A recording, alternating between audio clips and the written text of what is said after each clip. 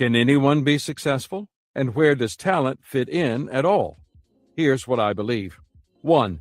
Everyone has talent. People have equal value, but not equal giftedness. Some people seem to be blessed with a multitude of talents. Most of us have fewer abilities. But know this, all of us have something we can do well. In their book, Now Discover Your Strengths, Marcus Buckingham and Donald O. Clifton state that every person is capable of doing something better than the next 10,000 people. And they support that assertion with solid research. They call this area the strength zone, and they encourage everyone to find it and make the most of it. It doesn't matter how aware you are of your abilities, how you feel about yourself, or whether previously you have achieved success. You are who you are, and you do have talent, which you can develop. 2. Develop the talent you have, not the one you want.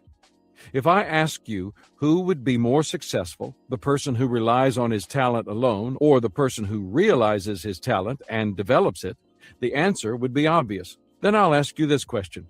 Why do most people spend the majority of their time focused on strengthening their weaknesses? One thing I teach people at my conferences is to stop working on their weaknesses and start working on their strengths. By this, I mean abilities, not attitude or character issues, which must be addressed.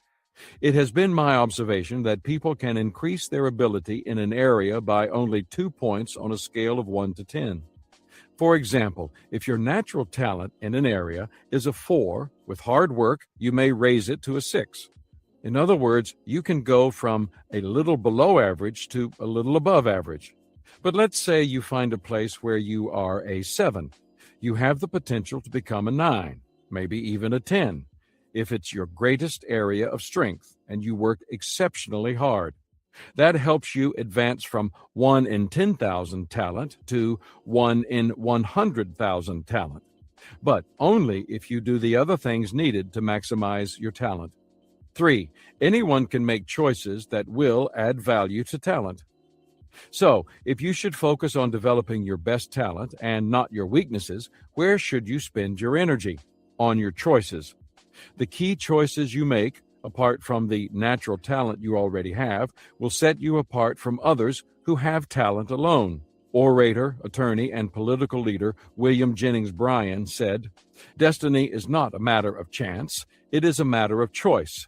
It is not a thing to be waited for, it is a thing to be achieved." Success is your choice. If you're willing to commit yourself to making the right choices, you can achieve success. I've discovered 14 key choices that can make a difference. Commit to choices that bring success. Believe in yourself. Fire up your passion. Initiate action. Focus your energy. Value preparation. Embrace practice. Embody perseverance. Demonstrate courage. Become more teachable. Develop strong character. Cultivate good relationships. Commit to responsibility. Lean in to teamwork. Make these choices, and you can become the successful person you've always desired to be. You can do it. I believe the ideas in this book can help you. Life is a matter of choices, and every choice you make makes you. What will you do for your career? Whom will you marry? Where will you live? How much education will you get? What will you do with today? But one of the most important choices you will make is who will you become? Life is not merely a matter of holding and playing a good hand as you would hope to do in a card game. What you start with isn't up to you. Talent is God-given. Life is doing a great job of playing the hand you've been dealt. That is determined by your choices. Who you are plus right choices equals success. If you're willing to commit to making the right choices, you can reach your potential and fulfill your destiny. I was reading a book by Dr. Seuss to my grandchildren called Oh, the Places You'll Go. In it, I found a wonderful truth. It said, "You have brains in your head, you have feet in your shoes. You can steer yourself any direction you choose." I believe that with all my heart. My prayer is that this book will help you steer yourself in the right direction and make right choices that will empower you to become a success.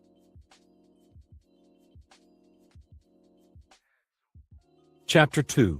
Believe in yourself. The first and greatest obstacle to success for most people is their belief in themselves. Once people figure out where their sweet spot is, the area where they are most gifted, what often hinders them isn't lack of talent, it's lack of trust in themselves, which is a self-imposed limitation. Lack of belief can act as a ceiling on potential. However, when people believe in themselves, they unleash power in themselves and resources around them that almost immediately take them to a higher level. Your potential is a picture of what you can become. Belief helps you see the picture and reach for it. Beliefs worth buying into. I don't know what your talent is, but I do know this. It will not be lifted to its highest level unless you also have belief. If you want to become your best, you need to believe your best. You need to, 1, believe in your potential. Your potential is a picture of what you can become. Inventor Thomas Edison remarked, "If we did all the things we are capable of doing, we would literally astonish ourselves." Indian statesman Mahatma Gandhi said, "The difference between what we do and what we are capable of doing would suffice to solve most of the world's problems." Closer to home, it would also suffice to solve most of our individual problems. We must first believe in our potential if we are to do what we are capable of.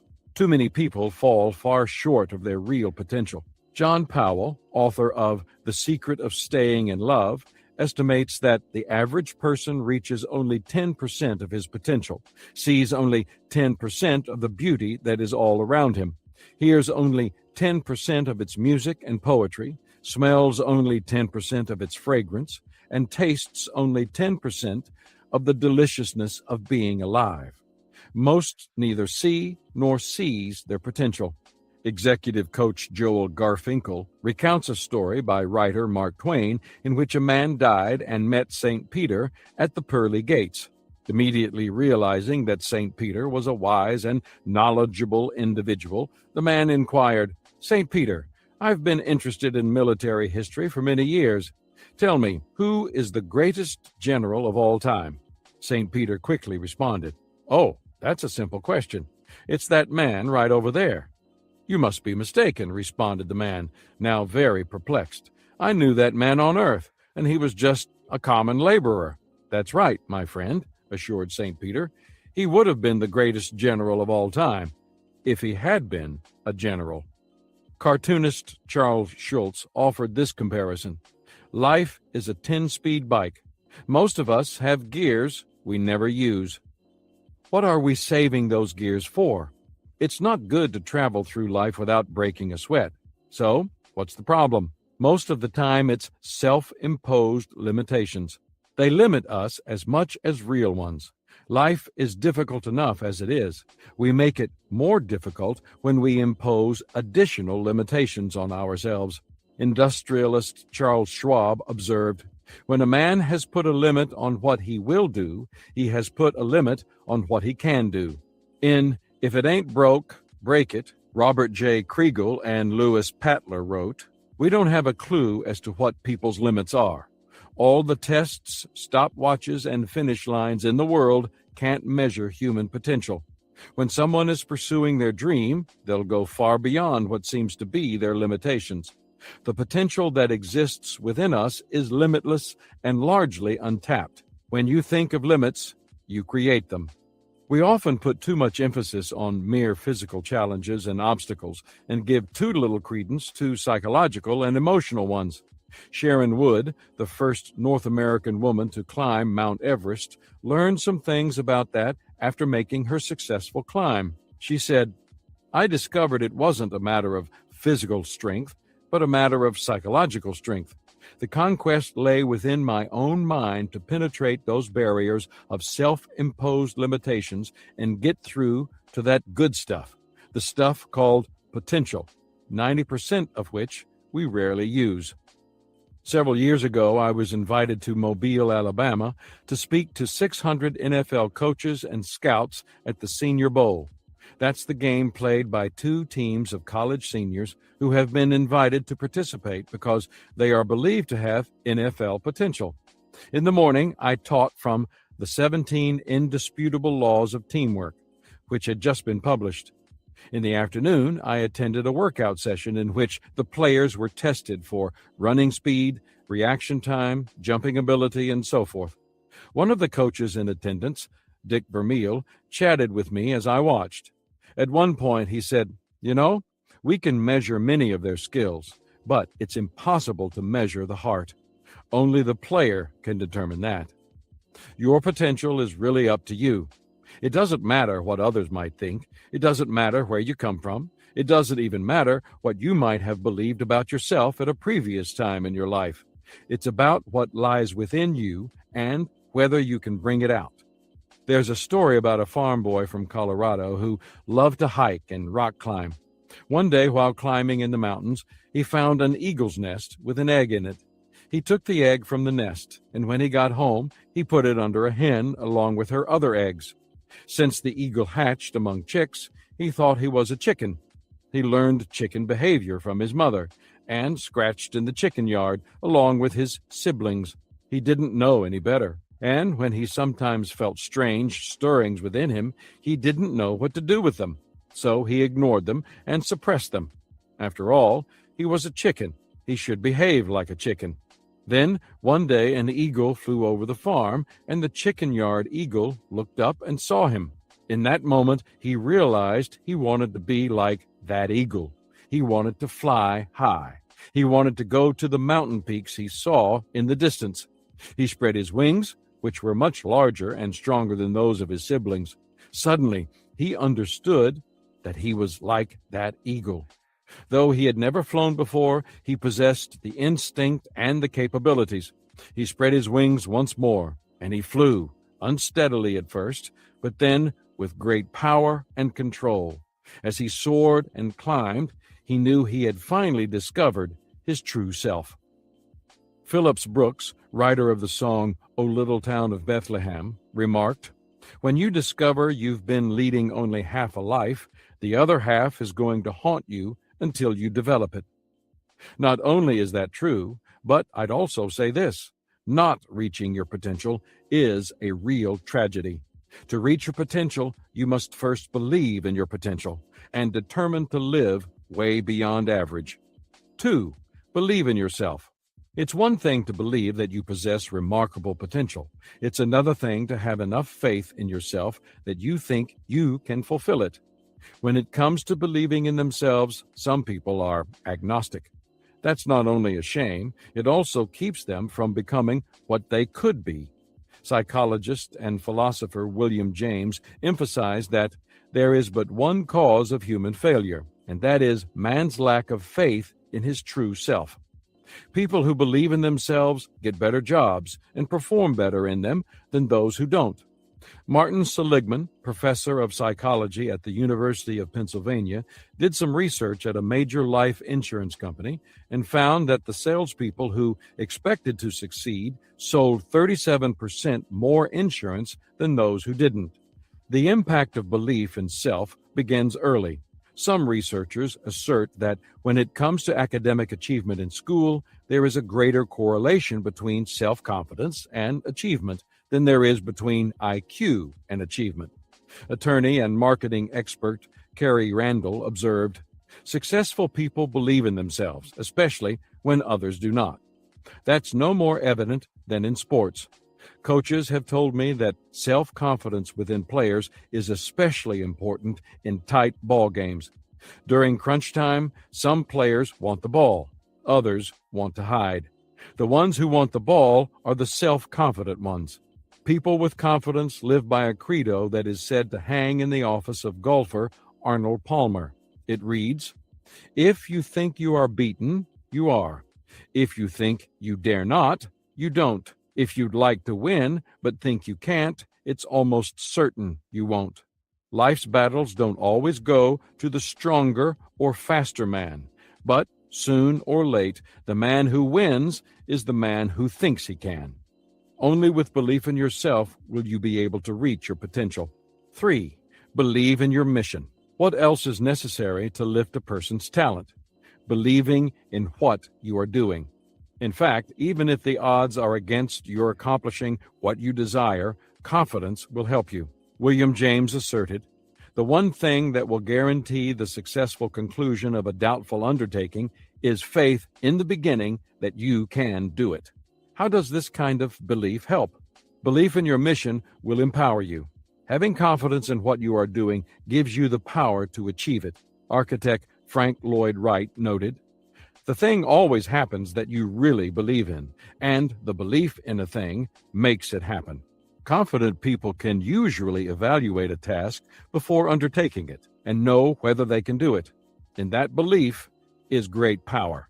Belief in your mission will encourage you. A woman with a will to win will have her naysayers. A man on a mission will have his critics. What often allows such people to keep going in a negative environment? Belief in the mission. Playwright Neil Simon advised, "Don't listen to those who say, 'It's not done that way.' Maybe it's not, but maybe you'll do it anyway. Don't listen to those who say, 'You're taking too big a chance.' Michelangelo would have painted the Sistine floor, and it would surely be rubbed out today." Simon knew this firsthand. He was awarded 4 Tony Awards, 1 Drama Desk Award, and the 1991 Pulitzer Prize for Drama. Obviously, he believed in what he did. Belief in your mission will enlarge you. The more you believe in your potential, yourself, and your mission, the more you will be able to accomplish. If you keep believing, you will someday find yourself doing what you once considered impossible. Actor Christopher Reeve had that perspective, and it carried him far. He once told an audience, "America has a tradition many nations probably envy. We frequently achieve the impossible. That's part of our national character. That's what got us from one coast to another. That's what got us the largest economy in the world. That's what got us to the moon." On the wall of my room when I was in rehab was a picture of the space shuttle blasting off, autographed by every astronaut now at NASA. On top of the picture says, "We found nothing is impossible." That should be our motto. It's something that we as a nation must do together. So many of our dreams at first seem impossible. Then they seem improbable. And then, when we summon the will, they soon become inevitable. If we can conquer outer space, we should be able to conquer inner space too. The frontier of the brain, the central nervous system, and all the afflictions of the body that destroy so many lives and rob so much potential. Do you believe in your mission? Are you confident that you can accomplish great tasks? Do you expect to achieve your goals? These are the necessary ingredients to lift your talent from potential to fruition. I need to say one more thing about mission. It needs to include people. Only a life lived for others is worthwhile. As you fulfill your mission, will others around you say, "My life is better as a result," or "My life is worse as a result"? If you think it won't be the former, then the mission may not be worth doing. One of my prized possessions is a simple crystal paperweight. It doesn't have an especially artistic design. It's not especially valuable monetarily, but it means a lot to me because of what is engraved in it and who gave it to me. It says, "John, pastor, mentor, friend. Thank you for believing in me. Love, Dan." It was a gift from Dan Ryland, who worked with me for 20 years as a staff member, as my second in command, and then as a senior vice president at one of my companies. Dan is someone I would go to battle with. He's like a kid brother to me. The mission we pursued together made both of us better. That's the kind of person you want working with you, and the kind of result. Belief in action. So, how do you believe in yourself? You tap into a natural chain of actions that begins with belief and ends with positive action. Belief determines expectations. If you want your talent to be lifted to its highest level, then you don't begin by focusing on your talent. You begin by harnessing the power of your mind. Your beliefs control everything you do. Accomplishment is more than a matter of working harder or smarter. It's also a matter of believing positively. Someone called it the sure enough syndrome. If you expect to fail, sure enough, you will. If you expect to succeed, sure enough, you will. You will become on the outside what you believe on the inside. Personal breakthroughs begin with the change in your beliefs. Why? Because your beliefs determine your expectations, and your expectations determine your actions. A belief is a habit of mind in which confidence becomes a conviction that we embrace. In the long run, a belief is more than an idea that a person possesses. It is an idea that possesses a person. Benjamin Franklin said, "Blessed is he who expects nothing, for he shall never be disappointed." If you want to achieve something in life, you will have to be willing to be disappointed. You will need to expect to succeed. Does that mean you always will?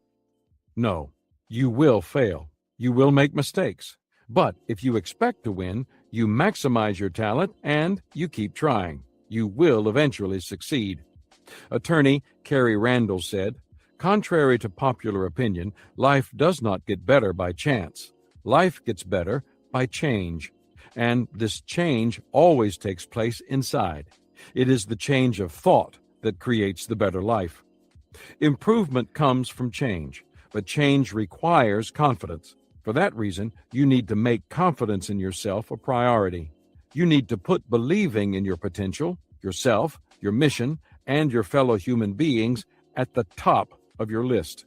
President Franklin Delano Roosevelt asserted, "The only limit to our realization of tomorrow will be our doubts of today." Don't let your doubts cause your expector to expire. Harvey Mackay tells the story of a professor who stood before a class of 30 senior molecular biology students. Before he passed out the final exam, he stated, "I have been privileged to be your instructor this semester, and I know how hard you have worked to prepare for this test. I also know most of you are off to medical school or grad school next fall. I am well aware of how much pressure you are under to keep your GPAs up. And because I am confident that you know this material, I am prepared to offer an automatic B to anyone who opts to skip taking the final exam." The relief was audible. A number of students jumped up from their desks, thanking their professor for the lifeline he had thrown them. "Any other takers?" he asked. "This is your last opportunity." One more student decided to go. The instructor then handed out the final exam, which consisted of 2 sentences. "Congratulations," it read. "You have just received an A in this class. Keep believing in yourself." It was a just reward for the students who had worked hard and believed in themselves. Expectations determine actions. Fred Smith Sr., one of my mentors and the author of Leading with Integrity, says that a linguist with Wycliffe Bible translators told him that in 20 of the world's most primitive languages, the word for belief is the same as the word for do. It is only as people become more sophisticated that they begin to separate the meaning of one word from the other. That insight is very telling because most people separate belief from action. So, how can we bring these two things back together? Through our expectations. We cannot live in a way that is inconsistent with our expectations for ourselves. It just doesn't happen. I once heard a story that I have not been able to confirm about an aviation pioneer who built a plane the year before the Wright brothers made their historic flight in Kitty Hawk. The plane sat in this inventor's barn because he was afraid to fly it. Maybe it was because it had never been done before. Maybe it was because he expected it to fail. I don't know. It's said that after the news reached him about Orville and Wilbur Wright, the man flew his plane. Before then, he didn't believe in himself enough to take the risk. There are 2 kinds of people in this world, those who want to get things done and those who don't want to make mistakes. The Wright brothers were of the first type. The would-be aviation pioneer was of the second. If you're one of the first type, then you already expect to believe in yourself and take risks. But what if you're of the second type? There's good news. You can grow. A story in Robert Schuller's book, Tough Times Never Last, but Tough People Do, is about Sir Edmund Hillary, who was the first person to reach the summit of Mount Everest, along with Tibetan Tenzing Norgay. Prior to his success on Everest, Hillary had been part of another expedition in which the team not only had failed to reach the summit, but also had lost one of its members. At a reception for the expedition members in London, Hillary stood to address the audience. Behind the platform was a huge photograph of Everest. Hillary turned to face the image of the mountain and exclaimed, "Mount Everest, you have defeated us. But I will return, and I will defeat you, because you cannot get any bigger, and I can." I don't know what challenges you face. They may be getting bigger every day, or they may already be as big as they can get, like Mount Everest. But I do know this: the only way you can rise to meet the challenges effectively is to expect to. You don't overcome challenges by making them smaller. You overcome them by making yourself bigger. Actions determine results. Results come from actions. That may seem obvious in the physical realm. Sir Isaac Newton's third law of motion states that for every action, there is an equal and opposite reaction. However, in the human realm, many people don't make the connection. They simply hope for good results. Hope is not a strategy. If you want good results, you need to perform good actions. If you want to perform good actions, you must have positive expectations. To have positive expectations, you have to first believe. It all goes back to that. Radio personality Paul Harvey observed, "If you don't live it, you don't believe it." It all starts with belief. A popular activity for tourists in Switzerland is mountain climbing.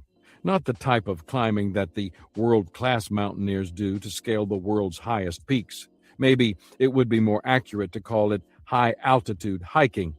Groups depart from a base camp early in the morning with the intention of making it to the top of the mountain by mid-afternoon. I talked to a guide about his experiences with these groups, and he described an interesting phenomenon. He said that for most of these expeditions, the group stops at a halfway house where the climbers have lunch, catch their breath, and prepare themselves for the last leg of the rigorous climb. Invariably, some members of the group opt for the warmth and comfort of the halfway house and decide not to climb to the top. As the rest of the group leaves, the ones who stay are happy and talkative. It's a party. But when the shadows begin to lengthen, many make their way over to the window that looks up the mountain, and the room gets quiet as they wait for the climbers to return. Why is that? They realize they've missed a special opportunity. Most of them will never be in that part of the world again. They won't ever have a chance to climb that mountain again. They missed it. That's what it's like when people don't make the most of their talent, when they don't believe in themselves and their potential, when they don't act on their belief and try to make the most of every opportunity. Don't allow that to happen to you. Live the life you were meant to. Try to see yourself as you could be, and then do everything in your power to believe that you can become that person. That is the first important step in becoming a successful person. Chapter 3. Fire up your passion. What carries people to the top? What makes them take risks, go the extra mile, and do whatever it takes to achieve their goals? It isn't talent, it's passion. Passion is more important than a plan. Passion creates fire. It provides fuel. I have yet to meet a passionate person who lacked energy. As long as the passion is there, it doesn't matter if they fail. It doesn't matter how many times they fall down.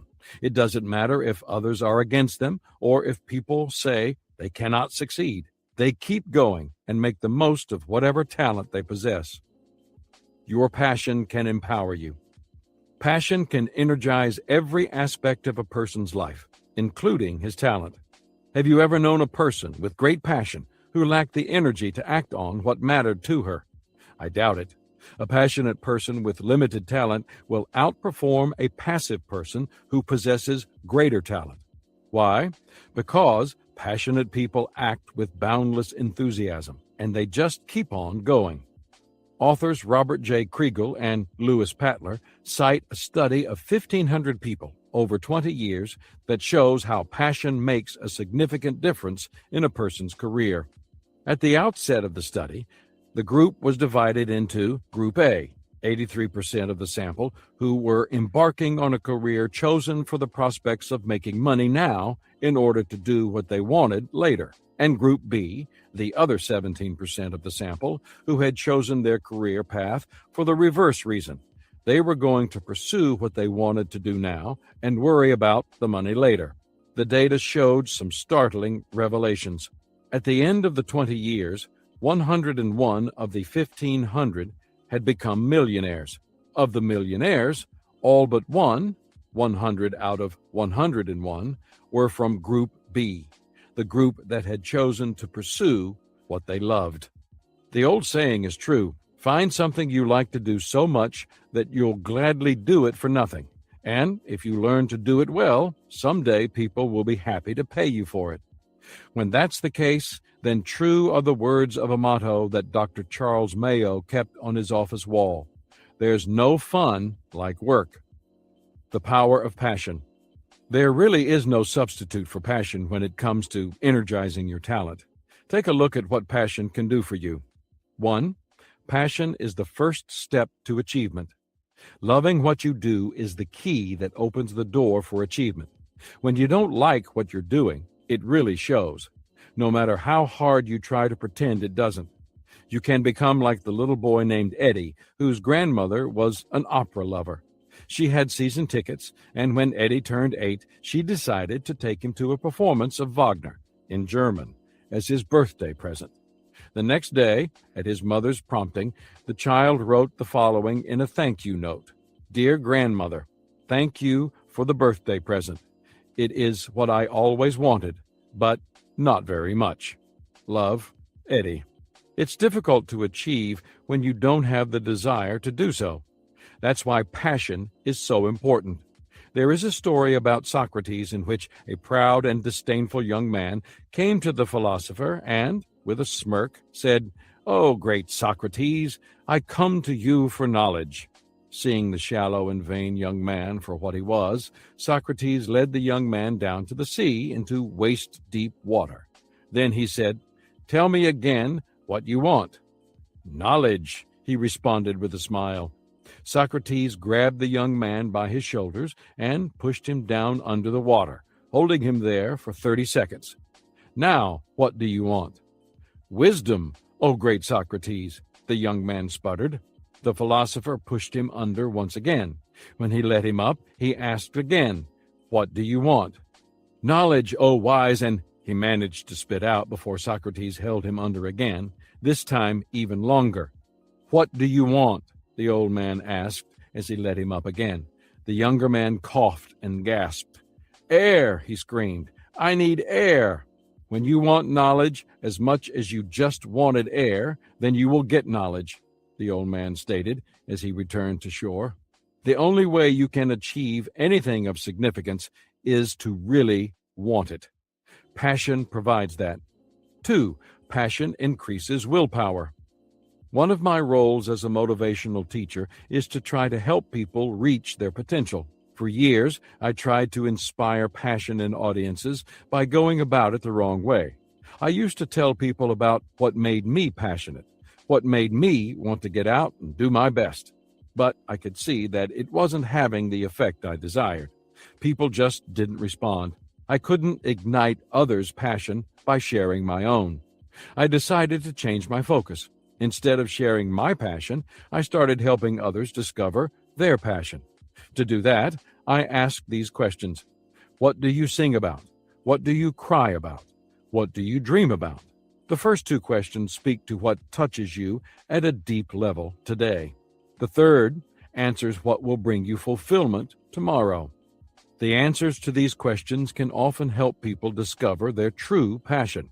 While everybody can possess passion, not everyone takes the time to discover it, and that's a shame. Passion is fuel for the will. Passion turns your have-tos into want-tos. What we accomplish in life is based less on what we want and more on how much we want it. The secret to willpower is what someone once called want power. People who want something enough usually find the willpower to achieve it. You can't help people become winners unless they want to win. Champions become champions from within, not from without. 3. Passion produces energy. When you have passion, you become energized. You don't have to produce perseverance. It is naturally present in you. It helps you enjoy the journey as much as reaching the destination. Without it, achievement becomes a long and difficult road. For many years, my wife, Margaret, has called me the Energizer Bunny, with a nod to those commercials where the battery-operated rabbit keeps going and going. I guess she does so with good reason. I do have a lot of energy. There are always things I hope to do, people I want to see, and goals I want to reach. The reason is passion.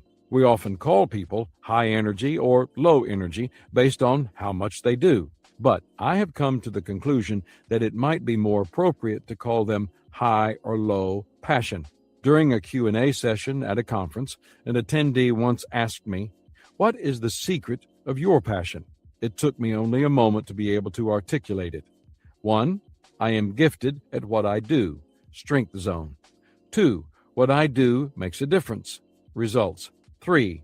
When I do what I was made to do, I feel most alive. Purpose. I believe all passionate people feel that way. Aviation pioneer Charles Lindbergh observed, "It is the greatest shot of adrenaline to be doing what you've wanted to do so badly. You almost feel like you could fly without the plane." Some people say that they feel burned out. The truth is that they probably never were on fire in the first place. Writer and editor Norman Cousins said, "Death isn't the greatest loss in life. The greatest loss is what dies inside of us while we live." Without passion, a part of us does become dead. And if we're not careful, we could end up like the person whose tombstone read, "Died at 30, buried at 60. Don't allow that to happen to you. Be like Ruben Martinez, who is still going strong beyond age 60. People often describe him as acting half his age. What gives him such energy? His passion. 4.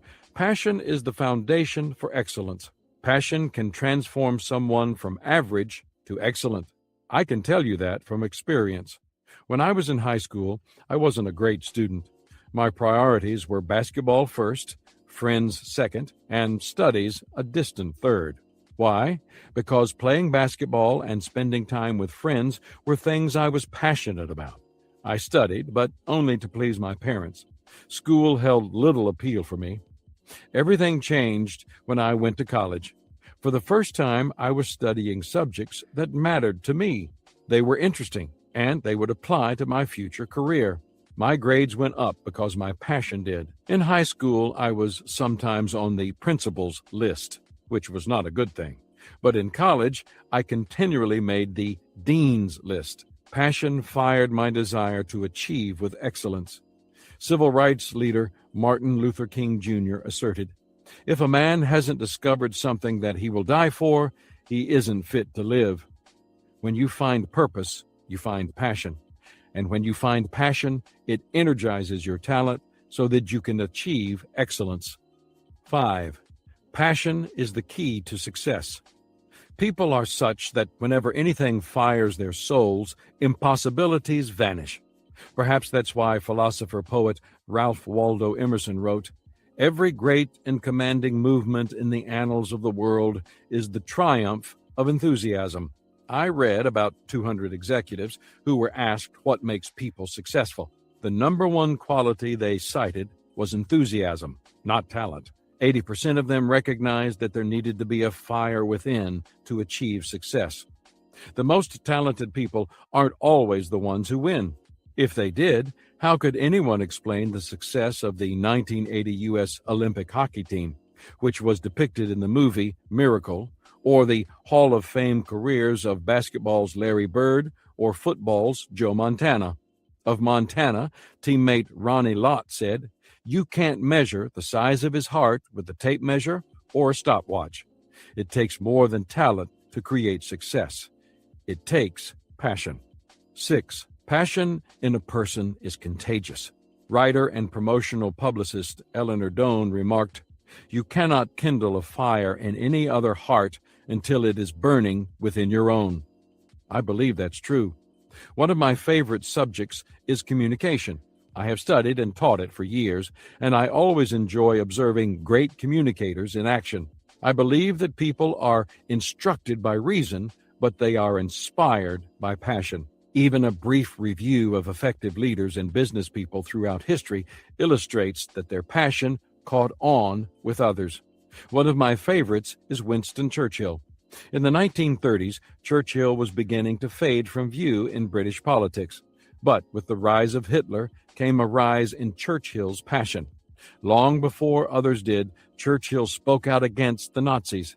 He had a passion to protect freedom and democracy. And when Hitler declared war and sought to conquer Europe and crush England, Churchill's passion for resistance became infused in the people of Britain and eventually the United States.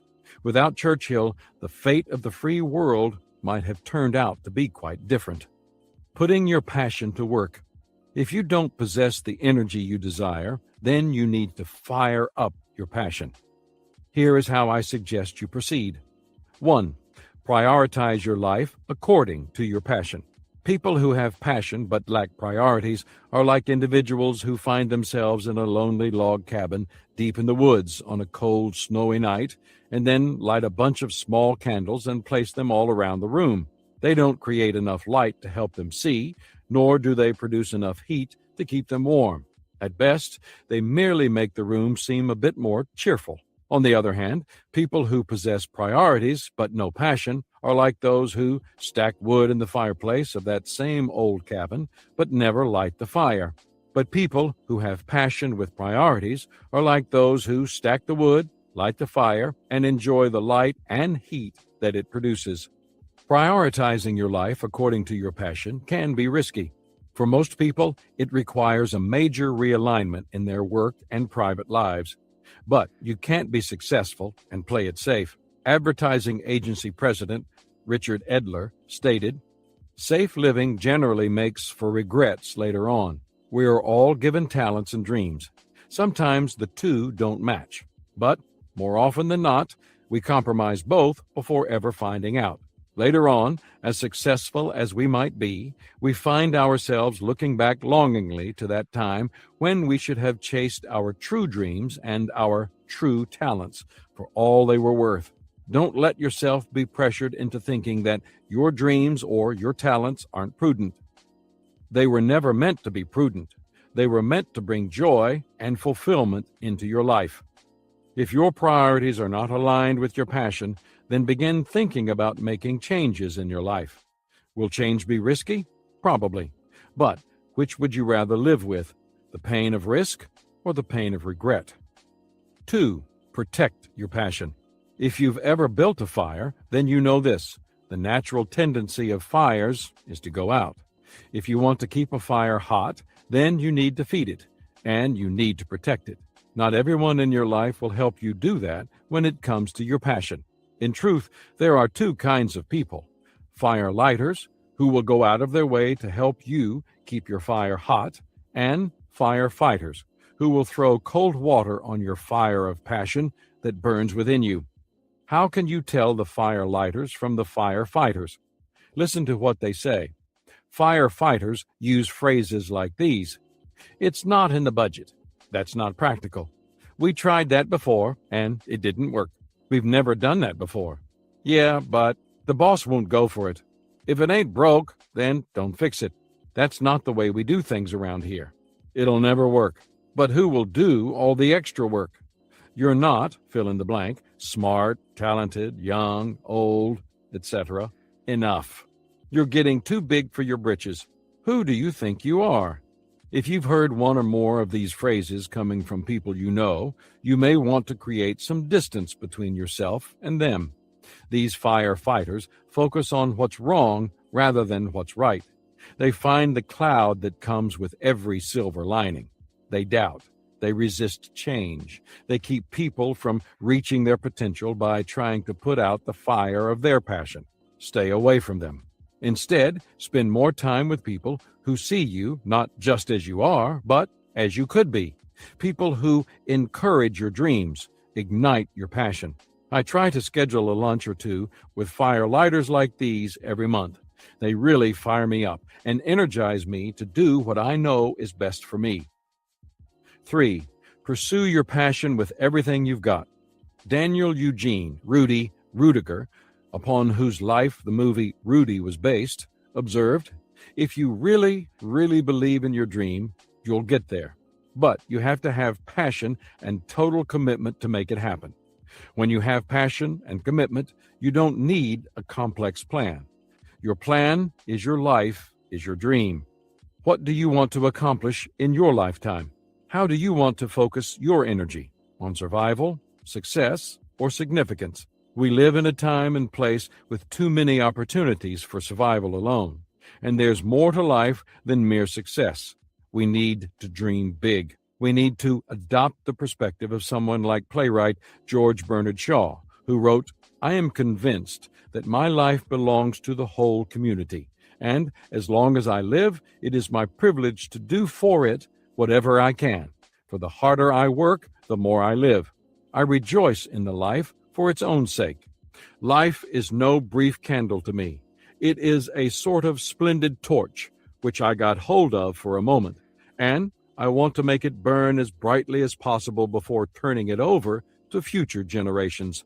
Shaw had passion for life and his work. Your passion has the potential to provide you energy far beyond the limitations of your talent. In the end, you will be remembered for your passion. It is what will energize your talent. It is what will empower you to make your mark. Chapter 4. Initiate action. It's a cliche to say that every journey begins with the first step, yet it is still true. Successful people don't wait for everything to be perfect to move forward. They don't wait for all the problems or obstacles to disappear. They don't wait until their fear subsides. They take initiative. They know a secret that good leaders understand. Momentum is their friend. As soon as they take action and start moving forward, things become a little easier. If the momentum gets strong enough, many of the problems take care of themselves and talent can take over. But it starts only after you've taken those first steps. Insights on initiative. If you want to reach your potential, you have to show initiative. Here's why. 1. Initiative is the first step to anywhere you want to go. A tourist paused for a rest in a small town in the mountains. He sat down on a bench next to an old man in front of the town's only store. "Hi, friend," he said. "Can you tell me something this town is noted for?" "Well," answered the old man after a moment's hesitation, "you can start here and get to anywhere in the world you want." That's true of nearly every location. Where you finish in life isn't determined so much by where you start as by whether you start. If you're willing to get started and keep initiating, there's no telling how far you might go. That is the case for Les Brown. Les and his brother, Wes, were adopted when they were 6 weeks old, and they grew up in Liberty City, a poor section of Miami, Florida. As a child, Les was branded a slow learner and given little chance of success by many of his teachers. But with the encouragement of one of his high school teachers, who told him, "Someone else's opinion of you does not have to become your reality," Les managed to graduate from high school and later got a job as a radio DJ. With much hard work, he became a broadcast manager. He got involved in his community, became a community activist and leader, and eventually was elected to the state legislature for 3 terms. And then he turned his attention to public speaking, where he received the National Speakers Association's highest honor and was named one of the world's top 5 speakers according to Toastmasters in 1992. He has written books, hosted his own syndicated television show, owns a business, and is in great demand as a public speaker. When he started life, most people wouldn't have given him much of a chance to succeed. Few thought he had talent, but he just kept moving forward, and he has since moved far beyond his detractors. Successful people initiate, and they follow through. 2. Initiative closes the door to fear. Author Catherine Patterson said, "To fear is one thing. To let fear grab you by the tail and swing you around is another. We all have fears. The question is whether we are going to control them or allow them to control us." In 1995, my friend Dan Ryland and his wife Patty went skydiving along with a group of friends, including my writer, Charlie Wetzel. They approached the event with a mixture of excitement and fear. At the skydiving center in Southern California, they received only a few minutes of training to prepare them for their tandem jumps. Dan said they were feeling pretty good about the whole thing until a guy walked into the room and made a pitch to sell them life insurance. As the plane ascended to 11,000 feet, they became increasingly nervous. Then they opened the sliding door at the back of the plane, at which point the fear factor went through the roof. Wishing they had worn rubber pants, they approached the door, each of them harnessed to a jump master, and then launched themselves out of the plane. Within seconds, they were hurtling toward the earth at 120 miles an hour. And, after a free fall of 6,000 feet, they pulled their ripcords. When the canopy opened, with a forceful jolt, they went from 125 miles an hour to 25 miles an hour. Dan said, "It made my underwear find places it had never found before." I laugh whenever Dan tells the story, but I was really surprised to learn from Dan and Patty that as petrified as they were before they jumped, all their fear was gone the second they left the plane. Author and pastor Norman Vincent Peale asserted, "Action is a great restorer and builder of confidence. Inaction is not only the result, but the cause of fear. Perhaps the action you take will be successful. Perhaps different actions or adjustments will have to follow. But any action is better than no action at all. If you want to close the door on fear, get moving." 3. Initiative opens the door to opportunity. Benjamin Franklin, one of our nation's founding fathers, advised, "To succeed, jump as quickly at opportunities as you do at conclusions." People who take initiative and work hard may succeed, or they may fail. But anyone who doesn't take initiative is almost guaranteed to fail.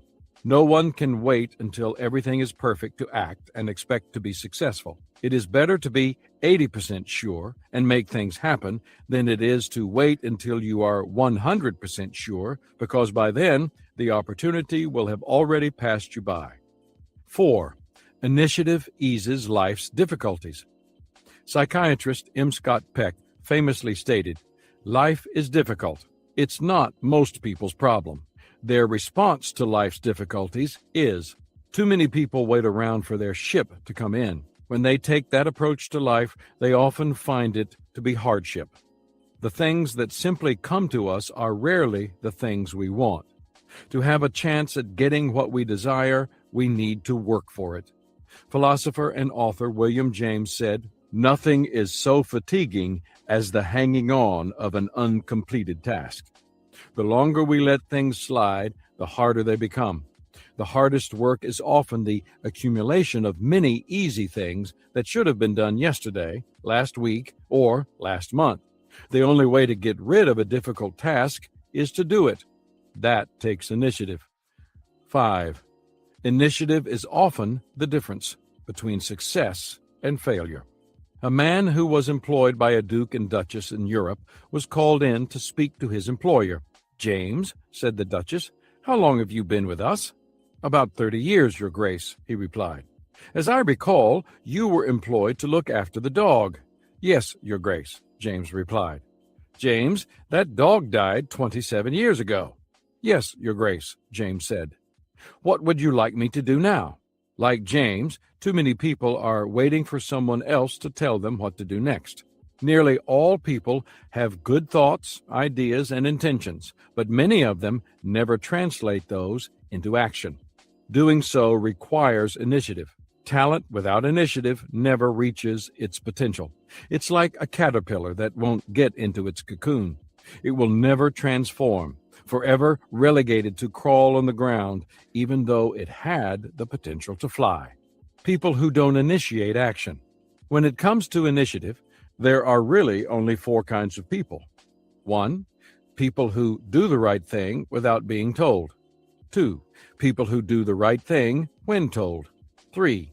People who do the right thing when told more than once. 4. People who never do the right thing, no matter what. Anyone who wants to become successful needs to become the first kind of person. Why doesn't everyone do that? I think there are several reasons. 1. People who lack initiative fail to see the consequences of inaction. King Solomon of ancient Israel is said to have been the wisest person who ever lived. Every time I read Proverbs, which he is believed to have authored, I learn something. In recent years, I have enjoyed reading his words in a paraphrase called The Message. You lazy fool, look at an ant. Watch it closely. Let it teach you a thing or two. Nobody has to tell it what to do. All summer, it stores up food. At harvest, it stockpiles provisions. So how long are you going to laze around doing nothing? How long before you get out of bed? A nap here, a nap there, a day off here, a day off there. Sit back, take it easy. Do you know what comes next? Just this. You can look forward to a dirt-poor life. Poverty, your permanent house guest. British civil servant and economist Sir Josiah Stamp remarked, "It is easy to dodge our responsibilities, but we cannot dodge the consequences of dodging our responsibilities." 2. People who lack initiative want someone else to motivate them. Successful people don't need a lighted fuse to motivate them. Their motivation comes from within. If we wait for others to motivate us, what happens when a coach, a boss, or other inspirational person doesn't show up? We need a better plan than that. Tom Golisano, founder of Paycheck Inc., offered this considered opinion. I believe you don't motivate people. What you do is hire motivated people. Then make sure you don't demotivate them. If you want to get ahead, you need to light your own fire. 3. People who lack initiative look for the perfect time to act. Timing is important, no doubt about that. The law of timing in my book, The 21 Irrefutable Laws of Leadership, states, when to lead is as important as what to do and where to go. But it's also true that all worthwhile endeavors in life require risk. I love this Chinese proverb. He who deliberates fully before taking a step will spend his entire life on one leg. For many people, the tragedy isn't that life ends too soon, it's that they wait too long to begin it. 4. People who lack initiative like tomorrow better than today. One of the reasons non-initiators have a difficult time getting started is that they focus their attention on tomorrow instead of today. Jazz musician Jimmy Lyons remarked, "Tomorrow is the only day in the year that appeals to a lazy man." But that attitude gets us into trouble because the only time over which we have any control is the present.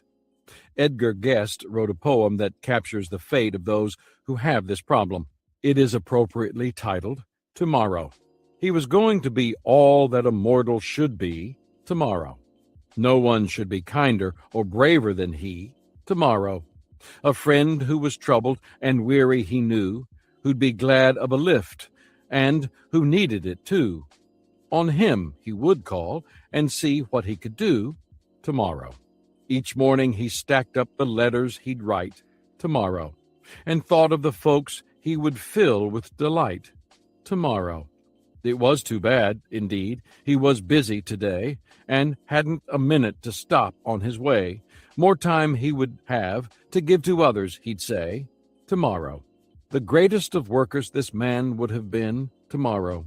The world would have known him had he ever seen tomorrow. But the fact is, he died, and he faded from view, and all that he left here when living was through was a mountain of things he intended to do tomorrow. The idea of tomorrow can be very seductive, but the promise that it holds is often false.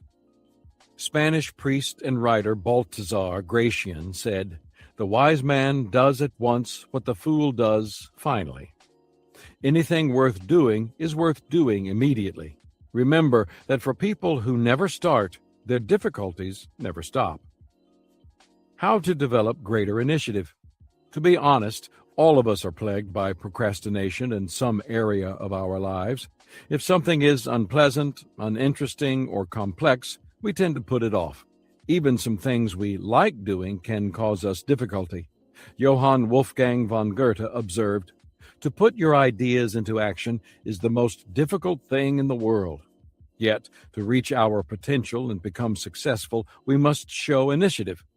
Here are some suggestions to help you as you strive to help yourself in this area. 1. Accept responsibility for your life. Greek philosopher Socrates said, "To move the world, we must first move ourselves." Show me those who neglect to take responsibility for their own lives, and I'll show you people who also lack initiative. Responsibility and initiative are inseparable. Everyone experiences setbacks. We all face obstacles.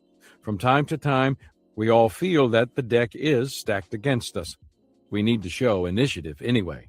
Dick Butler asserted, "Life isn't fair. It isn't going to be fair. Stop sniveling and whining and go out and make it happen for you." In business, I see too many people who expect the financial tooth fairy to come at night and remove that ugly dead tooth from under the pillow and substitute profitability just in the nick of time at the end of the fiscal year. There's a saying that great souls have wills, but feeble ones have only wishes. We cannot wish our way to success. We need to take responsibility and act. 2. Examine your reasons for not initiating. Chinese philosopher Mencius made this point. If your deeds are unsuccessful, seek the reason in yourself. When your own person is correct, the whole world will turn to you. If you lack initiative, the only way you will be able to change is to first identify the specific problem. Think about the reasons people lack initiative already outlined in this chapter. Are you in denial about the consequences of not taking initiative and responsibility for yourself? Are you waiting for others to motivate you instead of working to motivate yourself? Are you waiting for everything to be perfect before you act? Are you fantasizing about tomorrow instead of focusing on what you can do today? Or is there some other issue that is preventing you from taking action? What's important is that you separate legitimate reasons from excuses. An excuse puts the blame on someone or something outside you. Excuses are like exit signs on the road of progress. They take us off track. Know this, it's easier to move from failure to success than from excuses to success. Eliminate excuses. Once you've done that, you can turn your attention to the reasons and how to overcome them. 3. Focus on the benefits of completing a task. It is extremely difficult to be successful if you are forever putting things off. Procrastination is the fertilizer that makes difficulties grow. When you take too long to make up your mind about an opportunity that presents itself, you will miss out on seizing it. In the previous chapter, I wrote about the importance of aligning your priorities with your passion. To become effective and make progress in your area of talent or responsibility, you can't spend your valuable time on unimportant or unnecessary tasks. So, I'm going to make an assumption that if you do procrastinate about a task, it is a necessary one. If it's not, don't put it off. Eliminate it. To get yourself over the hump, focus on what you'll get out of it if you get it done. Will completing the task bring a financial benefit? Will it clear the way for something else you would like to do? Does it represent a milestone in your development or the completion of something bigger? At the very least, does it help to clear the decks for you emotionally? If you seek a positive reason, you are likely to find one. Once you find that idea, start moving forward and act decisively. U.S. Admiral William Halsey observed, "All problems become smaller if you don't dodge them, but confront them. Touch a thistle timidly, and it pricks you. Grasp it boldly, and its spines crumble." 4. Share your goal with a friend who will help you. No one achieves success alone. As the law of significance states in my book, The 17 Indisputable Laws of Teamwork, One is too small a number to achieve greatness. Lindbergh didn't fly solo across the Atlantic without help. Einstein didn't develop the theory of relativity in a vacuum, and Columbus didn't discover the New World on his own. They all had help. My primary partner in life has been my wife, Margaret. She has been a part of every significant goal I have achieved. She is the first to know when I identify a goal, and she is both the first and the last to support me along the way. And of course, many others have helped me and encouraged me along the way, particularly my parents and my brother, Larry. In recent years, a key person in supporting me has been John Hull, the president and CEO of Equip. When I set the goal of Equip to train 1 million leaders around the globe, the task seemed formidable. As much as I was dedicated to that vision, I had moments when I wondered if it was really possible. John not only was encouraging, but he took ownership of the vision and launched the plan to accomplish it. As you read this book, we have surpassed the goal of training 1 million leaders and are now working on training another million. One of the reasons I love and admire John is his initiative. There is no way to put a value on the assistance that others can give you in achieving your dreams. Share your goals and dreams with people who care about you and will encourage and assist you in accomplishing them. It means taking a risk because you will have to be vulnerable in sharing your hopes and ambitions, but the risk is worth taking. 5. Break large tasks down into smaller ones. Once you remove some of the internal barriers that may be stopping you from taking initiative and you enlist the help of others, you're ready to get practical. Many times, large tasks overwhelm people, and that's a problem because overwhelmed people seldom initiate. Here's how I suggest you proceed in breaking an intimidating goal into more manageable parts. Divide it by categories. Most large objectives are complex and can be broken into steps for functions. The smaller pieces often require the effort of people with particular talents. Begin by figuring out what skill sets will be required to accomplish the smaller tasks. Prioritize it by importance. When we don't take initiative and prioritize what we must do according to its importance, the tasks begin to arrange themselves according to their urgency. When the urgent starts driving you instead of the important, you lose any kind of initiative edge. And instead of activating your talent, it robs you of the best opportunities to use it. Order it by sequence. Dividing the task according to its categories helps you understand how you will need to accomplish it. Prioritizing by importance helps you understand why you need to do each part of it. Ordering by sequence helps you know when each part needs to be done. The important thing here is to create a timetable. Give yourself deadlines and stick to them. The biggest lie we tell ourselves when it comes to action is, "I'll do it later." Assign it by abilities. When you divide the large task into smaller ones by category, you begin to understand what kinds of people you'll need to get the job done. At this stage, you very specifically answer the who question. As a leader, I can tell you that the most important step in accomplishing something big is determining who will be on the team. Assign tasks to winners and give them authority and responsibility, and the job will get done. Fail to give a specific person ownership of the task or give it to an average person, and you may find yourself in trouble. Accomplish it by teamwork. Even if you break down a task, strategically plan, and recruit great people, you still need one more element to succeed. Everyone has to be able to work together. Teamwork is the glue that can bring it all together. 6. Allocate specific times to tasks you might procrastinate. Dawson Trotman, author and founder of The Navigators, observed, "The greatest time wasted is the time getting started." Haven't you found that to be true? The hardest part of writing a letter is pinning the first line. The hardest part of making a tough phone call is picking up the receiver and dialing the number. The most difficult part of practicing the piano is sitting down at the keyboard. It's the start that often stops people. So, how do you overcome that difficulty? Try scheduling a specific time for something you don't like doing. For example, if dealing with difficult people is a regular part of your job, but you tend to avoid doing it, then schedule a set time for it.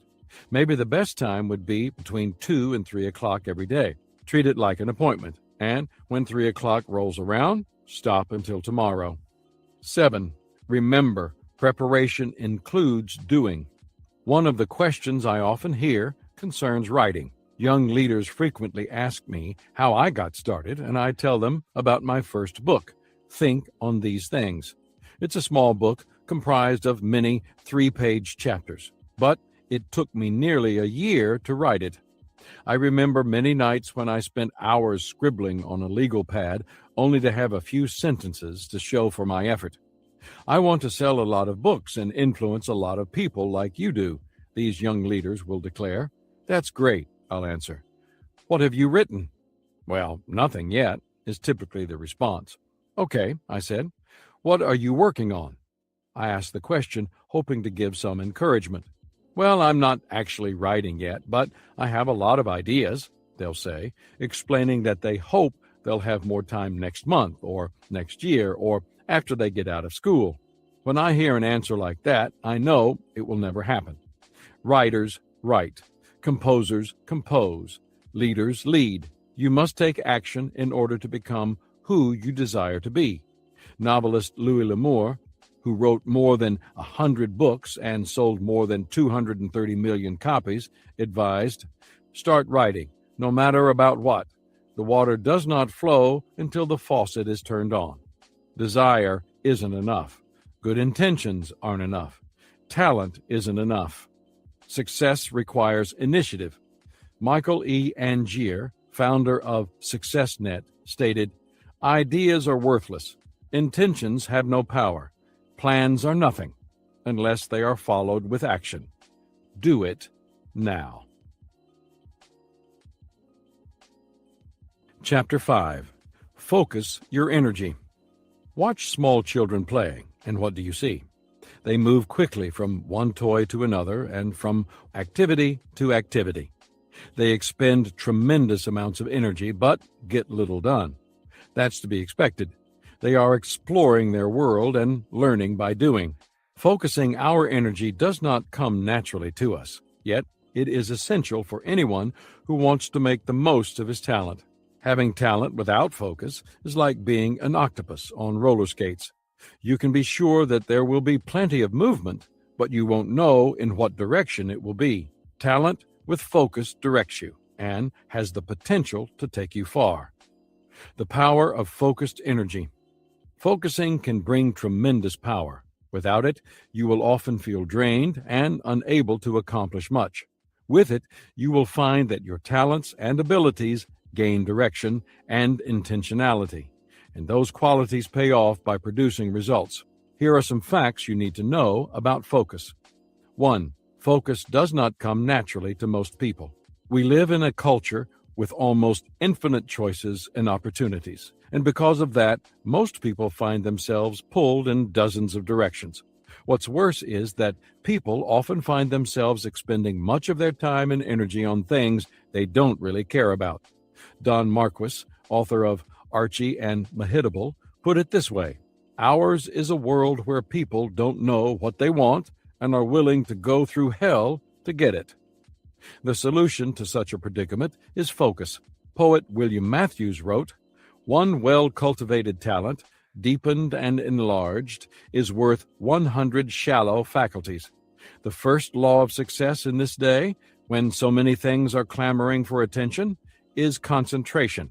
To bend all the energies to one point and to go directly to that point, looking neither to the right nor to the left. I try to maintain my focus in the moment by heeding the advice of the martyred missionary Jim Elliot, who said, "Wherever you are, be all there." But I also look at the bigger picture. As a leader, I am always asking myself, am I helping others make progress? I am vigilant about how I spend my time, with whom I am spending it, how it fits into the bigger picture, and whether it produces results. And my assistant, Linda Eggers, also keeps me on track by overseeing my calendar. She is a tremendous asset for helping me maintain my priorities. If I feel that I'm not moving forward and helping others throughout the day, then I know I'm off track in some way. Linda helps me monitor that. 2. Focus increases your energy. If you desire to achieve something, you first need to know what your target is. That's true even when it comes to personal development. If you lack focus, you will be all over the place. Attempting everything, like attempting nothing, will suck the life out of you. It will sap you of energy and new opportunities, and whatever momentum you have going for you will be diminished. In contrast, focus gives you energy. Polar explorer Admiral Richard E. Byrd asserted, "Few men during their lifetime come anywhere near exhausting the resources dwelling within them. There are deep wells of strength that are never used. One of the reasons those wells often go untapped is lack of focus. Something wonderful happens when we narrow our focus and set goals. That is where the real magic starts. The mind doesn't reach toward achievement until it has clear objectives. After American astronauts successfully landed on the moon, Albert Seipert, deputy director of the Kennedy Space Center, attributed their success, at least in part, to NASA's focus. For a decade, the organization put nearly all of its time and energy into reaching the moon. Seipert observed, "The reason NASA has succeeded is because NASA had a clear-cut goal and expressed its goal. By doing this, we drew the best of men to our goal and the support of every phase of government to reach our goal." 3. Focus lifts you. Scholar and educator David Starr Jordan said, "The world stands aside to let anyone pass who knows where he or she is going. In a sea of mediocrity, just knowing what you want to do and then making an effort to pursue it distinguishes you from almost everybody else." The plain-spoken American writer Henry David Thoreau asked, "Did you ever hear of a man who had striven all his life faithfully and singly toward an object and in no measure obtained it? If a man constantly aspires, is he not elevated?" Focus always has an impact. Just by striving to become better than you are, you become elevated, even if you don't accomplish what you desire, and even if others don't step aside for you. You can't shoot for the stars and remain unaffected by the effort. 4. Focus expands your life. A few years ago, I wrote a book called Thinking for a Change, in which I described the various thinking skills that can help a person become more successful. Included was a chapter on focused thinking, the ability to remove distractions and mental clutter so that a person can concentrate with clarity. In it, I explained how I often bring together a team of people to help me brainstorm when working on a project. Because we focus our attention on the subject at hand, we are able to expand ideas in a way that we wouldn't be able to do otherwise. Mike Kendrick asserts, "What you focus on expands." That may seem ironic, but it's true. Have you noticed that if you consider buying a particular kind of car, you begin seeing them everywhere? Narrowing your view widens your perspective. On the other hand, if you actually try to expand your view instead of taking more in, it simply wears you out. If you want to expand your capacity, then focus. 5. Focus must be intentionally sustained. People do not naturally remain focused. Just as light naturally loses its focus and gets diffused, so does a person's attention. It takes a lot of effort, but the payoff is significant. Hall of Fame baseball player Hank Aaron said, "I think what separates a superstar from the average ball player is that he concentrates just a little bit longer." Aaron demonstrated that he was able to sustain his concentration. For 33 years, he held the Major League Baseball record for the most home runs hit in a career. In his book, Laughter, Joy, and Healing, Donald E. Desmarais wrote about a young journalist who was receiving tough criticism from his father because he didn't seem to be making much progress in his career. Undaunted, the young man wrote back to his father explaining that he had a plan for success upon which he was focused. His intentions were as follows. At 30, he would be a great newspaper reporter. At 40, he would be a great editor. At 50, he would be a great story writer. At 60, he would be a great fiction writer. At 70, he would be a great grandfather. At 80, he would be a great admirer of beautiful women. At 90, he would be a great loss to the community. Desmarais said that the father got a good laugh from the letter and was gratified when he began to see that his son's career was progressing along those lines. Several years ago, I memorized a definition of success to help me in my career. Success is the progressive realization of a predetermined, worthwhile goal. What I learned most from that definition is that success is not an event. It is a process. And anytime you engage in a process that takes time, focus is essential. Only people capable of remaining focused can expect to direct their talent and achieve a level of success. How to increase your focus. If you desire to become successful, you need to make focus your friend. Here's how. 1. Be intentional. Make every action count. A family who had moved to a new neighborhood got a late start one morning, and as a result, their 6-year-old missed her bus to school. Though it would make him late for work, the father agreed to take her to school if she could give him directions. They left their neighborhood, and the young girl began directing her father to take one turn after another. Following 20 minutes of circuitous driving, they arrived at the school, which turned out only to be 8 blocks away. Steaming, the father asked the kindergartner why she had him drive all over the place when the school was so close to home. "We went the way the bus goes," she said. "That's the only way I know." If you want to maximize your talent and be successful, you need to make every action count. You must determine where you want to go and how to get there. You cannot be like Alice in Lewis Carroll's Through the Looking Glass, who asks for directions in this way during her encounter with the Cheshire Cat. "Would you tell me, please, which way I ought to go from here?" she asks. "That depends a good deal on where you want to get," the cat replies with a grin. "I don't care much where," she answers. "Then it doesn't matter which way you go," the cat responds. People who are undecided about what they want to do or where they want to go cannot tap into their strength of will or their talent. As a result, they will merely drift along. Private investigator and author Bill Copeland advises, "You've removed most of the roadblocks to success when you know the difference between motion and direction." Have you asked yourself what you really want to do? And have you determined that you will pursue it against the odds, despite the obstacles, and regardless of the circumstances?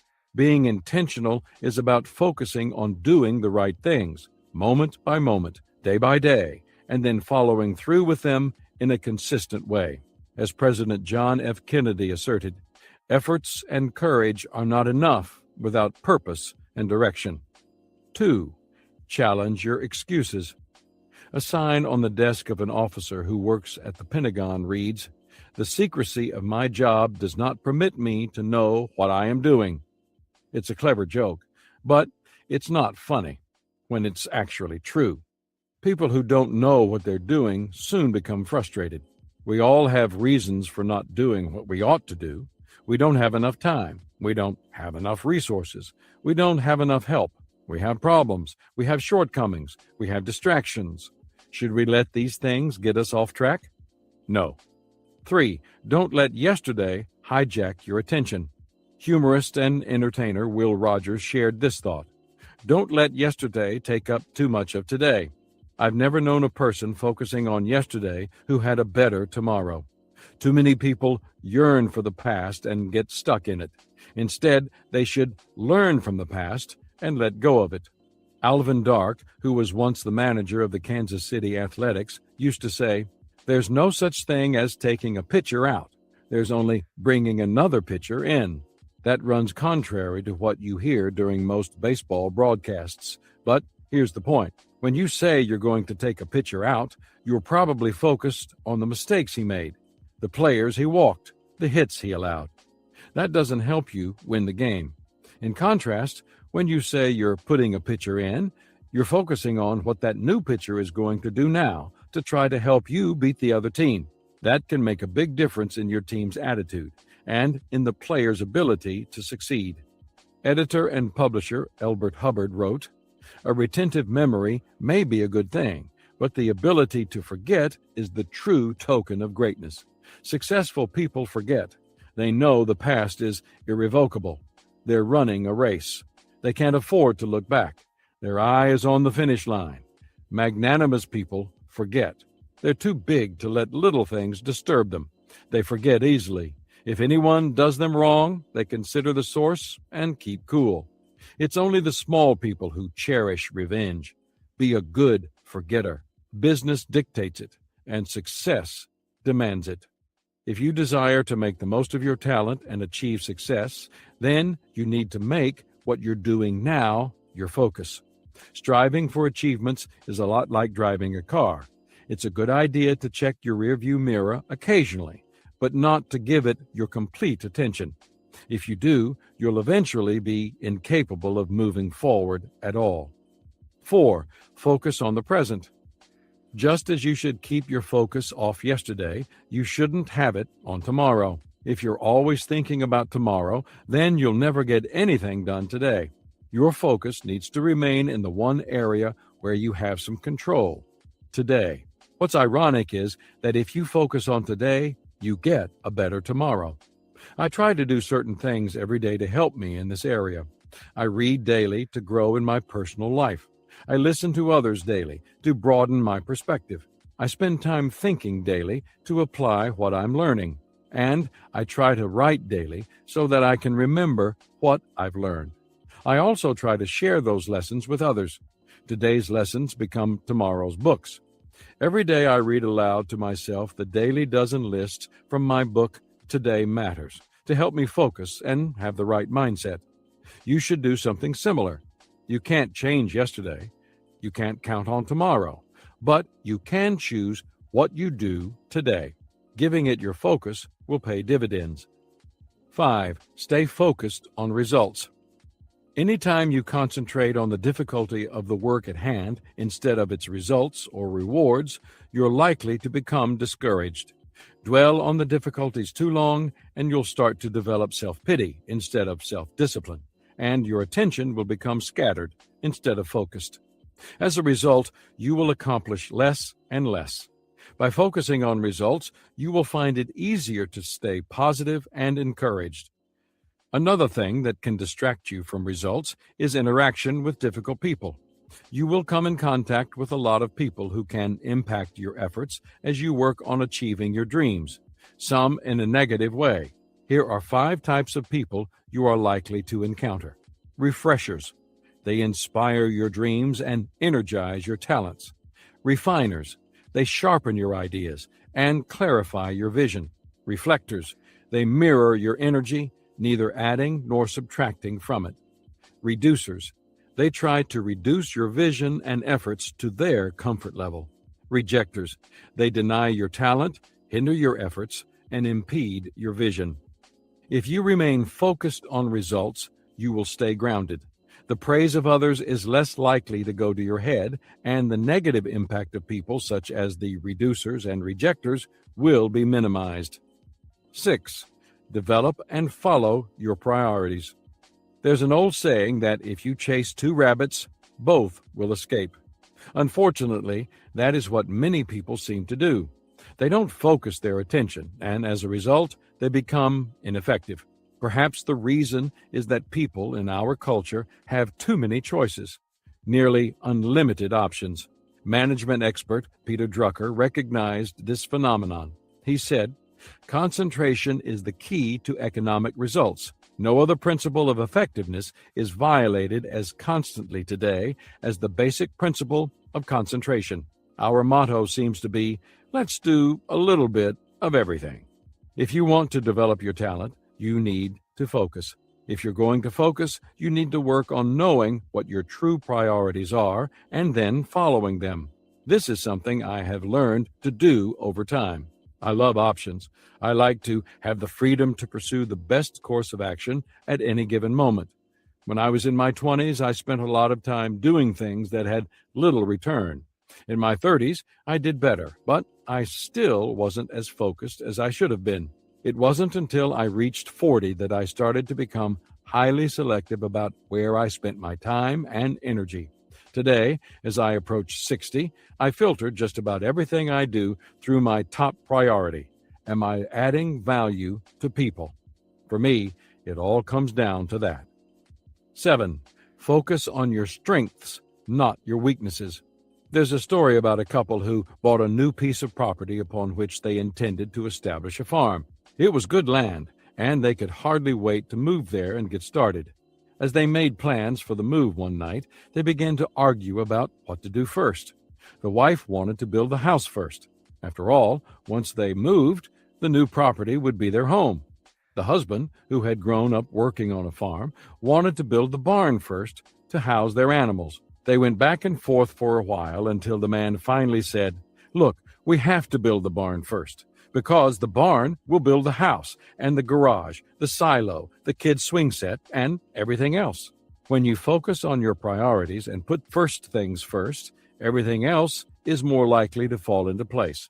Anthony Campolo, professor emeritus of sociology at Eastern University in Pennsylvania, says, "What you commit yourself to will change what you are and make you into a completely different person." Let me repeat that. Not the past, but the future conditions you, because what you commit yourself to become determines what you are, more than anything that ever happened to you yesterday or the day before. Therefore, I ask you a very simple question. What are your commitments? Where are you going? What are you going to be? You show me somebody who hasn't decided, and I'll show you somebody who has no identity, no personality, no direction. Focusing on weaknesses instead of strengths is like having a handful of coins, a few made of pure gold and the rest of tarnished copper, and setting aside the gold coins to spend all your time cleaning and shining the copper ones in the hopes of making them look more valuable. No matter how long you spend on them, they will never be worth what the gold ones are. Go with your greatest assets. Don't waste your time. 8. Delay rewards until the job is done. One of the tricks I've used for myself for years is to reward myself when I've done something that I ought to do. My father taught me that when I was a kid. Pay now and play later. I think too often people want the rewards before the results, and for that reason they don't stay as focused as they could. One secret of life well lived is making every action count, being intentional. That kind of focus helps people live without regrets because it directs and makes the most of their talent and their opportunities. If you know that you have talent and you are energetic and active, but you don't see concrete results, then lack of focus is likely your problem. It takes ability plus focus to reach your potential and become the person you desire to be. Chapter 6. Value preparation. What happens when you don't prepare? Things you hoped wouldn't happen do happen, and they occur with greater frequency than the things you hoped would happen. The reason is simple. Being unprepared puts you out of position. Ask negotiators what happens at the bargaining table when they are out of position. Ask athletes what happens when they are out of position. They lose. Preparation positions people correctly, and it is often the separation between winning and losing. Successful people who prepare well live by this motto: all's well that begins well. Why people fail to prepare. Successful people recognize that spectacular achievement comes from unspectacular preparation. Talent wants to jump into action, but preparation positions talent to be effective. In hindsight, it's easy to recognize the value of preparation. So, why do so many people fail to prepare? They fail to see the value of preparation before action. Authors Don Beveridge Jr. and Jeffrey P. Davidson believe that lack of preparation is the primary reason for business failure today. Poorly educated, poorly prepared, and poorly trained people fail because they do not have the skills or expertise to perform, they say. Inadequate financing, the number one reason businesses fail, can also be traced to lack of preparation. The introduction to this book I wrote about how talent early in life or in the beginning of a career makes a person stand out, but only for a short time. Why? Talent may be a given, but success you must earn. Proverbs 18:16 states, "A man's gift makes room for him." In other words, your talent will give you an opportunity, but you must remember that the room it makes is only temporary. Preparation is a major key to achieving any kind of success. It alone can position your talent to achieve its potential. Military people know this. General Douglas MacArthur said, "Preparedness is the key to success and victory." He also stated it more bluntly. The more you sweat in peace, the less you bleed in war.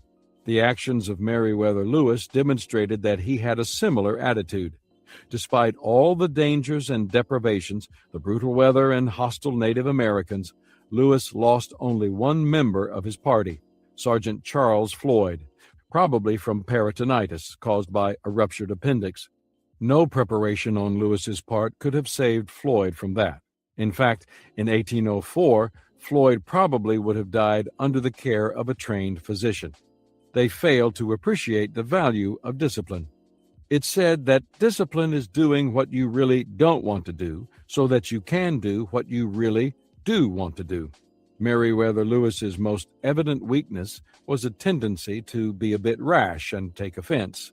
In fact, one of Jefferson's serious concerns was that Lewis might alienate the Native Americans and either start a war or get himself and his party killed. Lewis came close several times, including a tense standoff with the Teton Sioux. The explorers were one wrong move away from being wiped out and becoming little more than an obscure footnote in American history. What saved the day? Ambrose says Lewis's rashness was compensated by his tremendous self-discipline. With guns loaded and aimed and dozens of arrows pointed in their direction, Lewis waited out the situation. Eventually, a Sioux chief managed to get the angry braves to stand down and defuse the conflict. Lewis understood the value of discipline. A frustrating thing about preparation is that it usually takes much more time than the actual event one prepares for. Musicians may practice many hours preparing to perform a 3-minute piece. Stage actors practice for weeks to prepare for a performance that lasts 2 hours. I know that when I create a leadership lesson that may take me less than an hour to deliver, it usually takes me 8 to 10 hours to write it. Discipline is required to keep preparing long hours for something that will be over quickly. Alexander Hamilton, a founding father of the United States and its first Secretary of the Treasury, said, "Men give me credit for genius, but all the genius I have lies in this. When I have a subject on hand, I study it profoundly." Hamilton was a disciplined and highly productive man. He understood that no matter your circumstances, resources, or natural talent, certain things were always within your control, your ability to work harder and smarter than anybody else. That bears remembering as you prepare yourself for the challenges that lie ahead of you. Preparation principles. Automaker Henry Ford observed, "Before everything else, getting ready is the secret of success." Ford understood the power of preparation and all the things it can do for someone. 1. Preparation allows you to tap into your talent. While I was working on my book, Beyond Talent, I was scheduled to make a trip to Latin America to teach leadership and meet national leaders in Guatemala, El Salvador, Honduras, Panama, Venezuela, Bolivia, and Peru. I would be gone more than 10 days, so before I left, I spent an entire day making sure I had the materials I would need to keep working on the book. I reviewed the chapter outlines, gave some thinking time to the subject of the first couple of chapters, and pulled quotes and other materials from my files to take with me. And of course, I packed several new legal pads. I also wrote the book's introduction. A group of excellent leaders and thinkers would be accompanying me on the trip, and I wanted their comments on the direction I was taking the book. I had copies made of that introduction so that I could hand them out to my fellow travelers, and I asked everyone to give me feedback and ideas. I'm a strong believer in teamwork when related to talent, too. I'll write more about that in Chapter 14. And since we spent a lot of hours flying on a plane, during much of that time, I pulled out the materials I had packed and did some writing. As the trip concluded and we were flying back home, one of my travel mates, David McClendon, said to me, "I've learned a valuable lesson on this trip. You came prepared to maximize your time because you knew what you wanted to accomplish. While the rest of us read and talked, you got a lot of work done. You outlined 2 chapters. You even engaged all of us in the writing of your book." What he observed was possible because I had prepared. "You know, David," I replied, "I've found that every minute spent in preparation saves 10 in execution." And that had been the case here. Because I spent a day preparing, I was able to work for 10 days on that trip. It's not difficult. It just takes planning. The questions I ask myself before a trip like this are really very simple.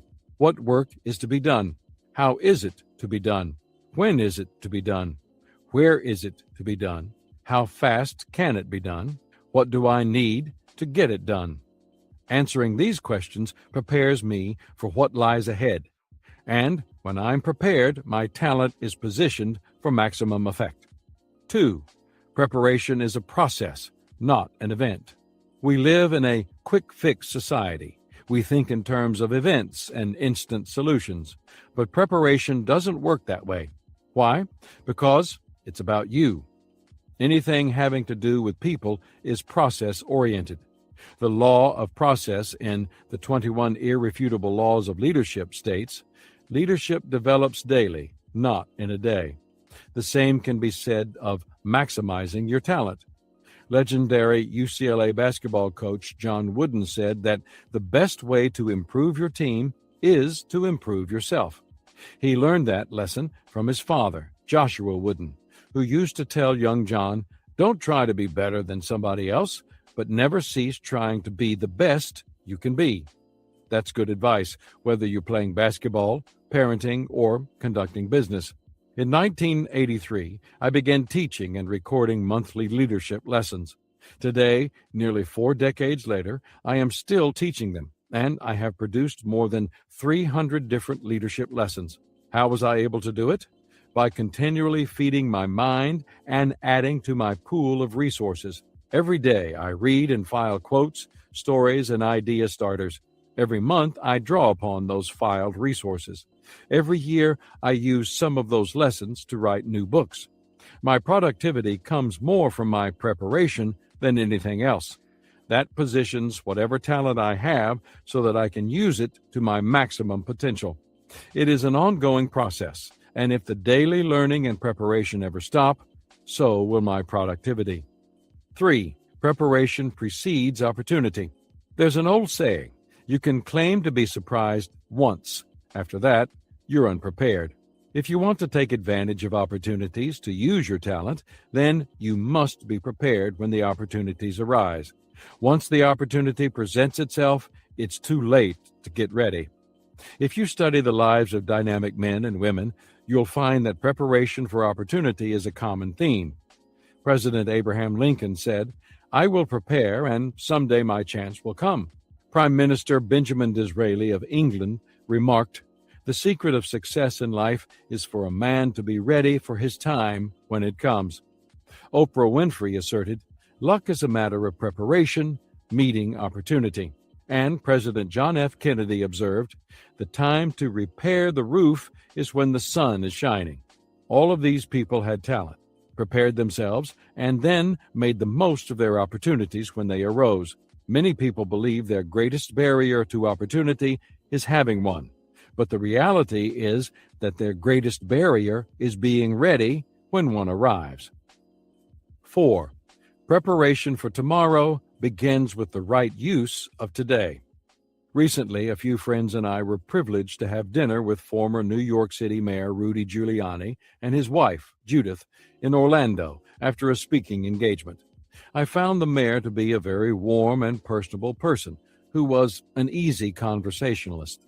During our conversation, I, of course, asked him about his experience during 9/11. He talked about his impressions from that day and how the event impacted him as a leader. He said that leaders need to be ready for anything. They need to study, acquire skills, and plan for every kind of situation. Your success will be determined by your ability to prepare, he said. He went on to explain that when a situation like that on September 11 occurs, for which there was no plan in place, leaders must take action and rely on whatever preparation had taken place. In his case, it was the emergency drills they had followed. Both helped during the crisis. Preparation doesn't begin with what you do. It begins with what you believe. If you believe that your success tomorrow depends on what you do today, then you will treat today differently. What you receive tomorrow depends on what you believe today. If you are preparing today, chances are you will not be repairing tomorrow. 5. Preparation requires maintaining good perspective. When I was a kid, my first love was basketball. From the time I was 10 until I graduated from high school, I was shooting hoops at every free moment. One thing I still enjoy about basketball is how quickly one player can change the tempo and momentum of a game. That's true not only of the stars and starters, but also of the players who come off the bench. That's why the sixth man, the player of starting caliber who is often the first substitute in the game, is so important. Former Boston Celtics coach Tom Heinsohn observed, "The sixth man has to be so stable a player that he can instantly pick up the tempo or reverse it. He has to be able to go in and have an immediate impact. The sixth man has to have the unique ability to be in a ball game while he is sitting on the bench." What makes the sixth man capable of that? Perspective. He has to have both a coach's mindset as he watches the game from the bench and a player's ability once he steps into it. If he does, then he is prepared to impact the game. Howard Coonley, the executive after whom the American National Standards Institute named its award honoring service to the national economy, stated, "The executive of the future will be rated by his ability to anticipate his problems rather than to meet them as they come." Perspective not only helps people prepare, but it can also motivate them to prepare. I love the quote from Abraham Lincoln, who said, "If I had 8 hours to chop down a tree, I'd spend 6 sharpening my axe." Lincoln had split rails with an axe as a young man, so he knew the value of a sharp axe. Perspective always prompted him to prepare, whether he was getting ready to cut wood, study law on his own to pass the bar, or lead the country. 6. Good preparation leads to action. What value has preparation if it never leads to action? Very little. As William Danforth, former chancellor of Washington University in St. Louis, noted, "No plan is worth the paper it is printed on unless it starts you going." People who enjoy preparation sometimes find themselves caught in the trap of over-preparing, and they sometimes do so to the point that they fail to act. Kathleen Eisenhart, professor of management science and engineering at Stanford University, studied the decision-making process at 12 technology companies. She found that the fast deciders, who took 2 to 4 months to make major decisions, were much more effective than their slower counterparts, who wanted to get all the facts of their situation and create consensus. The slower group took up to 18 months to plan and decide, and by the time they did find resolution, the decision they made was often irrelevant. Preparation does not mean mastery of the facts. It does not mean knowing all the answers. It does not necessarily mean achieving consensus. Former British Prime Minister Margaret Thatcher remarked that consensus is the negation of leadership. It means putting yourself in a better position to succeed. Preparation lessons from golf. Sports have always been an area in which you can see the value of preparation. It doesn't matter what sport. Good athletes talk about it all the time. Tennis champion Arthur Ashe explained, "One important key to success is self-confidence. An important key to self-confidence is preparation." Quarterback Joe Namath said simply, What I do is prepare myself until I know I can do what I have to do. Friend and fellow golfer Rick Bissett once told me that his golf coach taught him that the only thing that relieves pressure is preparation. If you want to see that preparation in action, observe any professional golfer's pre-shot routine. I particularly appreciate the routine of professional golfer Tom Kite. It contains 3 main steps: assessment, alignment, and attitude. In fact, I use it as a guideline, not only when playing golf, but also in other situations when I need to prepare myself. I believe you can do the same. 1. Assessment. Am I evaluating correctly? Good preparation always begins with assessment. If you don't accurately evaluate where you need to go and what it will take to get you there, then you're likely to get into trouble. In golf, good players typically ask themselves these questions to assist in the assessment process. Where do I need to go? The process begins with finding the right target. That target must be appropriate to your talent. You don't want to be like the Miss America contestant that Jay Leno quoted as saying, "My goal is to bring peace to the entire world and to get my own apartment." How far is my goal? Next, a person needs to assess the distance. I enjoy telling my fellow golfers that I have a great short game, but unfortunately only off the tee. It may sound obvious, but you've got to know the distance to your goal to have a shot at making it there. What are the conditions? Good golfers always take the wind into account. The conditions make all the difference in the world. One of my personal highlights related to golf was the opportunity to play at St. Andrews in Scotland, and I shot really well that day, a 79. How did I do it? There was no wind. My caddy told me, "It's a whole different game with the wind." What will it take to get there? The final step in the assessment process is knowing what club to use. Gary Player says that bad club selection is the number one error of amateurs. They hit the ball short. It's important to know your skills and limitations when making your assessment. How would I translate these questions for non-golfing situations? I'd say that you need to know what exactly you should be doing, what it will cost you in time, effort, and resources to get you there, what obstacles you are likely to face, and what your personal limitations are. If you know these things, you will be well on your way to preparing yourself to achieve your goals. 2. Alignment. Am I lined up correctly? A good golfer can conduct the assessment process flawlessly and still miss his or her target horribly. How? By lining up poorly. A well-known psychologist once said, "What is the use of climbing the ladder of success only to find that it's leaning against the wrong building?" When I first started playing golf, I tried to teach myself the game. I held the club with a baseball grip and lined up in a baseball stance. And, more often than not, if I hit the ball any distance, I sent it into the woods. To improve my game, I had to change the way I played golf. I had to relearn the game, and that meant getting help.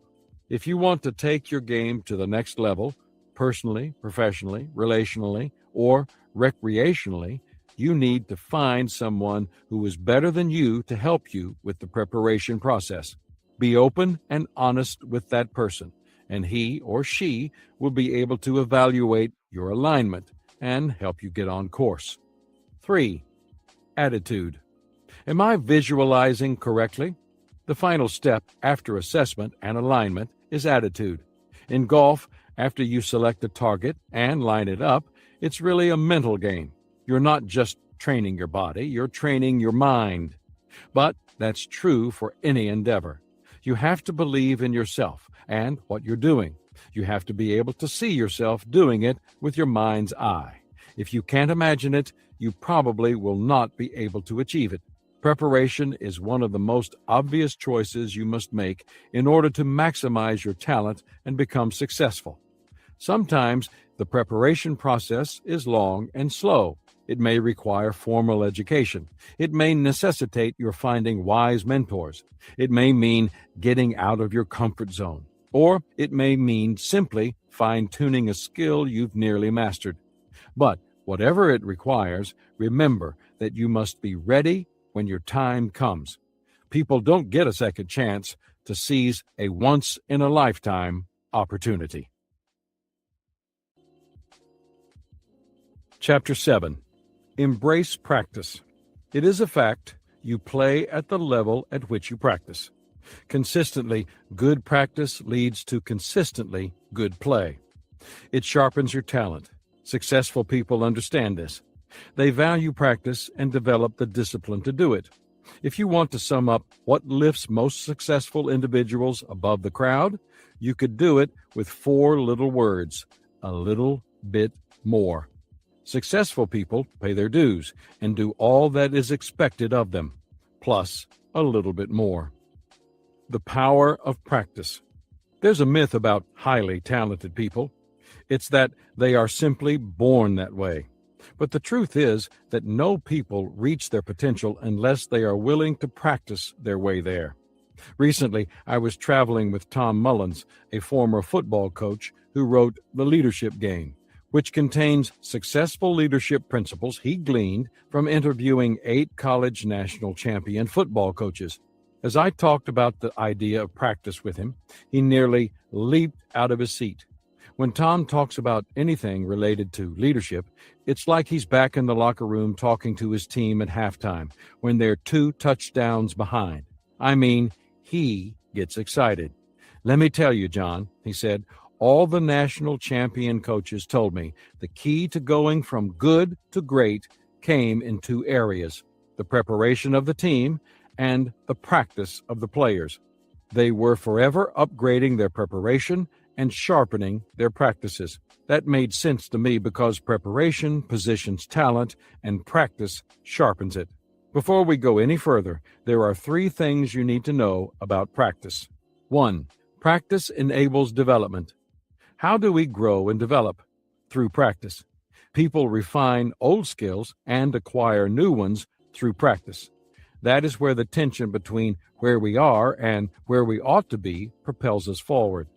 Former pro basketball player and U.S. Senator Bill Bradley says that he attended a summer basketball camp when he was 15 years old.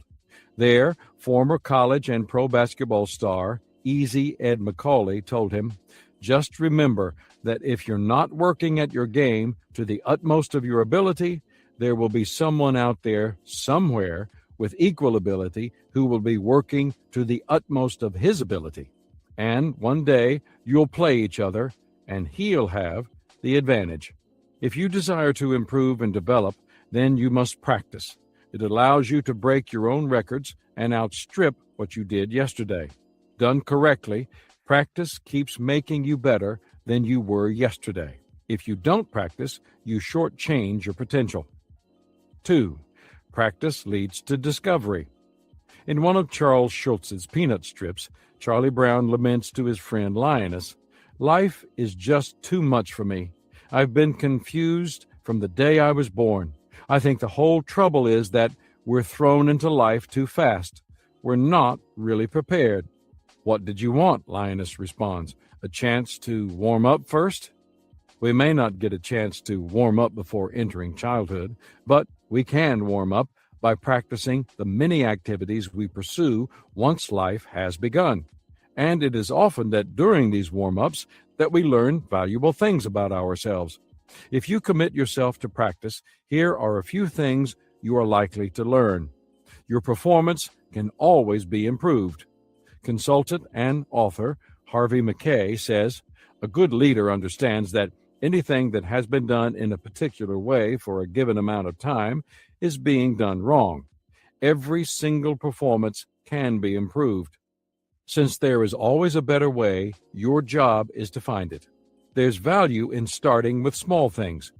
Human relations expert Dale Carnegie advised, "Don't be afraid to give your best to what seemingly are small jobs. Every time you conquer one, it makes you that much stronger. If you do little things well, the big ones tend to take care of themselves." As you first start to practice, the gains you make may be small, but they will grow. They compound like interest. Very small differences consistently practiced produce results. A curious thing happens when you practice. At first, the gains are small, as I said. Then they begin to grow. But there comes a time, if you persevere, when the gains become small again. However, at this season, these small gains make big differences. In the Olympics, for example, the difference between the gold medalists and the athletes who finish without a medal is often just hundredths of a second. A price must be paid to reach the next level. One of the things you often learn in practice is what it will cost to reach a goal or go to the next level. As you get ready to practice, I recommend that you abide by the taxicab principle, which is something I learned traveling overseas. Before you get into the cab, find out how much the ride is going to cost. If you don't, you may end up paying much more than the ride is worth. As you practice, keep in mind the words of screenwriter Sidney Howard, who remarked, "One half of knowing what you want is knowing what you must give up before you get it." Many people regard practice as an essentially negative experience. It doesn't have to be that way. The best way to make practice exciting is to think of it in terms of discovery and development. 3. Practice demands discipline. One reason some people see practice as a grind is that it requires discipline. Even activities with intense physical demands also require lots of mental discipline. Bill McCartney, former national championship head football coach of the Colorado Buffaloes, used to tell me, "Mental preparation to physical preparation is 4-to-1. Developing a discipline always begins with a struggle. There is no easy way to become a disciplined person. It has nothing to do with talent or ability. It is a matter not of conditions, but of choice. But once the choice is made and practice becomes a habit, two things become obvious. The first is a separation between the person who practices and the one who doesn't. The second thing that emerges is a winning spirit. The harder you work, the harder it becomes to surrender. Greek philosopher Aristotle observed, "Excellence is an art won by training and habituation. We do not act rightly because we have virtue or excellence, but we rather have those because we have acted rightly. We are what we repeatedly do. Excellence, then, is not an act, but a habit. That habit is developed during practice." The 5 pillars of practice. I talked to a lot of leaders and coaches about practice while I was working on this chapter, and each one of them had a little different take on how to approach practice effectively. Warren Botke is a PGA master professional who has helped thousands of amateurs and professionals improve their golf game. As Warren and I talked, we settled on 5 elements upon which great practice rests. Pillar number 1, an excellent teacher or coach. One of my core beliefs is that everything rises and falls on leadership. I teach that truth to business people all the time, but it also applies in other areas of life, including practice. People who perform at their peak practice effectively, and they practice effectively under the leadership of a great teacher. Howard Hendricks, professor and chairman of the Center for Christian Leadership in Dallas, says, "Teaching is causing people to learn." How do good coaches do that? In part, they inspire. But good teachers do more than that. They tailor their instruction to their students. A good teacher or coach, like all good leaders, knows the strengths and weaknesses of each person. He knows whether a person is a right brain, creative, intuitive type or a left brain, analytical type. He knows whether a person learns visually, verbally, or kinesthetically. And he can tell when someone needs a pat on the back or a kick in the pants. Pillar number 2, your best effort. Industrialist and philanthropist Andrew Carnegie declared, "There is no use whatever trying to help people who do not help themselves. You cannot push anyone up a ladder unless he is willing to climb himself." People don't improve and reach their potential without putting forth great effort. That's why composer and orchestra leader Duke Ellington used to make a simple but demanding request of the musicians who played for him. "Just give me your best," he asked. Ellington worked hard and expected the same from others, knowing that hard work would not kill anybody, although it does seem to scare some people half to death. Joe Theismann, who was a longtime announcer for ESPN, quarterbacked the Washington Redskins to 2 Super Bowl appearances in 1983 and 1984. The team won the first time and lost the second time. Today, he wears his Super Bowl winner's ring and his loser's ring as reminders of the importance of effort. Why? Because his 2 experiences couldn't have been more different. During their championship season, Theismann was thrilled to be in the Super Bowl and gave his very best to win. But not the next year. About the next year, Theismann explained, "I was griping about the weather, my shoes, practice times, everything." He clearly wasn't giving his best effort. The difference in those 2 rings, said Theismann, lies in applying oneself and not accepting anything but the best. Pillar number 3, a clear purpose. PGA golfer Warren Botke says that when he works with a new client, the first thing he does is to establish the purpose of practice. That usually means identifying a specific goal for each practice session. But the overarching purpose of practice is always improvement leading to excellence. Pepperdine University sociology professor John Johnston makes a distinction between excellence and mere success. Success bases our worth on a comparison with others. Excellence gauges our value by measuring us against our own potential. Success grants its rewards to the few, but is the dream of the multitudes. Excellence is available to all living beings, but is accepted by the few. Success focuses its attention on the external, becoming the tastemaker for the insatiable appetites of the consumer. Excellence beams its spotlight on the internal spirit.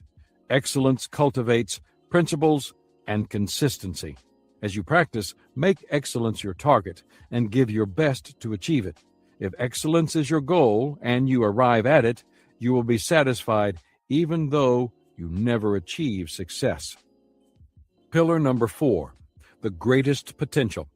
Have you ever noticed that 2 people on the same team with the same coach can practice with equal focus, effort, and purpose and have very different results? It's a fact that equal practice does not mean equal progress. I learned this fact when I was 9. By then, I had been taking piano lessons for a couple of years. As I played, I thought to myself, I'm pretty good at this. But then one day I played at a piano recital, and it turned out to be a reality check. Elaine, a girl who had been taking piano lessons for only 6 months, played a more difficult piece than mine. How could she be so much better than I was so quickly? The answer was simple. Her potential was much greater than mine. It didn't matter how much focused effort I put into practicing the piano, I was never going to go as far as Elaine could. Music wasn't one of my best gifts. I enjoyed playing, but I wasn't going to achieve excellence in it. A few years ago, after I spoke on leadership for Chick-fil-A, someone asked during a Q&A session how to develop future leaders. I believe that when I quickly answered, "Find potential leaders," people thought I was being flippant. But my point was that it's much easier to train people in the area of their greatest potential. When I evaluate people's potential, I ask 2 questions.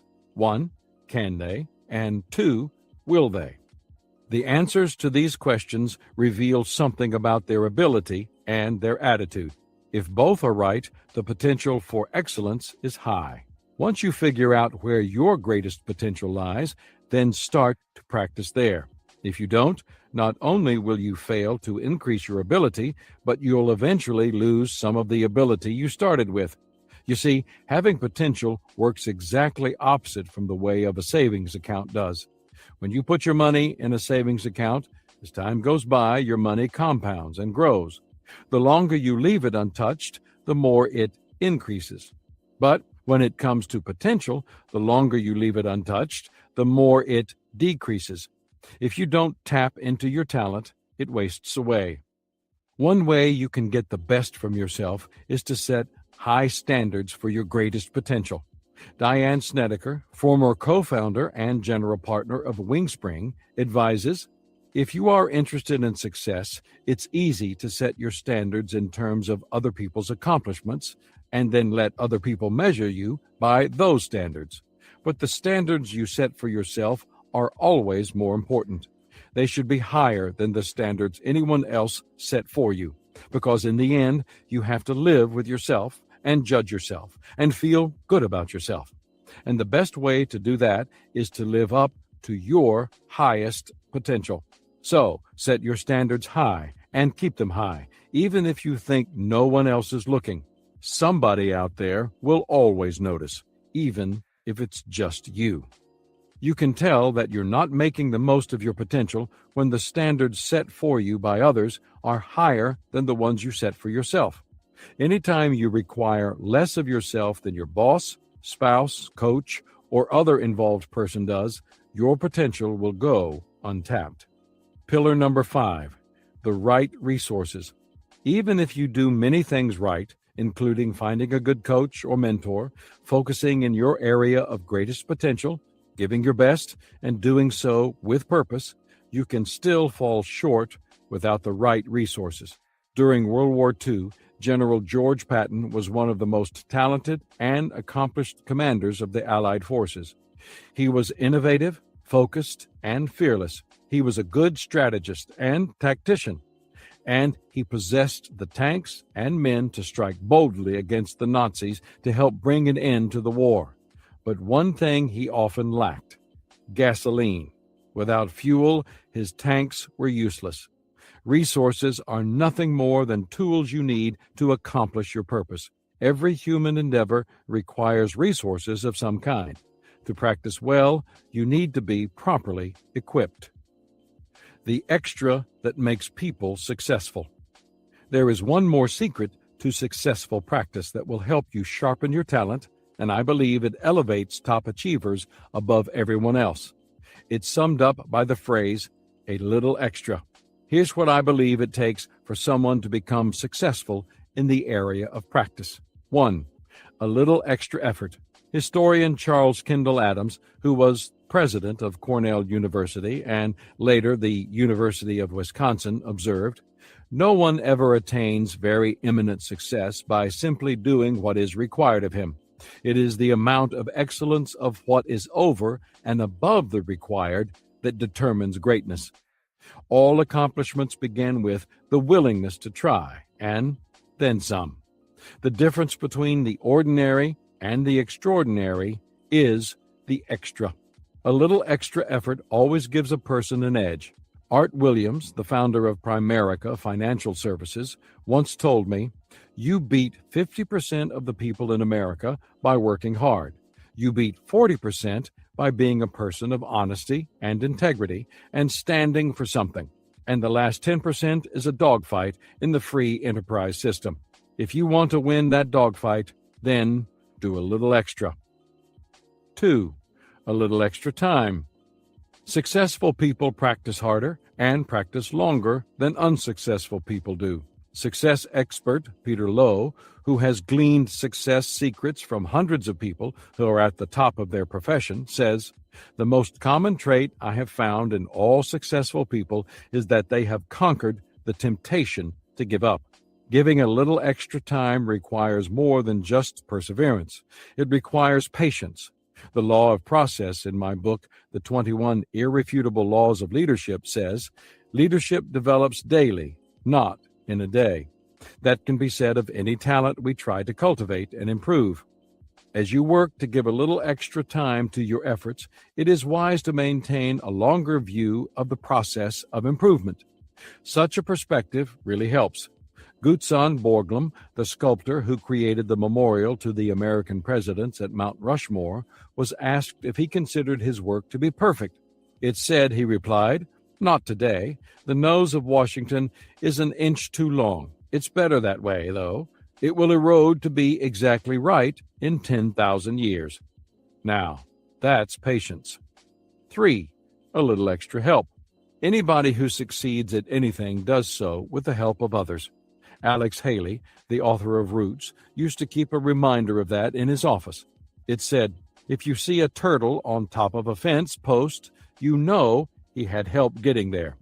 I know that in my professional pursuits, I've always needed help, and I've been fortunate that others were willing to give it to me. Early in my career in the 1970s, I contacted the top 10 leaders in my field and offered them $100 to meet with me for 30 minutes so that I could ask them questions. Many granted my request, and fortunately for my thin wallet at the time, most declined to accept the $100. And today, I still make it a point to meet with excellent leaders from whom I desire to learn.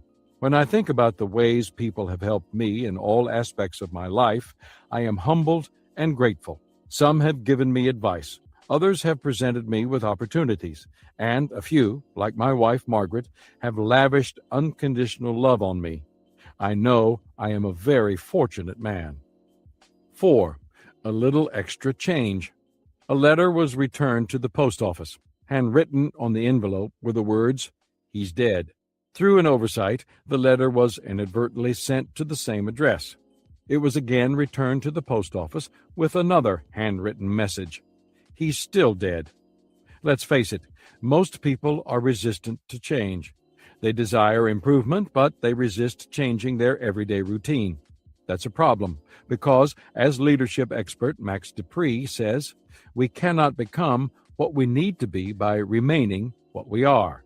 To sharpen your talent through practice, you need to do more than just be open to change. You need to pursue change, and you need to do it a little bit more than other achievers. Here's what to look for and how to focus your energy to get the kinds of changes that will change you for the better. Don't change just enough to get away from your problems. Change enough to solve them. Don't change your circumstances to improve your life. Change yourself to improve your circumstances. Don't do the same old things expecting to get different results. Get different results by doing something new. Don't wait to see the light to change. Start changing as soon as you feel the heat. Don't see change as something hurtful that must be done. See it as something helpful that can be done. Don't avoid paying the immediate price of change. If you do, you will pay the ultimate price of never improving. Poet and philosopher Johann von Schiller wrote, "He who has done his best for his own time has lived for all times." You can do your best only if you are continually seeking to embrace positive change.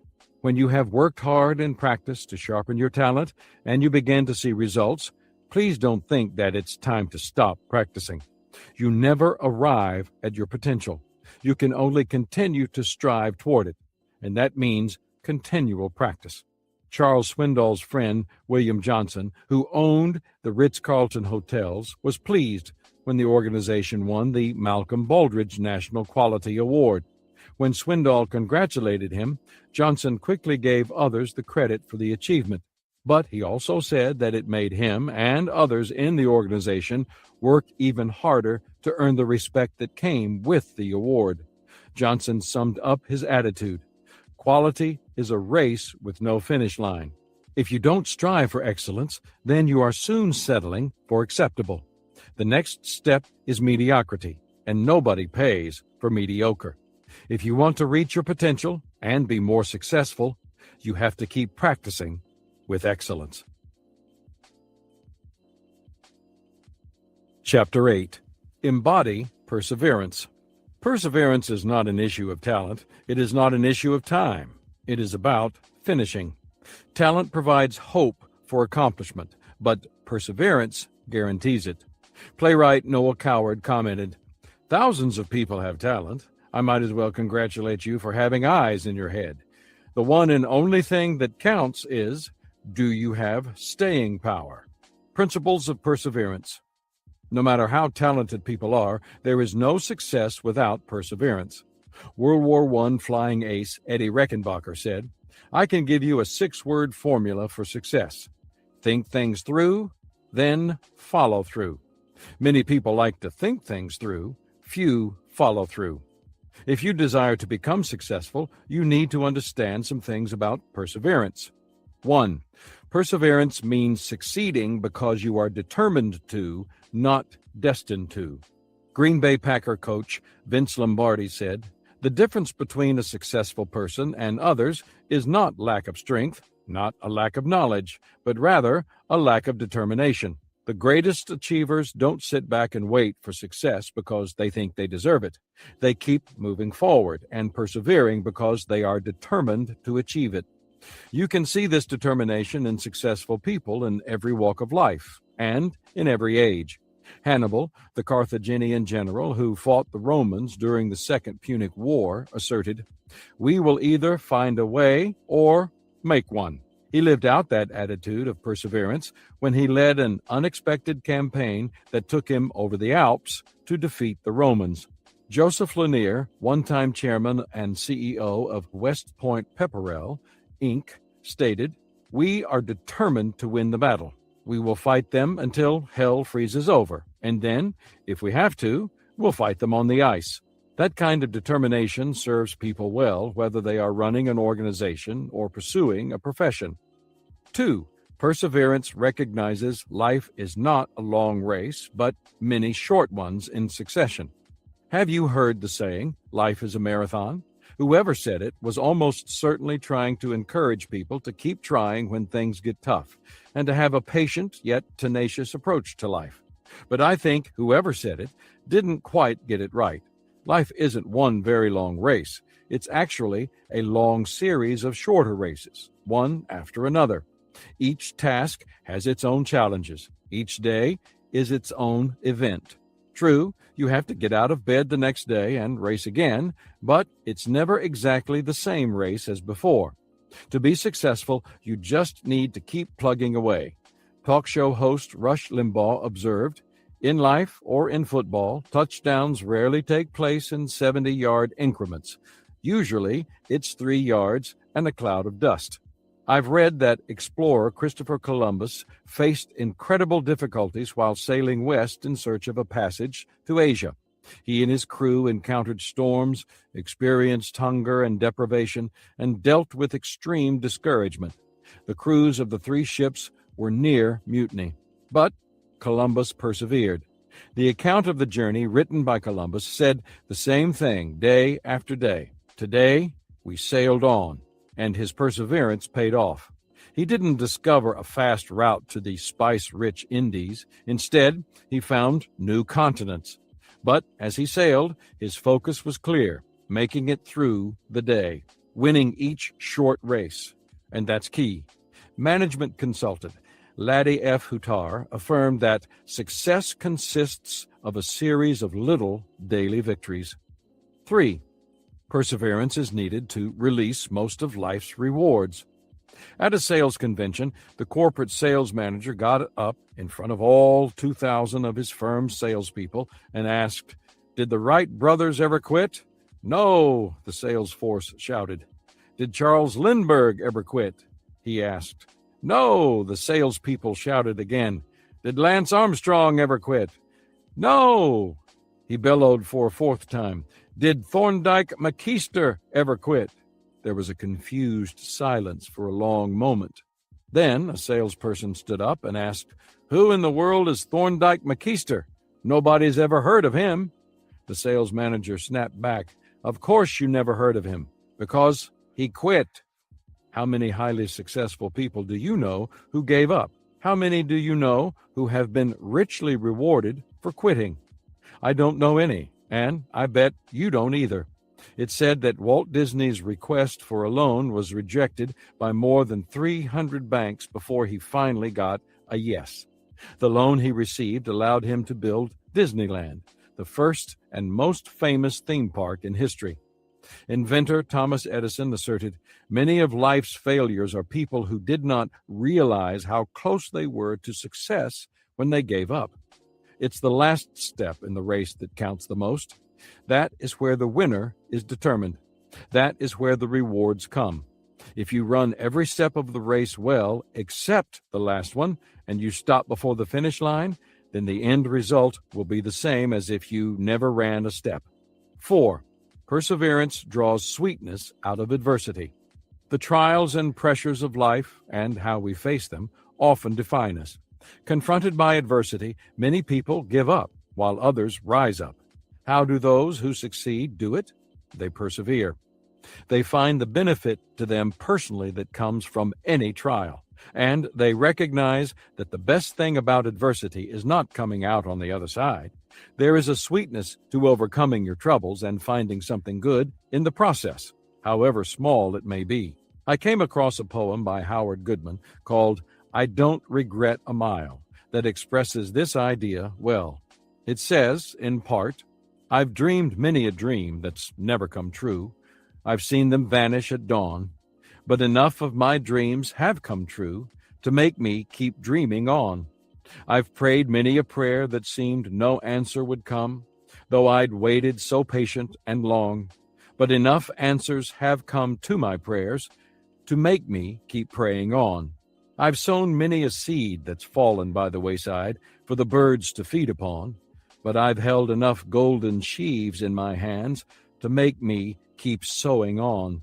I've trusted many a friend that's failed me and left me to weep alone, but enough of my friends have been true blue to make me keep trusting on. I've drained the cup of disappointment and pain and gone many a day without song, but I've sipped enough nectar from the roses of life to make me want to live on." Giving up when adversity threatens can make a person bitter. Persevering through adversity makes one better. 5. Perseverance has a compounding effect on life. Author Napoleon Hill says, "Every successful person finds that great success lies just beyond the point when they're convinced their idea is not going to work." How do you get beyond that point? How do you go beyond what you believe is your limit? How do you achieve lasting success? Do the right thing day after day. There are no shortcuts to anything worthwhile. Every day that you do the right things, work hard, treat others with respect, learn and grow, you invest in yourself. To do these things every day takes relentless perseverance. But if you do them, your success compounds over time. Weight loss expert and author Judy Wardell Holliday supported this idea. Dreams become reality when we keep our commitment to them. 6. Perseverance means stopping not because you're tired, but because the task is done. Former diplomat and recipient of the Presidential Medal of Freedom, Robert Strauss, commented, "Success is a little like wrestling a gorilla. You don't quit when you're tired. You quit when the gorilla is tired." If you think about it, perseverance doesn't really come into play until you are tired. When you're fresh, excited, and energetic, you approach a task with vigor. Work is fun. Only when you become tired do you need perseverance. To successful people, fatigue and discouragement are not signs to quit. They perceive them as signals to draw on their reserves, rely on their character, and keep going. One problem of many people is that they underestimate what it will take to succeed. Enlightenment political philosopher Montesquieu declared, "In most things, success depends on knowing how long it takes to succeed." When we haven't counted the cost of success, we approach challenges with mere interest. What is really required is total commitment, and that makes all the difference. 7. Perseverance doesn't demand more than we have, but all that we have. Author Frank Tiger observed, "In every triumph, there is a lot of try. But perseverance means more than trying. It means more than working hard. Perseverance is an investment. It is a willingness to bind oneself emotionally, intellectually, physically, and spiritually to an idea or task until it has been completed. Perseverance demands a lot. But here's the good news. Everything you give is an investment in yourself." 5 enemies of perseverance. French scientist Louis Pasteur said, "Let me tell you the secret that has led me to my goal. My strength lives solely in my tenacity." Perseverance begins with the right attitude, an attitude of tenacity. But the desire to persevere alone isn't enough to keep most people going when they are tired or discouraged. Perseverance is a trait that can be cultivated, and the initial step to developing it is to eliminate its 5 greatest enemies. 1. A lifestyle of giving up. A little boy had been promised an ice cream cone if he was good while accompanying his grandfather on some errands. The longer they were gone, the more difficult the boy was finding it to be good. "How much longer will it be?" the boy asked. "Not too long," replied the grandfather. "We've got just one more stop before we get ice cream." "I don't know if I can make it, Grandpa," the little boy responded. "I can be good. I just can't be good enough long enough." When we were kids and we didn't follow through on a task, people often gave us a break. That's to be expected. Children tend to jump from one activity to another and to bounce from idea to idea. Adults can't do that and expect to be successful. Scientist L.G. Elliott advised, "Vacillating people seldom succeed. They seldom win the solid respect of their fellows." Successful men and women are very careful in reaching decisions and very persistent and determined in action thereafter. If you desire to be successful and to maximize your talent, you need to be consistent and persistent. Talent without perseverance never comes to full fruition. Opportunities without persistence will be lost. There is a direct correlation between perseverance and potential. If you have a habit of giving up, you need to overcome it to be successful. 2. A wrong belief that life should be easy. Deborah K. Johnson tells about an incident with her 7-year-old daughter who wanted to take violin lessons. When they went to a music store together to rent an instrument, Deborah began lecturing her about the expense of lessons and the commitment that would be required of her if she got her the violin. "There will be times you will feel like giving up," Deborah said, "but I want you to hang in there and keep on trying." Her daughter nodded and, in her most serious voice, responded, "It will be just like marriage, right, Mom?" Having the right expectations going into anything is half the battle. John C. Norcross, a clinical psychologist and professor at the University of Scranton, has studied people and their goals, and he has found a characteristic that distinguishes those who reach their goals from those who don't: expectations. Both types of people experience the same amount of failure during the first month they strive for their goals. But members of the successful group don't expect to succeed right away, and they view their failures as a reason to recommit and a reminder to refocus on their goals with more determination. Norcross says, "Those who are unsuccessful say a relapse is evidence that they can't do it." 3. A wrong belief that success is a destination. The NBA's Pat Riley has won many championships as a basketball coach. In his book, The Winner Within, he wrote, "Complacency is the last hurdle any winner, any team must overcome before attaining potential greatness. Complacency is the success disease. It takes root when you're feeling good about who you are and what you've achieved. It's ironic, but past success can be the fiercest enemy to future success. If you think you have arrived, then you're in trouble. As soon as you think you no longer need to work to make progress, you'll begin to lose ground." 4. A lack of resiliency. Harvard professor of psychiatry George E. Vaillant, in his book Aging Well, identifies resilience as a significant characteristic of people who navigate the many transitions of life from birth to old age. He wrote, "Resilience reflects individuals who metaphorically resemble a twig with a fresh, green, living core. When twisted out of shape, such a twig bends, but it does not break. Instead, it springs back and continues growing." That's an excellent description of how we must be if we desire to persevere through adversity and make the most of the talent we have. We must not become dry, brittle, and inflexible, and we must endeavor to bounce back, no matter how we may feel. We would be wise to remember the words of former NBA player, coach, and executive Jerry West. "You can't get much done in life if you only work on the days you feel good." 5. A lack of vision. Everything that is created is actually created twice. First, it is created mentally. Then it is created physically. Where does that mental creation come from? The answer is vision. People who display perseverance keep a larger vision in mind as they toil away at their craft or profession. They see in their mind's eye what they want to create or to do, and they keep working toward it as they labor.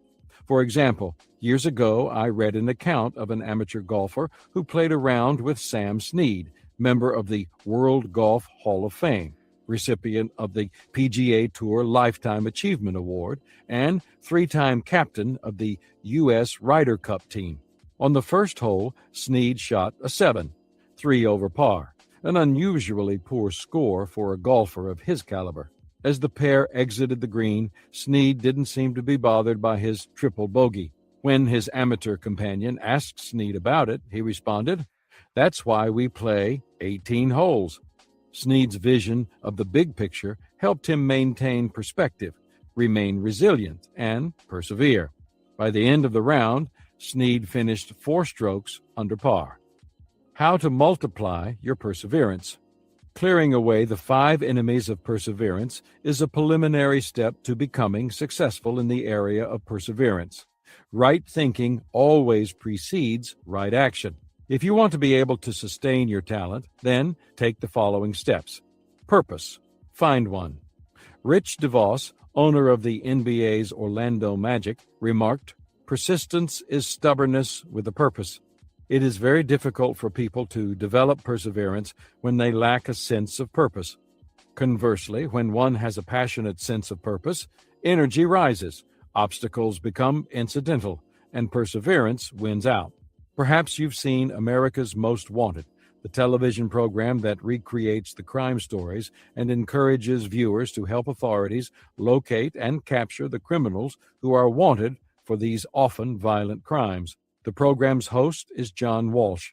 Many people think he is an actor or a journalist, a television professional hired to host the show. But he isn't, and his story is quite remarkable. Walsh owned his own company, and along with 3 partners, he built deluxe hotels. But one day, his 6-year-old son, Adam, disappeared. The child had been abducted.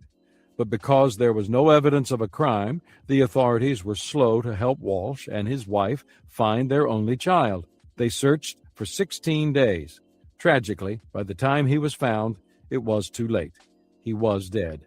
Walsh's life was thrown into chaos. He lost 30 pounds. His house went into foreclosure, and he lost his business. He just couldn't bring himself to return to work.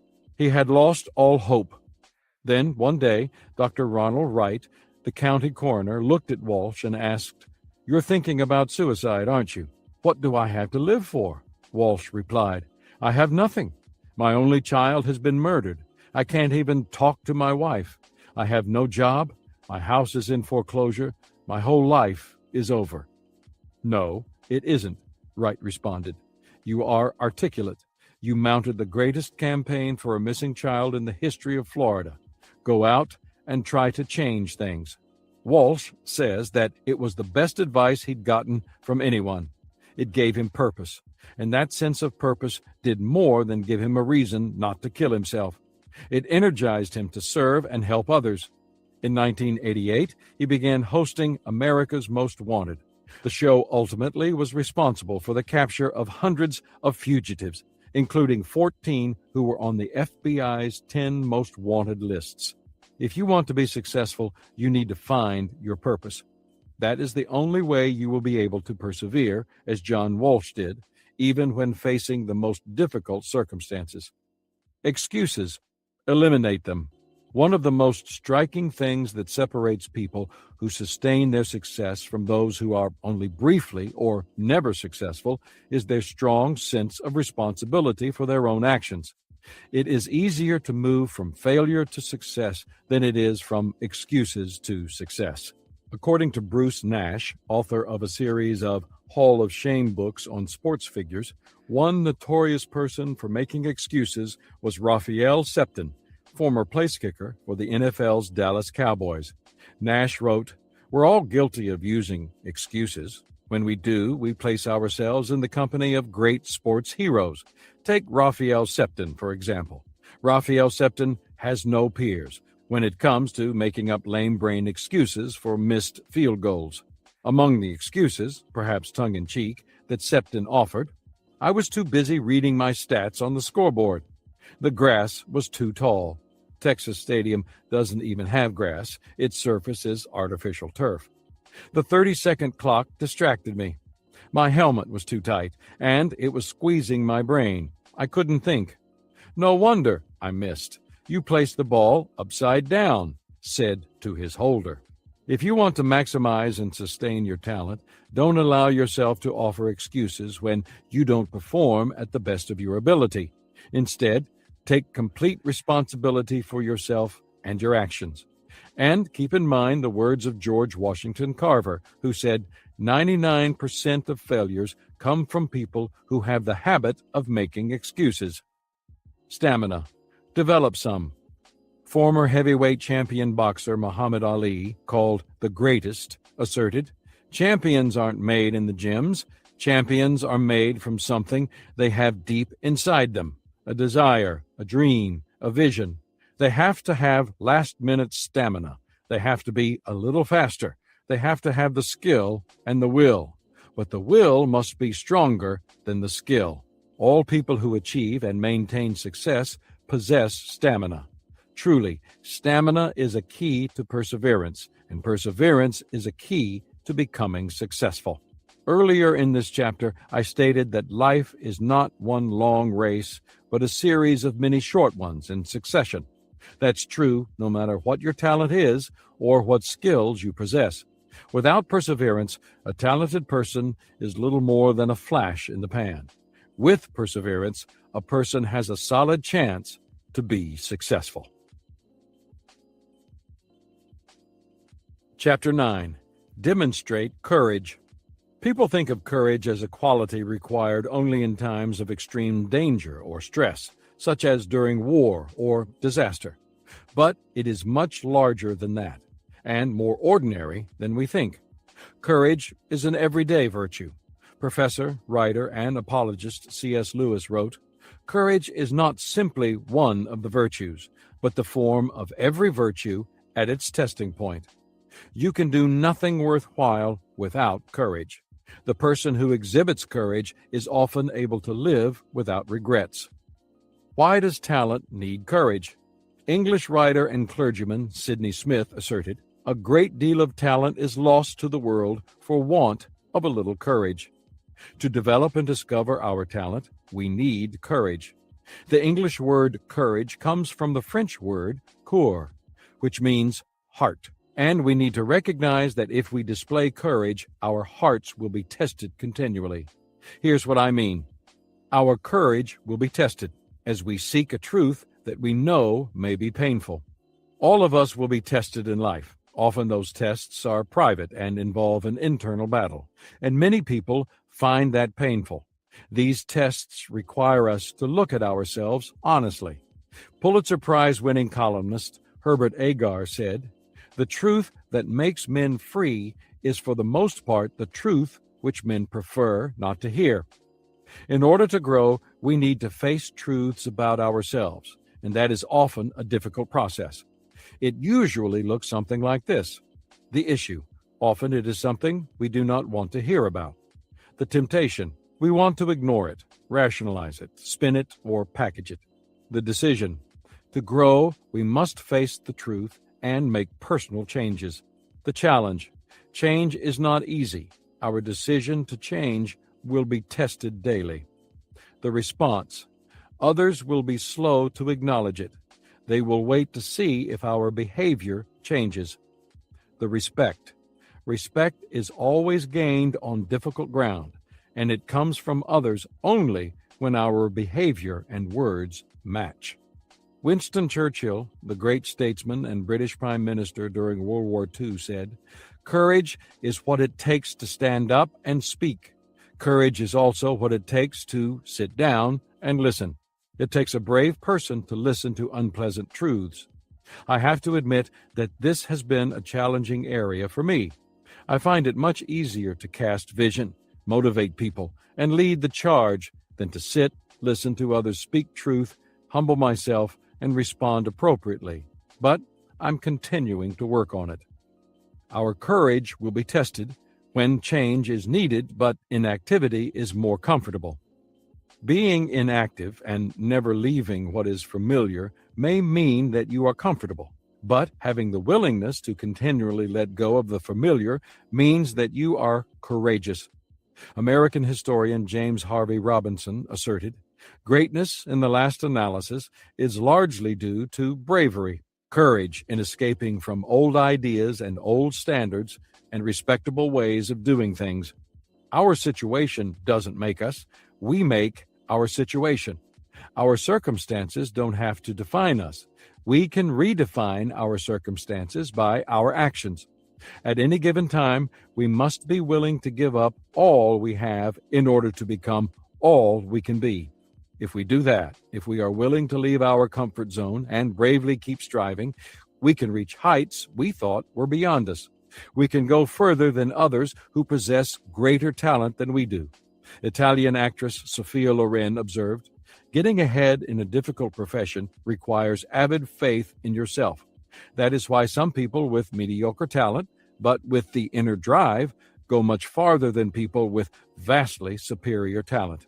Our courage will be tested when our convictions, once expressed, are challenged.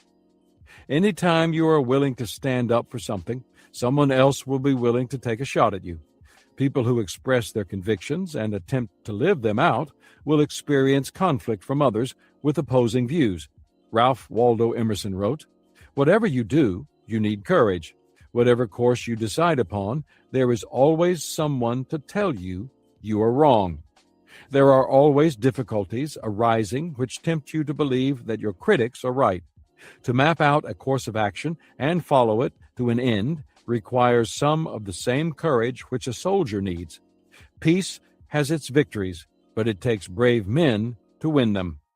So should we simply keep a low profile, swallow our convictions, and keep the peace?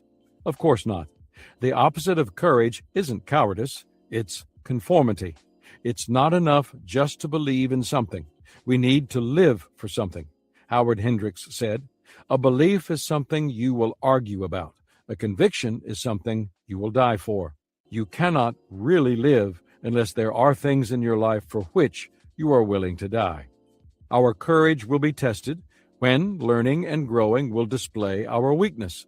Learning and growing always require action, and action takes courage, especially in the weak areas of our lives. That is where fear most often comes into play. It's easy to be brave in an area of strength. It's much more difficult in an area of weakness. That is why we need courage most. General Omar Bradley remarked, "Bravery is the capacity to perform properly even when scared half to death." When I am striving to learn and grow in an area of weakness, and I am afraid of failing or looking foolish, I encourage myself with these quotations. "Courage is fear holding on a minute longer." George S. Patton.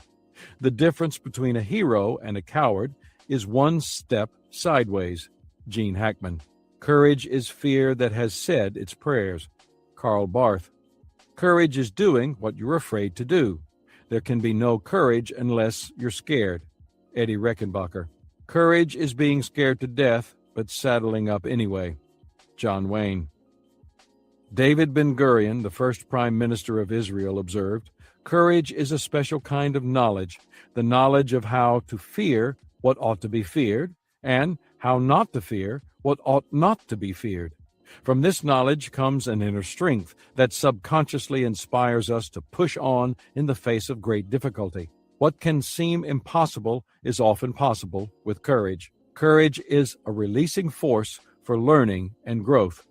Our courage will be tested when we take the high road even as others treat us badly. In 2004, I wrote a book called Winning with People. Discover the people principles that work for you every time. In it is the high road principle, which says, we go to a higher level when we treat others better than they treat us. When it comes to dealing with others, there are really only 3 routes we can take. The low road, where we treat others worse than they treat us. The middle road, where we treat others the same as they treat us. The high road, where we treat others better than they treat us. The low road damages relationships and alienates others from us. The middle road may not drive people away, but it doesn't attract them either.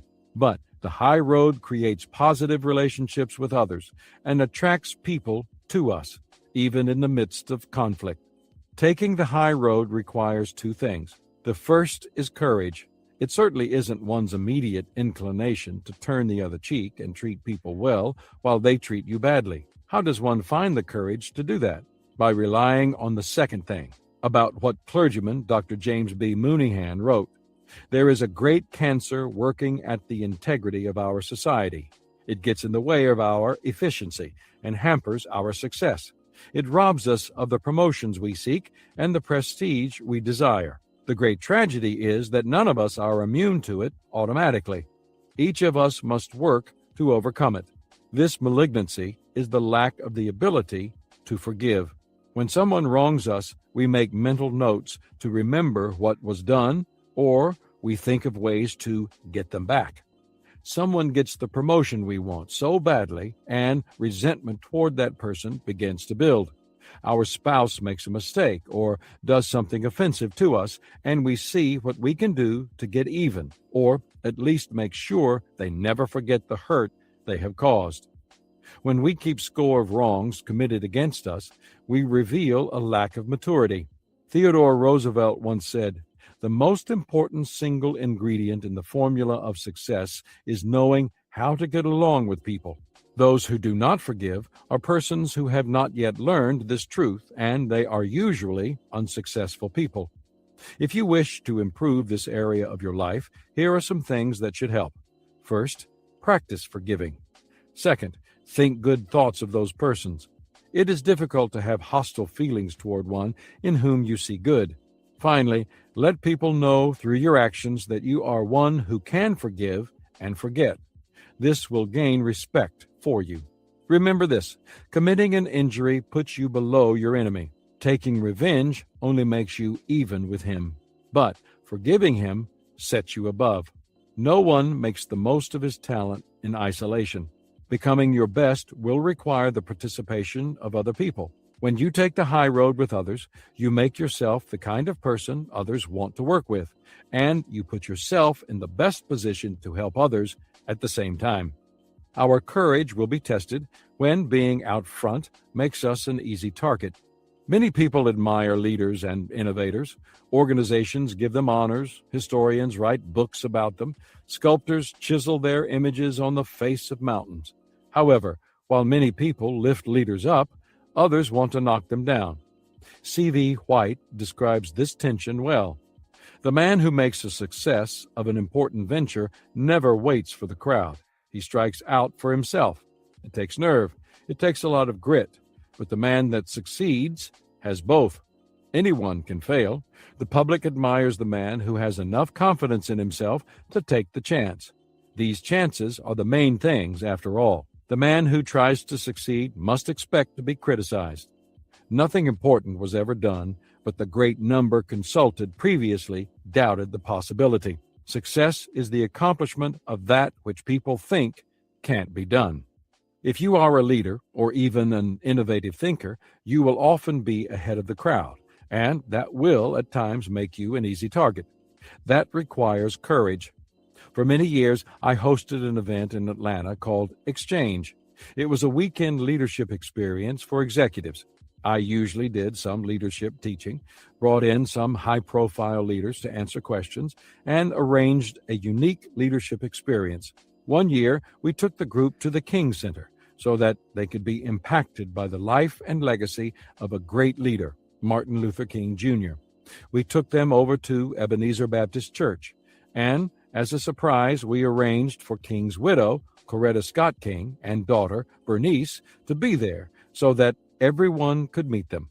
One question asked of Mrs. King was what it was like being with Dr. King during the Civil Rights Movement, and she talked about the loneliness of being a pioneer and taking new territory. She said that her husband was often misunderstood, and she pointed out how much courage it took to stand alone. We will almost certainly never have to face the hatred and violence that Martin Luther King Jr. did. But that doesn't mean that we don't need courage to lead. Often, leaders are misunderstood. Their motives are misconstrued, and their actions are criticized. That, too, can be a test, one that makes us stronger and sharpens our talent if only we have the courage to endure it. Our courage will be tested whenever we face obstacles to our progress. Advice columnist Ann Landers wrote, "If I were asked to give what I consider the single most useful bit of advice for all humanity, it would be this: expect trouble as an inevitable part of life, and when it comes, hold your head high, look it squarely in the eye, and say, 'I will be bigger than you. You cannot defeat me.' Adversity is always the partner of progress. Anytime we want to move forward, obstacles, difficulties, problems, and predicaments are going to get in the way. We should expect nothing less, and we should even welcome such things."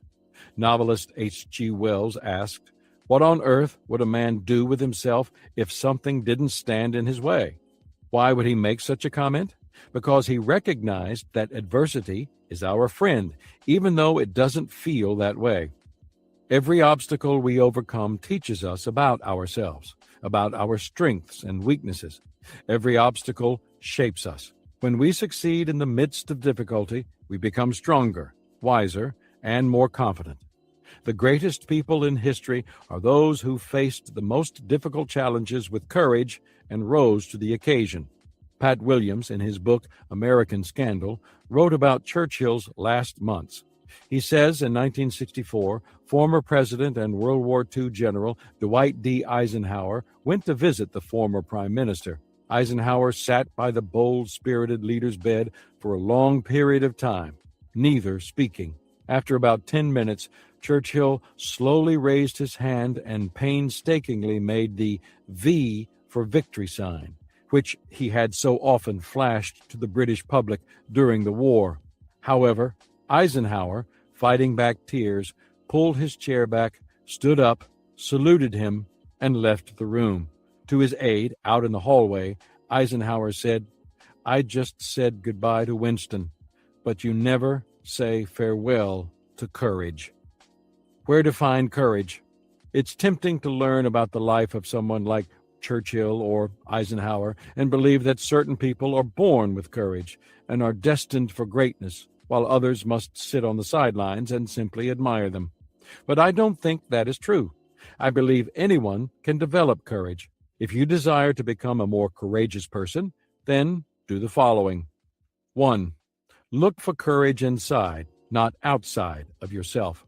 During the Great Depression, Thomas Edison delivered his last public message. In it, he said, "My message to you is, be courageous.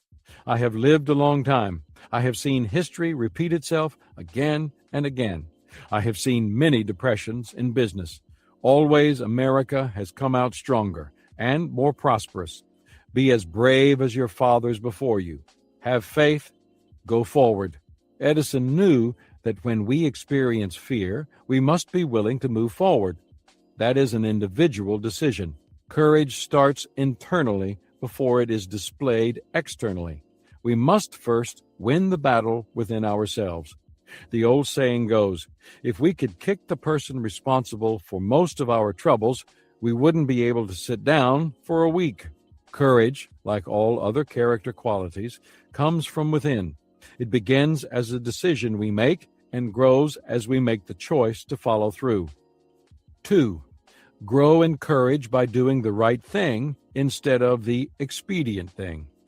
Florence Nightingale observed, "Courage is the universal virtue of all those who choose to do the right thing over the expedient thing. It is the common currency of all those who do what they're supposed to do in a time of conflict, crisis, and confusion." The acquisition of courage can often be an internal battle. We often desire to do what is most expedient. The problem is that what is easy and expedient is frequently not what is right. Thus the battle. But psychotherapist and author Sheldon Kopp stated, all the significant battles are waged within self. As you strive to do what you know to be right, you must know yourself and make sure you are acting in integrity with your core values. There's a saying that inside every individual there are 6 people. They are who you are reputed to be, who you are expected to be, who you were, who you wish to be, who you think you are, who you really are. You must strive to be true to who you really are. If you do, and you do the right thing, then you will increase in courage. 3. Take small steps of courage to prepare you for greater ones. Most of us want to grow quickly and be done with it. The reality is that genuine growth is slow, and to be successful, we should start with small things and do them every day. St. Francis de Sales advised, "Have patience with all things, but chiefly have patience with yourself. Do not lose courage in considering your own imperfections, but instantly start remedying them. Every day, begin the task anew." People's lives change when they change something they do every day. That's how they change the who they wish to be into who they really are. What kinds of things can you do every day? You can have the courage to be positive as you get up in the morning to face the day. You can have the courage to be gracious in defeat. You can have the courage to apologize when you hurt someone or make a mistake. You can have the courage to try something new, any small thing. Each time you display bravery of any kind, you make an investment in your courage. Do that long enough, and you will begin to live a lifestyle of courage. And when the bigger risks come, they will seem much smaller to you because you will have become much larger. 4. Recognize that a leadership position won't give you courage, but courage can make you a leader. In my years of teaching leadership, I have found many people who believed that if only they could receive a title or be given a position, that would make them a leader. But life doesn't work that way. Former British Prime Minister Margaret Thatcher remarked, "Being a leader is a lot like being a lady. If you have to tell people you are one, you aren't."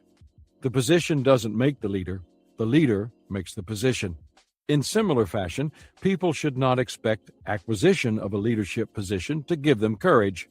However, anytime people continually display courage, they will likely become leaders because others will look up to them, emulate them, and follow them.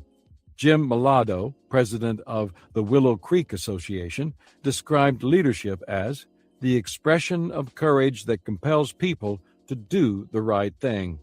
5. Watch your horizons expand with each courageous act. The life you live will expand or shrink in proportion to the measure of courage you display. Those who are willing to take risks, explore their limits, face their shortcomings, and sometimes experience defeat will go further than people who timidly follow the safe and predictable path. If you want to become a success, you must show courage. There is no other way to reach your potential. When I began my leadership career, I was very ineffective as a leader. I believed I had talent. I had been able to influence and lead others at every phase of my school career. But when I got out into the real world, I fell far short of my expectations. My talent was being tested, and I was falling short. My problem was that I wanted to please everybody. Making people happy was the most important thing to me. The bottom line was that I lacked the courage to make right but unpopular decisions. How did I turn things around? By making small decisions that were difficult. With each one, I gained more confidence and more courage, and I began to change. The process took me 4 years. At the end of that time, I felt I had learned many valuable lessons, and I wrote the following to help me cement what I had learned. Courageous leadership simply means I've developed 1. Convictions that are stronger than my fears. 2. Vision that is clearer than my doubts. 3. Spiritual sensitivity that is louder than popular opinion. 4. Self-esteem that is deeper than self-protection. 5. Appreciation for discipline that is greater than my desire for leisure. 6. Dissatisfaction that is more forceful than the status quo. 7. Poise that is more unshakable than panic. 8. Risk-taking that is stronger than safety-seeking. 9. Right actions that are more robust than rationalization. 10. A desire to see potential reached more than to see people appeased. You don't have to be great to become a person of courage. You just need to want to reach your potential and be willing to trade what seems good in the moment for what's best for your potential. That's something you can do regardless of your level of natural talent.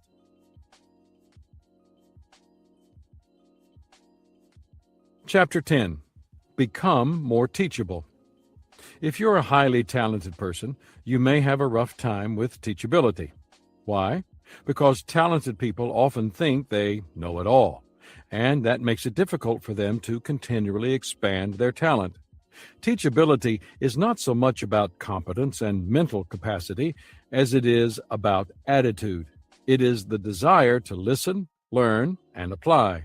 It is the hunger to discover and grow. It is the willingness to learn, unlearn, and relearn.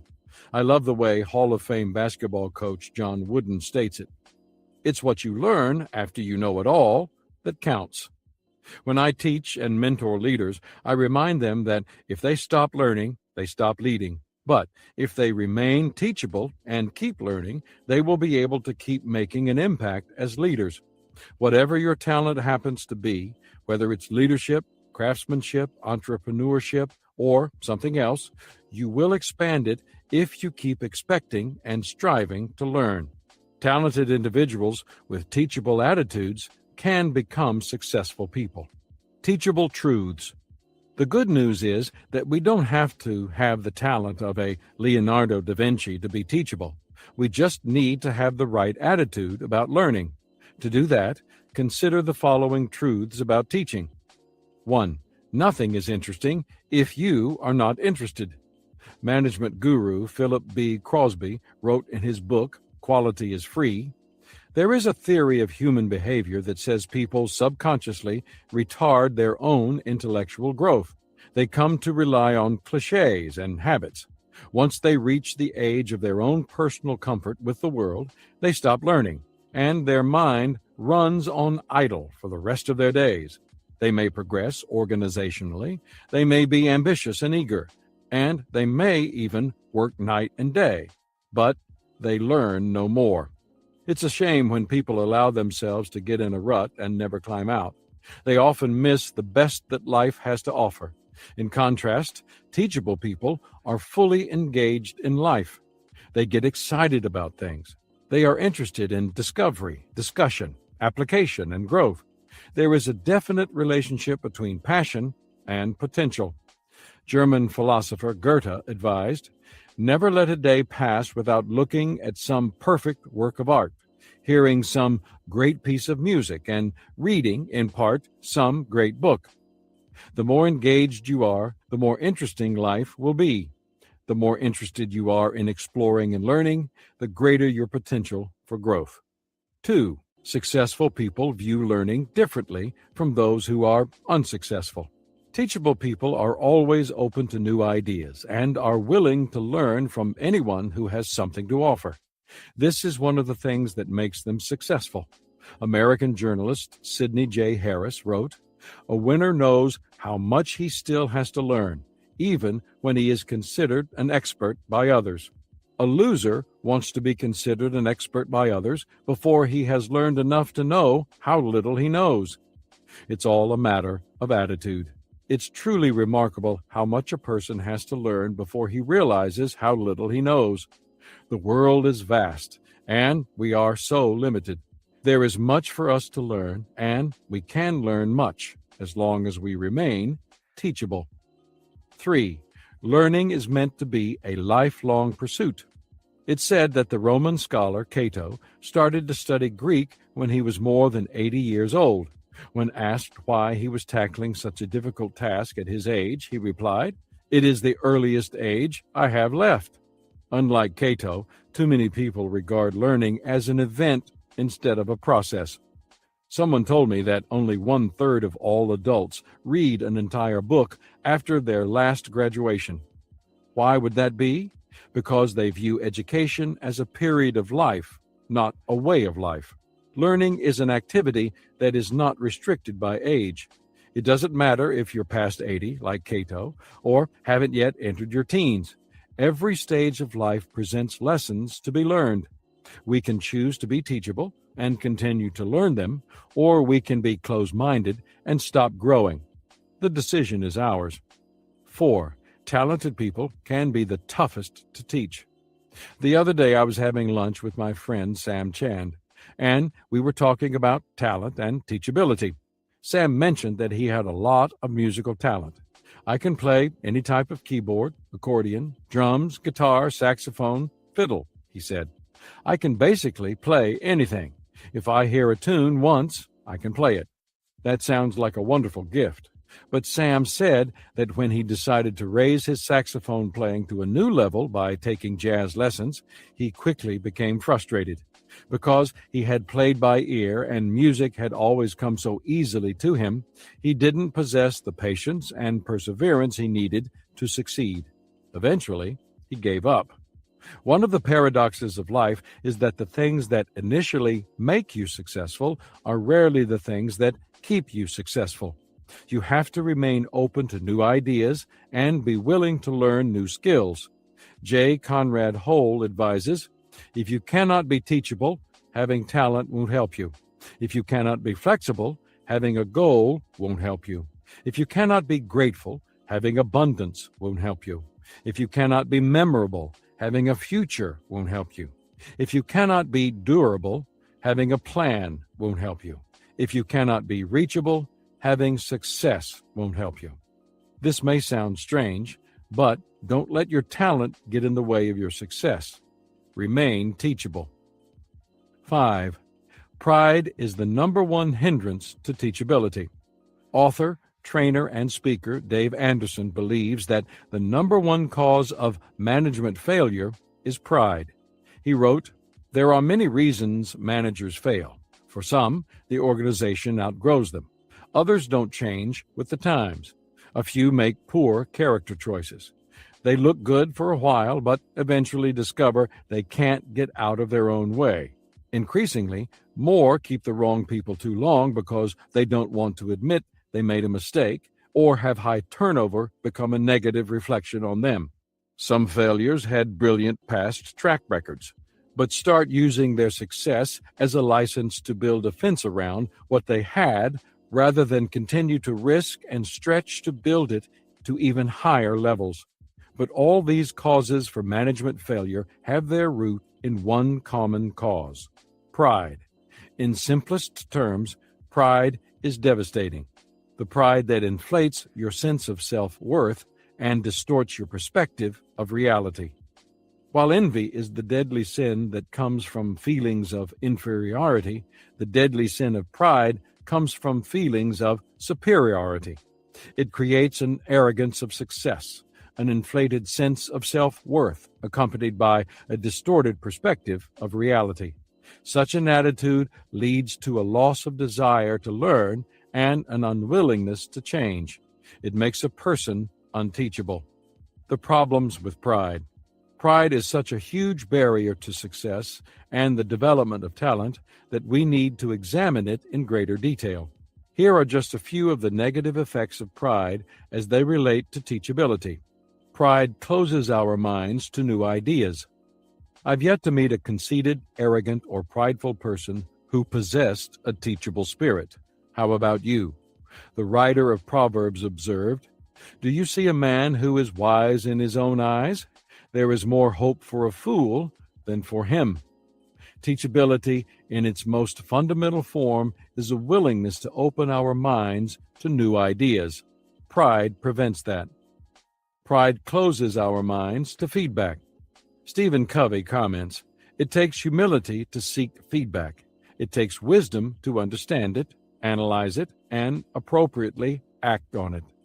I've already confessed to you that I have not always been a good listener, but I've learned over the years that I cannot do anything of real value alone. Achievement requires teamwork, and none of us is as smart as all of us. Having learned that lesson, I am continually asking members of my team to give me input on my ideas. I find this most valuable before team members or I take action, but I also solicit feedback throughout the process. Pride prevents us from admitting mistakes. The commanding admiral ordered a group of Navy pilots on maneuvers to maintain radio silence, but one young pilot mistakenly turned on his radio and was heard to mutter, "Man, I'm fouled up." When the admiral heard it, he grabbed the microphone from the radio operator and barked into it, "Will the pilot who broke radio silence identify himself immediately?" After a long pause, a voice on the radio was heard to say, "I may be fouled up, but I'm not that fouled up." Fear may keep some people from admitting mistakes, but pride is just as often the cause. The problem is that one of the best ways we grow is by admitting mistakes and learning from them. Writer William Bolitho observed, "The most important thing in life is not to capitalize on our gains. Any fool can do that. The really important thing is to profit from our losses. That requires intelligence and makes the difference between a man of sense and a fool." Pride keeps us from making needed changes. Anytime we do a job and think we did well, we become reluctant to make changes to our work. We become dedicated to the status quo instead of progress. Why? Because we have an emotional investment in it. For example, any time in the past when I've taken a leadership position in which I inherited a staff, I had little reluctance to make changes for the good of the organization. If someone wasn't doing the job and would not or could not grow and improve, I would replace him or her. However, if someone I selected was falling short, I was much slower to make the needed change. Pride caused me to defend what sometimes should not have been defended. When it comes to changing others, we want to do it immediately, but changing ourselves, not so fast. That's a problem. How to overcome a pride problem. If pride is an obstacle to your growth, then you need to take some deliberate and strategic steps to overcome it. That may not be easy. Founding father Benjamin Franklin observed, "There is perhaps not one of our natural passions so hard to subdue as pride. Beat it down, stifle it, mortify it as much as one pleases, it is still alive. Even if I could conceive that I had completely overcome it, I would probably be proud of my humility." To start the process, here is what I suggest. 1. Recognize and admit your pride. The first and most difficult step in overcoming pride is recognizing that it's a problem, since those who are bound by it are often unaware of it. To defeat pride, we need to embrace humility, and few desire that. Writer and apologist C.S. Lewis remarked, "If anyone would like to acquire humility, I can, I think, tell him the first step. The first step is to realize that one is proud, and a biggish step, too. At least nothing whatever can be done before it. If you think you are not conceited, it means you are very conceited indeed." People have a natural tendency to believe, or to hope, that they are indispensable, that the world will stop and take notice if anything happens to them. But I have to tell you, as someone who has presided over many funerals, life goes on. When someone dies, the family and friends closest to the person grieve. But the rest of the people who attend the reception after the funeral are more worried about the potato salad than the dearly departed. So, Kessinger's advice is really good. Do your best, but remember that no one is indispensable. 2. Express gratitude often. Once, when I was chatting with Zig Ziglar, he told me that he thought the least expressed of all virtues is gratitude. I think that is true. I also think it is the most appreciated expression by recipients. I think Oprah Winfrey's suggestion for cultivating gratitude is excellent. She says, "Keep a grateful journal. Every night, list 5 things that happened this day that you are grateful for." What it will begin to do is change your perspective of your day and your life. If you can learn to focus on what you have, you will always see that the universe is abundant. you will have more. If you concentrate on what you don't have, you will never have enough. Therein lies the problem of people filled with selfish pride. They are not grateful because they think they get as much as they deserve. Expressing gratitude continually helps us to break this kind of pride. 3. Laugh at yourself. I love the Chinese proverb that says, "Blessed are they that laugh at themselves, for they shall never cease to be entertained." People who have the problem of pride rarely laugh at themselves, but engaging in humor at your own expense shows that pride isn't a problem, and it is a way of breaking a pride problem. There's a story about a judge named Robert S. Gothrop, who had a distinguished career on the bench beginning in 1977 at age 44. But he refused to take himself too seriously and maintained his sense of humor. Gothrop commented, "Just because people stand up when you walk into court, and you wear a black dress to work and sit on an elevated chair, you have to remind yourself you're just another person who happens to be a lawyer elected to serve as a judge." To remind himself of this, he used to keep a small framed statement near his private courtroom door, a gift from relatives that said, "To us, you'll always be just the same old jackass." Tap into teachability. If you want to expand your talent, you must become teachable. That is the pathway to growth. Futurist and author John Nesbitt believes that the most important skill to acquire is learning how to learn. Here is what I suggest as you pursue teachability. 1. Learn to listen. The first step in teachability is learning to listen. American writer and philosopher Henry David Thoreau wrote, "It takes two to speak the truth, one to speak and one to hear." Being a good listener helps us to know people better, to learn what they have learned, and to show them that we value them as individuals. Abraham Lincoln was one of the most teachable presidents. When he began his career, he was not a great leader, but he grew into his presidency. He was an avid listener, and as president, he opened the doors of the White House to anyone who wanted to express an opinion to him. He called these frequent sessions his public opinion baths. He also asked nearly everyone he met to send him ideas and opinions. As a result, he received hundreds of letters every month, many more than other presidents had received in the past. From this practice, he learned much, and even if he didn't embrace the arguments, he learned more about how the letter writers thought, and he used that knowledge to help him craft his policies and persuade others to adopt them. As you go through each day, remember that you can't learn if you're always talking. As the old saying goes, there's a reason you have one mouth but two ears. Listen to others, remain humble, and you will begin to learn things every day that can help you expand your talent. 2. Understand the learning process. Sometimes things are painfully obvious and need little explanation. For example, read the following humorous warnings and pieces of advice collected from the military. Aim towards enemy. Instruction printed on U.S. rocket launcher. When the pin is pulled, Mr. Grenade is not our friend. U.S. Army. If the enemy is in range, so are you. Infantry Journal. It is generally inadvisable to eject directly over the area you just bombed. U.S. Air Force Manual. If your attack is going too well, you're probably walking into an ambush. Infantry Journal. Never tell the platoon sergeant you have nothing to do. Unknown Army Recruit. Don't draw fire. It irritates the people around you, your buddies. If you see a bomb technician running, try to keep up with him. U.S. Ammo Troop. When things aren't so obvious, it is helpful to understand the learning process in order to learn and grow. Here is how it typically works.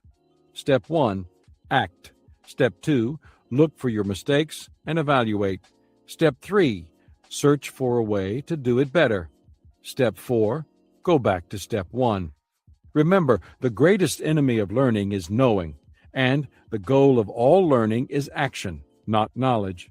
If what you are doing does not in some way contribute to what you or others are doing in life, then question its value and be prepared to make changes. 3. Look for and plan teachable moments. If you look for opportunities to learn in every situation, you will be more successful and expand your talent to its potential. But you can also take another step beyond that and actively seek out and plan teachable moments. You can do that by reading books, visiting places that will inspire you, attending events that will prompt you to pursue change, listening to lessons, and spending time with people who will stretch you and expose you to new experiences. I've had the privilege to spend time with remarkable people, and the natural reward has been the opportunity to learn. In my personal relationships, I've also gravitated toward people from whom I can learn. My closest friends are people who challenge my thinking and often change it. They lift me up in many ways, and I've found that I often live out something stated by Spanish philosopher and writer Baltasar Gracian. Make your friends your teachers, and mingle the pleasures of conversation with the advantages of instruction. You can do the same. Cultivate friendships with people who challenge and add value to you, and try to do the same for them. It will change your life. 4. Make your teachable moments count. Years ago, I saw a Peanuts cartoon by Charles Schulz that showed Charlie Brown at the beach building a magnificent sandcastle. With it completed, he stood back to admire his work, at which point he and his work were engulfed by a downpour that leveled his beautiful castle. In that last frame, he says, "There must be a lesson here, but I don't know what it is." Unfortunately, that's the way many people feel after a potentially valuable experience. Even people who are strategic about seeking teachable moments can miss the whole point of the experience. I say this because for 30 years I've been a speaker at conferences and workshops, events that are designed to help people learn. But I've found that many people walk away from an event and do very little with what they heard after closing their notebooks. It would be like a jewelry designer going to a gem merchant to buy fine gems, placing them carefully into a case, and then putting that case on the shelf to collect dust. What's the value of acquiring the gems if they're never going to be used? We tend to focus on learning events instead of the learning process.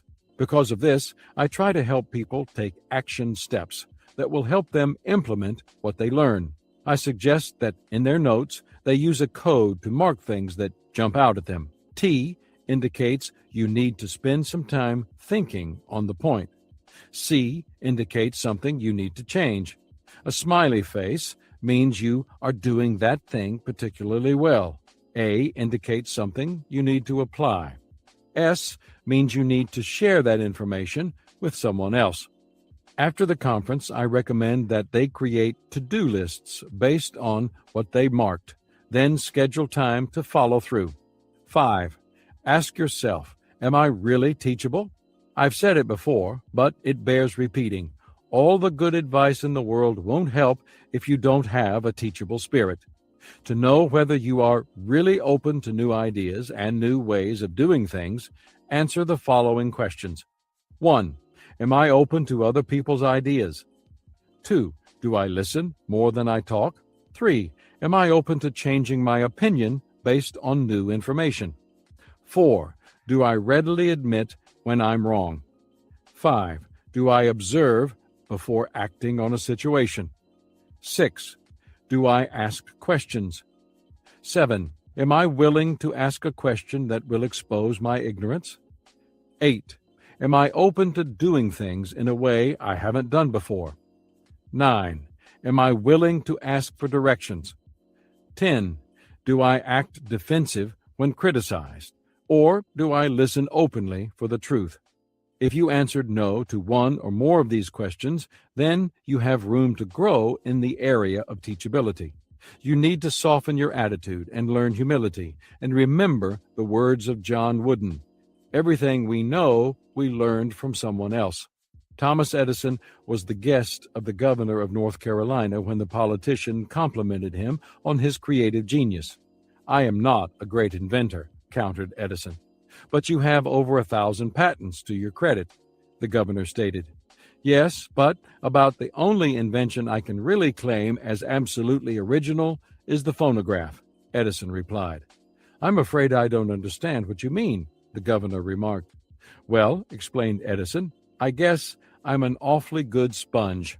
I absorb ideas from every course I can and put them to practical use. Then I improve them until they become of some value. The ideas which I use are mostly the ideas of other people who don't develop them themselves. What a remarkable description of someone who used teachability to expand his talent. That is what successful people do. That is what all of us should strive to do. Choose to be more teachable. Chapter 11. Develop strong character. Many people with talent make it into the limelight, but the ones who have neglected to develop strong character rarely stay there long. Absence of strong character eventually topples talent. Why? Because people cannot climb beyond the limitations of their character. Talented people are sometimes tempted to take shortcuts. Character prevents that. Talented people may feel superior and expect special privileges. Character helps them know better. Talented people are praised for what others see them build. Character builds what's inside them. Talented people have the potential to be difference makers. Character makes a difference in them. Talented people are often a gift to the world. Character protects that gift. Components of character. People are like icebergs. There's much more to them than meets the eye. When you look at an iceberg, only about 15% is visible. That's talent. The rest, their character, is below the surface, hidden. It's what they think and never share with others. It's what they do when no one is watching them. It's how they react to terrible traffic and other everyday aggravations. It's how they handle failure and success. The greater their talent is, the greater their need is for strong character below the surface to sustain them.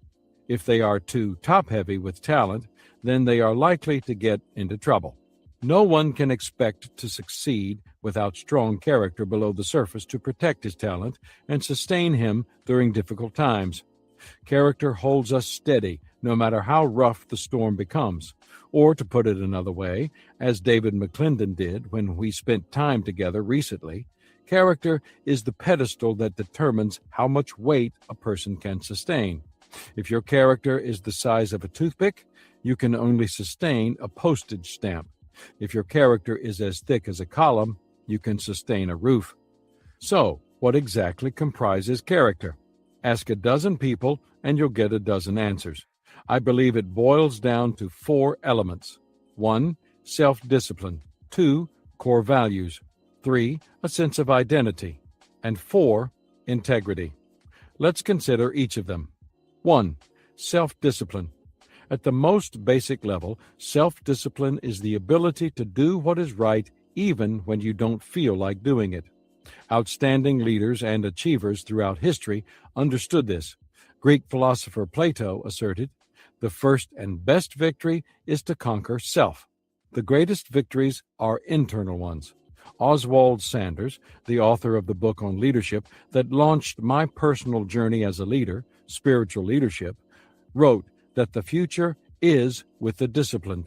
He said that without self-discipline, a leader's other gifts, however great, will never realize their maximum potential. That's true not only of leaders, but also of anyone who wants to reach his or her potential. A person must choose to demonstrate character to be successful. The battle for self-discipline is won within. The notable mountain climber Sir Edmund Hillary observed, "It's not the mountains we conquer, but ourselves." One of the joys of my life is playing golf. I only wish my talent matched my passion. I have had the privilege of playing the East Lake course in Atlanta, home course of golf legend Bobby Jones, considered by some to be the greatest golfer who ever played the game. The clubhouse is filled with pictures of him playing, and with many of his championship trophies. Yet, many people don't know that Jones' most significant victory was over himself. Jones began playing golf at age 5 and won his first tournament at age 6. By age 12, he was winning tournaments against adults.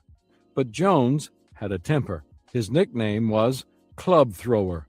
An older gentleman called Grandpa Bart, who had retired from golf but worked in the pro shop, recognized Jones's talent and his character issues.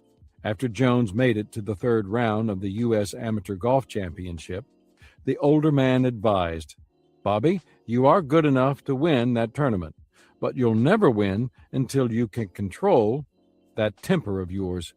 You miss a shot, you get upset, and then you lose." Jones did master his temper and won his first U.S. Open when he was 21. Grandpa Bart used to say, Bobby was 14 when he mastered the game of golf, but he was 21 when he mastered himself. English theologian and orator Henry Perry Lyddon observed, "What we do on some great occasion will probably depend on what we already are, and what we are will be the result of previous years of self-discipline. The first step to strong character is conquering self." 2. Core values. Our core values are the principles we live by every day. They define what we believe and how we live. Ideally, we should write out our core values so that they become a clear beacon we can always use to guide us. One person I most admire is John Wooden, the Hall of Fame former coach of UCLA's basketball team. When he graduated from grade school at age 12, his father gave him a 7-point creed. From that time, Wooden has carried a written copy of that creed with him every day. Here is what it says. 1. Be true to yourself. 2. Help others. 3. Make each day your masterpiece. 4. Drink deeply from good books, especially the Bible. 5. Make friendship a fine art. 6. Build a shelter against a rainy day. 7. Pray for guidance and give thanks for your blessings every day. I had read about the creed, and when I got to meet Coach Wooden, I asked him about it. Sitting in a restaurant at breakfast, he pulled a copy out of his pocket and showed it to me. Of course, since he has it memorized, he doesn't need to carry a copy with him, but it has been his lifelong practice. Most important, he has always carried it in his heart and sought to live it out every day. Swiss philosopher Henri Frédéric Amiel stated, "The man who has no inner life is the slave of his surroundings." Core values give order and structure to an individual's inner life, and when that inner life is in order, a person can navigate almost anything the world throws at him. 3. A sense of identity. When it comes to character, each of us must answer the critical question, who am I? That answer often provides the motivation to practice self-discipline. It is fundamental for the identification of core values, and it helps to establish emotional security. Our sense of security, or lack of it, often drives what we do. American novelist Nathaniel Hawthorne recognized this truth. No man can, for any considerable time, wear one face to himself and another to the multitude without finally getting bewildered as to which is the true one. How do you identify yourself? Where does your personal value come from? What is your motivation as it relates to money and power? If you live with a chip on your shoulder, believe deep down you have no intrinsic value, or see yourself as a victim, you will have a distorted view of yourself and your surroundings. That, in turn, will impact your character. No matter how hard you try, you cannot consistently behave in a way that is inconsistent with how you see yourself. Thus, a strong and accurate sense of identity is essential. To paraphrase author Ruth Barton, people are set up to fail if they envision what they want to do before they figure out what kind of person they should be. 4. Integrity. The final component in strong character is integrity, which is an alignment of values, thoughts, feelings, and actions. People who possess the consistency that comes with strong integrity can be very compelling.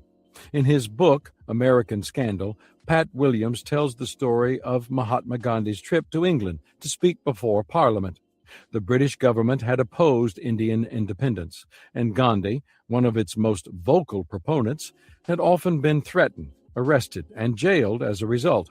Gandhi spoke eloquently and passionately for nearly 2 hours, after which the packed hall gave him a standing ovation. Afterward, a reporter asked Gandhi's assistant, Mahadev Desai, how the Indian statesman had been able to deliver such a speech without any notes. "You don't understand Gandhi," Desai responded. "You see, what he thinks is what he feels. What he feels is what he says. What he says is what he does. What Gandhi feels, what he thinks, what he says, and what he does are all the same. He does not need notes." When values, thoughts, feelings, and actions are in alignment, a person becomes focused and his character is strengthened. However, when these components aren't aligned, it creates confusion and internal conflict. Developing talent without developing character is a dead end. It won't take people where they want to go. The lives of people who are long on talent but short on character always get out of balance. Character communicates. The choice to develop strong character may not be the most important one to make the most of your talent, but it is certainly the most important to make sure you don't make the least of your talent. You can't really underestimate its impact. Entrepreneur Roger Babson, who founded Babson College and Weber International University, asserted, "A character standard is far more important than even a gold standard. The success of all economic systems is still dependent upon both righteous leaders and righteous people. In the last analysis, our national future depends upon our national character, that is, whether it is spiritually or materially minded. As I hope I've already made clear, character creates a foundation upon which the structure of your talent and your life can build. If there are cracks in that foundation, you cannot build much. That's why you must first develop within before you can achieve much without. But once you build strong character, it does more than provide a platform for your personal success and the maximization of your talent. It also impacts others and allows you to build with them. It does that through what it communicates to people. 1. Character communicates consistency. Cultural anthropologist Margaret Mead stated, "What people say, what people do, and what people say they do are entirely different things." That is true of people who live without character, without integrity. Such people communicate confusion to others. They can say anything they like, but their actions determine the message we receive. It was philosopher-poet Ralph Waldo Emerson who said, "What you do thunders so loudly in my ears I cannot hear what you say." Amazingly, there are people who actually promote this inconsistency. Designer Ralph Lauren was quoted as saying, "The crux of a person's identity resides in the trappings, not in the person himself. One needn't be well read so long as one surrounds himself with books. One needn't play the piano so long as one has a piano. In short, one can be whoever one wants to be, or, more accurately, one can seem to be whoever one wants to be. While one may be able to make an impression with trappings, the real person always comes through in the end. Impressions are like shadows. They disappear when a strong enough light is shown on them. Character is the genuine article, and the more you shine light on it, the more of its details you can see. Character shows that who you are and who you appear to be are one and the same, and that, according to Greek philosopher Socrates, is the first key to greatness. 2. Character communicates choices. Earlier in the chapter, I mentioned that Bobby Jones needed to overcome a terrible temper to succeed at golf. Not only did Jones do that, but he actually became a model of sportsmanship and character. Both could be seen in his play. During the final playoff of a U.S. Open tournament, Jones's ball ended up in the rough just off the fairway. As he set up to play his shot, he accidentally caused his ball to move. He immediately turned to the marshals and announced the foul. The marshals discussed the situation among themselves. They hadn't seen the ball move. Neither did anyone in the gallery. They left it up to Jones whether to take the penalty stroke, which He did. Later, when a marshal commended Jones on his high level of integrity, Jones replied, "Do you commend a bank robber for not robbing a bank? No, you don't. This is how the game of golf should be played at all times." Jones lost the match that day by one stroke. But he didn't lose his integrity. His character was so well known that the United States Golf Association Sportsmanship Award came to be named the Bob Jones Award. It's an interesting paradox. Our character creates our choices, yet our choices create our character. Author and speaker Margaret Jensen observed, "Character is the sum total of all our everyday choices. Our character today is a result of our choices yesterday. Our character tomorrow will be a result of our choices today. To change your character, change your choices. Day by day, what you think, what you choose, and what you do is who you become. Once you get a handle on the character of a person, you can understand his choices and even predict what they will be." 3. Character communicates influence. Today, many people try to demand respect. They believe that influence should be granted to them simply because they have position, wealth, or recognition. However, respect and influence must be earned over time, and they are built and sustained by character. First and foremost, influence is based on character. U.S. Army General J. Lawton Collins asserted, "No matter how brilliant a man may be, he will never engender confidence in his subordinates and associates if he lacks simple honesty and moral courage." I've taught leadership for more than 3 decades, and I've written many books on it. During that time, I've tried to help people develop skills that will benefit them as leaders. However, all the skills in the world won't assist someone whose character is hopelessly flawed. Experienced leaders understand this. Author Stephen Covey wrote, "If I try to use human influence strategies and tactics of how to get other people to do what I want, to work better, to be more motivated, to like me and each other, while my character is fundamentally flawed, marked by duplicity or insincerity, then, in the long run, I cannot be successful. My duplicity will breed distrust, and everything I do, even using so-called good human relations techniques, will be perceived as manipulative. It simply makes no difference how good the rhetoric is, or even how good the intentions are. If there is little or no trust, there is no foundation for permanent success. Character cannot be inherited. It cannot be bought. It is impossible to weigh, and it cannot be physically touched.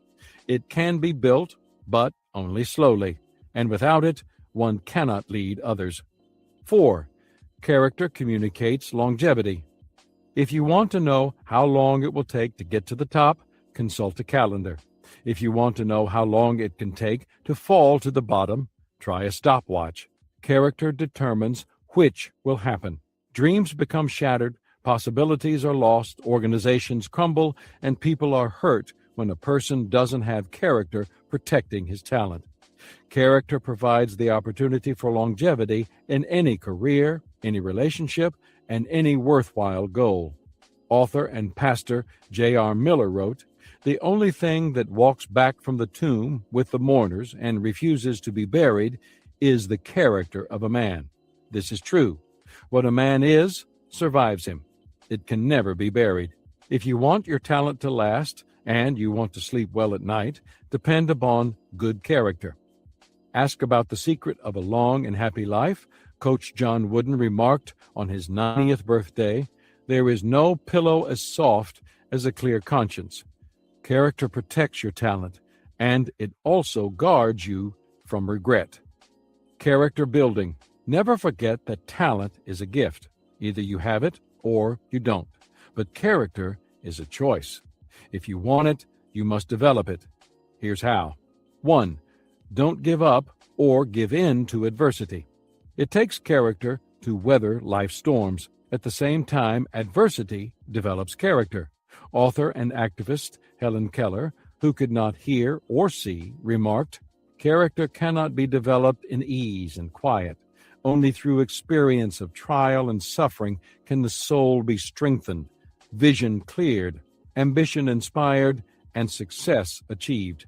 Anyone who does what he must only when he is in the mood or when it is convenient isn't going to develop his talent or become successful. The core foundation of character is doing what you don't want to do to get what you want. It is paying a higher price than you wanted to for something worthwhile. It is standing up for your principles when you know someone is going to try to knock you down. Every time you face adversity and come through it with your core values affirmed and your integrity intact, your character becomes stronger. German philosopher-poet Johann Wolfgang von Goethe observed, "Talent can be cultivated in tranquility, character only in the rushing stream of life." The irony is that if you have never experienced the resistance of the rushing stream, then whatever talent you have cultivated in tranquility may not survive. If you want your talent to take you far, then don't quit under duress. Don't give up in the midst of a storm. Don't bail out in the middle of conflict. Wait until the trouble is behind you before assessing whether it's time to change course or stop. Do that, and you may have additional opportunities to develop your talent. 2. Do the right thing. Doing the right thing doesn't come naturally to any of us. As America's first president, George Washington, said, "Few men have virtue enough to withstand the highest bidder." Yet, that is what we must do to develop the kind of character that will sustain us. It's not easy to do the right thing when the wrong thing is expedient. Molière commented, "Men are alike in their promises. It is only in their deeds that they are different. The difference in their deeds is simple. People of character do what is right regardless of the situation." It's not easy to do the right thing when it will cost you. It's not easy to do the right thing when no one but you will know. But it's in those moments that a person's character becomes strong. Civil rights leader Martin Luther King Jr. asserted this. On some positions, cowardice asks the question, is it safe? Expediency asks the question, is it politic? Vanity asks the question, is it popular? But conscience asks the question, is it right?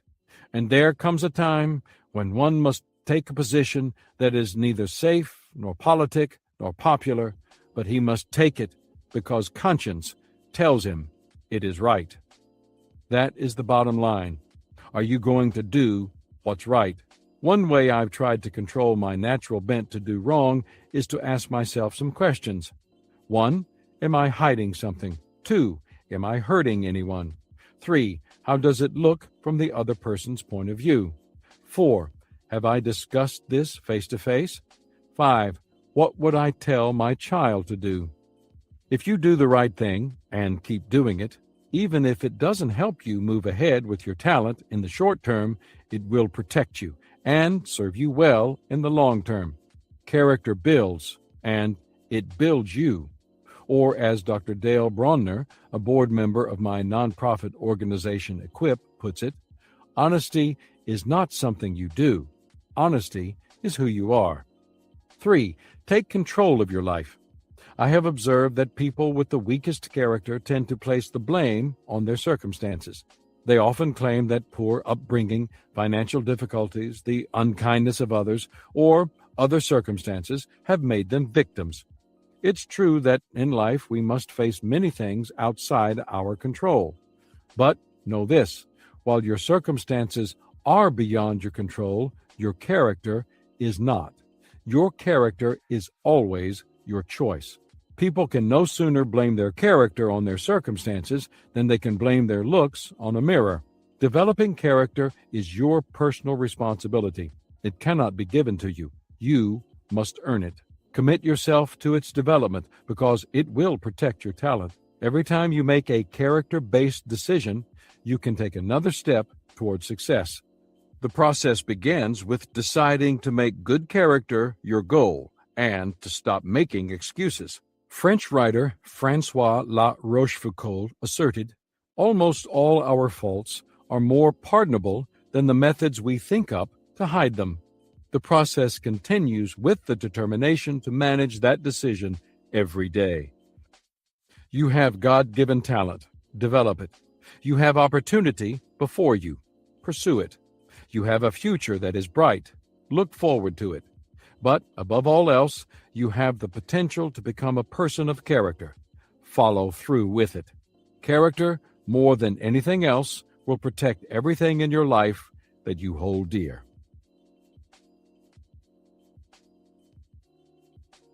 Chapter 12. Cultivate Good Relationships. In his book, My Personal Best, John Wooden wrote, "There is a choice you have to make in everything you do. So keep in mind that, in the end, the choice you make makes you." Nowhere is this more evident than in your relationships. Nothing will influence your talent as much as the important relationships in your life. Surround yourself with people who add value to you and encourage you, and your talent will go in a positive direction.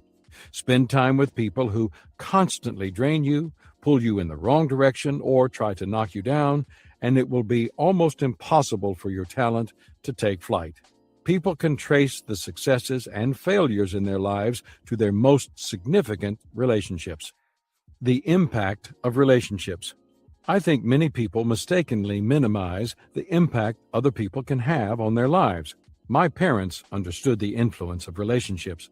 Today, as I look back on my formative years, I see how intentional they were about who we spent time with and who we selected as our friends. My parents made our house the place to be in the neighborhood. We had a pool table, a ping pong table, and a chemistry set in our basement. We had a shuffleboard court, a basketball court, and a wiffle ball diamond in our yard. Everybody wanted to come to our house, and that was the strategy. My parents wanted to be able to know the kids we played with. Typical of the times, it was the 1950s and the 1960s, my mom didn't work outside the home, so she was always there to keep an eye on us. Mom was always on the periphery of our play, fixing us lunch or a cold drink, putting bandages on cuts, and observing the interaction and behavior of each person.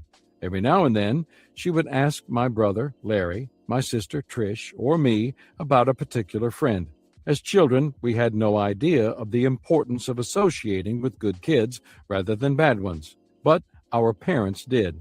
They made sure the influences on our lives were positive. Years later, when I was an adult and I spent several hours a week counseling people, I learned through daily observation what my parents knew. Almost all our sorrows can be traced to relationships with the wrong people, and our joys to relationships with the right people. The impact of some relationships. The relationships in our lives really do make or break us. They either lift us up or take us down. They add or they subtract. They help give us energy or they take it away. Here's what I mean. Some relationships take from us. There are a couple of good ways to tell whether a relationship is positive or negative. The first is to note whether a person makes you feel better or worse about yourself. The second relates to how much energy the relationship requires. Let's face it, some relationships feel as if they could suck the life out of you. In his book, High Maintenance Relationships, Les Parrott offers a straightforward quiz that can help you tell whether someone in your life is a negative person who takes energy from you. Answer yes or no to each of the following questions. Do you feel especially anxious when a particular person has called and left a message for you to return the call? Have you recently been dealing with a relationship that drains you of enthusiasm and energy? Do you sometimes dread having to see or talk to a particular person at work or in a social situation? Do you have a relationship in which you give more than you get in return? Do you find yourself second-guessing your own performance as a result of an interaction with this person? Do you become more self-critical in the presence of this person? Is your creativity blocked, or is your clarity of mind hampered somewhat by the lingering discomfort of having to deal with a difficult person? Do you try to calm yourself after being with this person by eating more, biting your nails, or engaging in some other unhealthy habit? Do you ever have imaginary conversations with this person or mental arguments in which you defend yourself or try to explain your side of a conflict? Have you become more susceptible to colds, stomach problems, or muscle tension since having to deal with this difficult person? Do you feel resentful that this person seems to treat other people better than she or he treats you? Do you find yourself wondering why this person singles you out for criticism but rarely acknowledges things you do well? Have you thought about quitting your job as a result of having to interact with this difficult person? Have you noticed that you are more irritable or impatient with people you care about because of leftover frustrations from your interactions with this difficult person? Are you feeling discouraged that this person has continued to drain you of energy despite your efforts to improve the relationship? Les says that if you answered yes to 10 or more of the questions, then you are certainly in a high-maintenance relationship. I don't mean to imply that only negative relationships require you to put energy into them. All relationships require you to give some energy. Relationships don't cultivate and sustain themselves. The question is, how much energy do they require? And do they give anything in return? For example, some of the positive relationships that require a tremendous amount of energy in my life include my family. Every family has ups and downs, but that's okay. That's what it means to be a family. My inner circle of friends. These people get everything I've got, and they give their all too. That's what friendship is all about. My team. Leadership begins with a serving attitude. I always try to give more than I receive. Those less fortunate than I am. Every year I travel to developing countries to train leaders and add value to people through Equip, my nonprofit organization.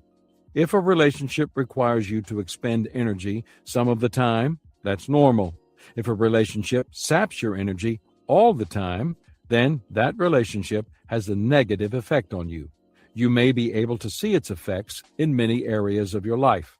It dilutes your talent because it robs you of energy that you could be using toward your best gifts and skills. It distracts you from your purpose, and it detracts you from your best efforts. In the long run, a negative relationship cannot influence your talent in a positive direction. Some relationships add to us. Some relationships clearly make us better. They energize, inspire, and validate us. They lift us up and give us joy. We should view the people in these relationships as friends and value them highly. Helen Keller remarked, "My friends have made the story of my life. In 1,000 ways, they have turned my limitations into beautiful privileges and enabled me to walk serene and happy in the shadow cast by my deprivation." Not long ago, I sat down and listed the types of people who add value to my life and give me energy. Here is what I wrote. 1. My family. The best moments with my family are my best moments. 2. Creative people. They unleash creativity within me like no others. 3. Successful people. I love to hear their stories. 4. Encouraging people. Encouragement is like oxygen to my soul. 5. Fun people. Laughter always lifts my spirit. 6. Good thinkers. Conversations with them are my favorite things. 7. My team. They always add value to me. 8. Learners. Interested people are interesting people. Positive relationships take us to a higher level. They encourage us and bring out the best in us. They make us better than we otherwise would be without them. They are some of life's greatest gifts. Some relationships are pivotal to our lives. Throughout a lifetime, people are in contact with thousands of people in varying levels of relationships. Most have a very limited impact on us, but a few relationships have such a tremendous impact that they change the course of our lives. They are pivotal to who we are and what we do. I don't think anyone can try to create one of these relationships. I call them simply God's gift to me. I don't deserve them, but I do need them. People with whom I have enjoyed this kind of relationship give beyond reason and lift me up to a level I could not achieve without them. Tom Philippi is one such friend. Tom and I have been friends for more than 30 years. We have traveled the world together, Yet we also enjoy just sitting at home, talking, with no other agenda. Not long ago, a group of Tom's friends got together with him to celebrate his 70th birthday. Each of us had the chance to tell the others how Tom has affected our lives. I wrote what I wanted to say and read it to the group. Tom has loved me unconditionally. Victor Hugo said, "The supreme happiness of life is being loved in spite of yourself." Tom has also loved me continually. In 1980, he encouraged me to join the Wesleyan denomination. In 1981, he began assisting me in starting leadership conferences. He gave me an opportunity to enter the business world. He managed my personal development organization when time would not allow me to do it. He financially kept my nonprofit organization alive in its beginning days. Today, it trains millions of leaders internationally. One of God's gifts to me was Tom's friendship. I then closed with a poem called "Your Name is Written" at the top of my list. Tom has changed my life forever. He has been a lifter in so many areas of my life. If you ever encounter someone who has that impact on you, fight to preserve that relationship. Show your gratitude often and give whatever you can in return. 5 signs of a good relationship. Relationships at the secure level validate us and help us to become more comfortable with who we are and to discover our gifts and talents. Good relationships add value to us so that our talent is actually enhanced. Our good friends tell us the truth in a supportive way. They keep us grounded. If we start to get off course, they help keep us on track. They encourage us when we're down and inspire us to go higher. A few good relationships can make all the difference in where a talented person ends up in life. As you engage in relationships, try to find people with whom you can build relationships that are mutually beneficial. Here are the signs that a relationship is headed toward that level. 1. Mutual enjoyment. In good relationships, people spend time together just for the enjoyment of being together. What they do is not of significance. For example, my wife Margaret and I often run errands together. What's enjoyable about dropping off the dry cleaning, buying groceries, or picking up items at a neighborhood shop? Nothing, except spending time with her. I think when many of us were kids, we intuitively understood the value of spending time with someone special. Do you remember how it felt to sit on the lap of your mother or father when you were small? Or how excited you got when a favorite uncle or a grandparent came to visit? Or how it felt when you first started dating? Unfortunately, the busyness and pressures of life often cause us to forget what a joy this can be. I've always valued time with Margaret. Now that she and I are grandparents, time with people I love means even more to me. Try not to let the stresses of life make you lose track of that. 2. Respect. When you value someone on the front end of a relationship, you earn respect on the back end. And that's foundational to all good relationships. When do people respect you? When you don't let obstacles or circumstances become more important to you than the relationship. When the pressure is on and you still treat them with patience and respect. When the relationship is struggling and you are willing to work hard to protect and preserve it. That's when you have proven worthy of others' respect. Respect is almost always built on difficult ground. Proverbs, the book of wisdom in the Bible, teaches about the strengths of friendships. Friendships are scarce. 18, verse 24. Friends will not jump ship when the going gets rough. 17, verse 17. Friends will be available for counsel. 27, verse 9. Friends will speak the truth to you. 27, verse 6. Friends will sharpen you. 27, verse 17. Friends will be sensitive to your feelings. 26, verses 18 and 19. Friends will stick with you. 16, verse 28. 18, verse 24. People who respect each other and build a good relationship enjoy all of these benefits of friendship. 3. Shared experiences. Going through a significant experience with another person creates a mutual bond. The experience can be positive or negative. Families come together and enjoy reminiscing about vacations they took years before. Often the more disastrous, the more fondly remembered. Colleagues build relationships as they work together on high-pressure projects. Soldiers talk about the bond that occurs as they train together and how it only increases if they go to war together. We all need others to lean on and to celebrate with. Shared experiences gives us those opportunities. I still remember vividly my father taking me out of school when I was 10 years old so that I could accompany him on a business trip. At the time, he was a district superintendent in our denomination, which meant that he was a pastor and leader to many pastors of local churches in our region. Dad and I packed for the trip and traveled from town to town by car. As we rode along, we talked. As he met with the various pastors, I watched him encouraging them. It not only created a special bond between us, but it modeled the kind of work with people that I would one day be doing myself. It was an experience I will treasure until the day I die. 4. Trust.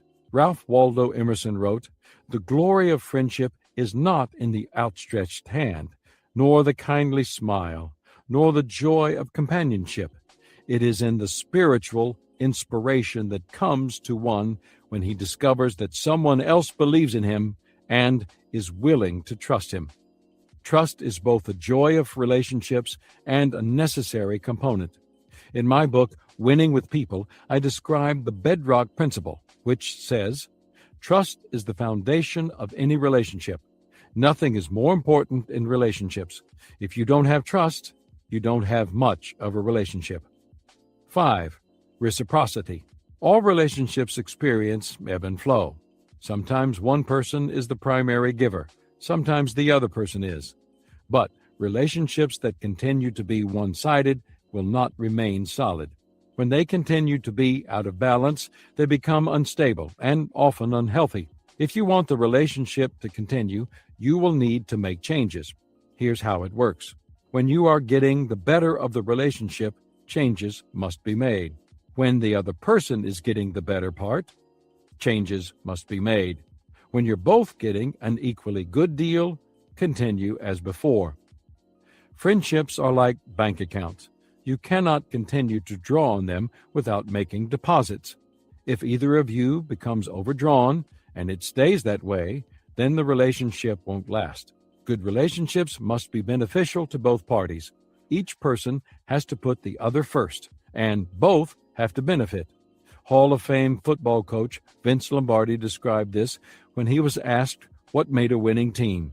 He observed, "There are a lot of coaches with good ball clubs who know the fundamentals and have plenty of discipline, but still don't win the game." Then you come to the third ingredient. If you're going to play together as a team, you've got to care for one another. You've got to love each other. Each player has to be thinking about the next guy and saying to himself, "If I don't block that man, Paul is going to get his legs broken. I have a job to do in order that he can do his." The difference between mediocrity and greatness is the feeling these guys have for each other. Good relationships are always win-win. If both people aren't winning, then the relationship isn't good, and it won't last. Relationship review.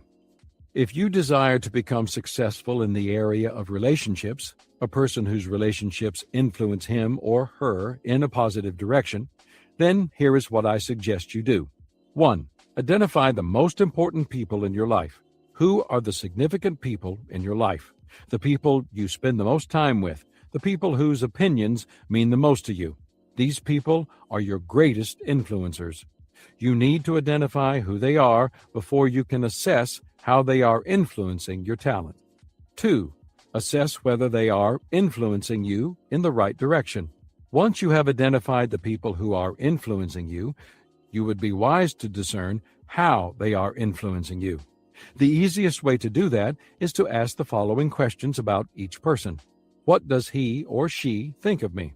People tend to become what the most important person in their lives believes they can be. Think about small children. If their parents tell them they are losers, stupid, or worthless, they believe they are.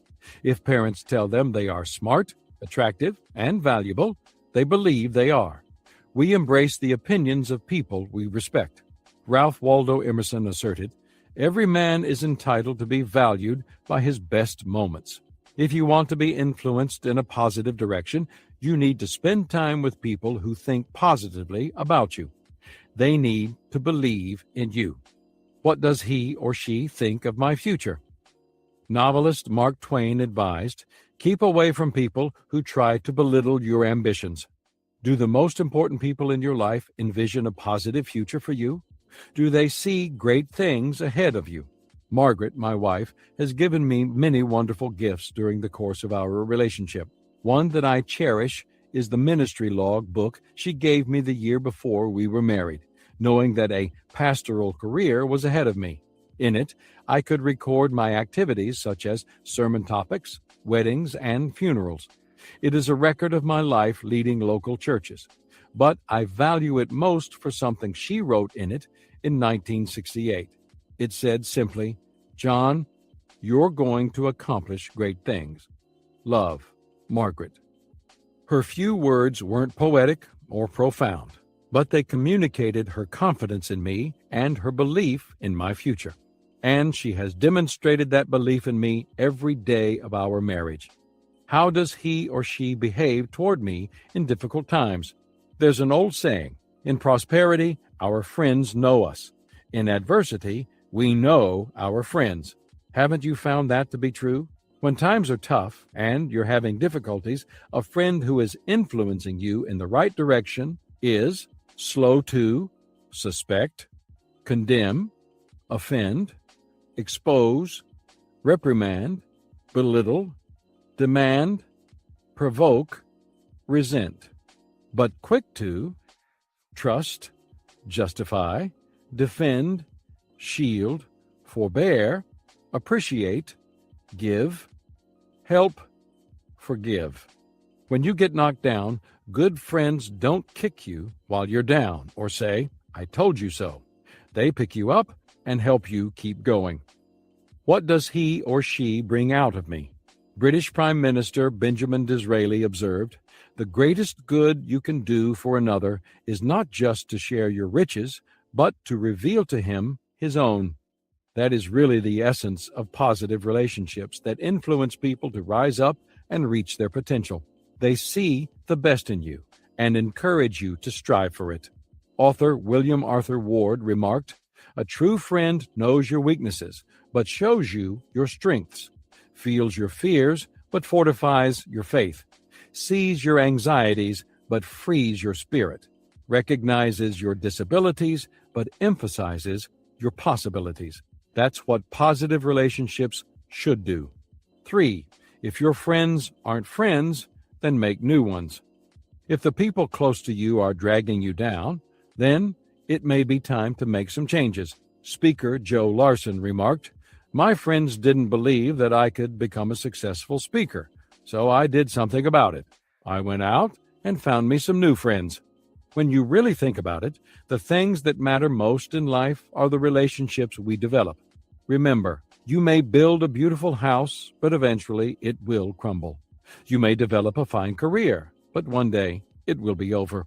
You may save a great sum of money, but you can't take it with you. You may be in superb health today, but in time it will decline. You may take pride in your accomplishments, but someone will surpass you.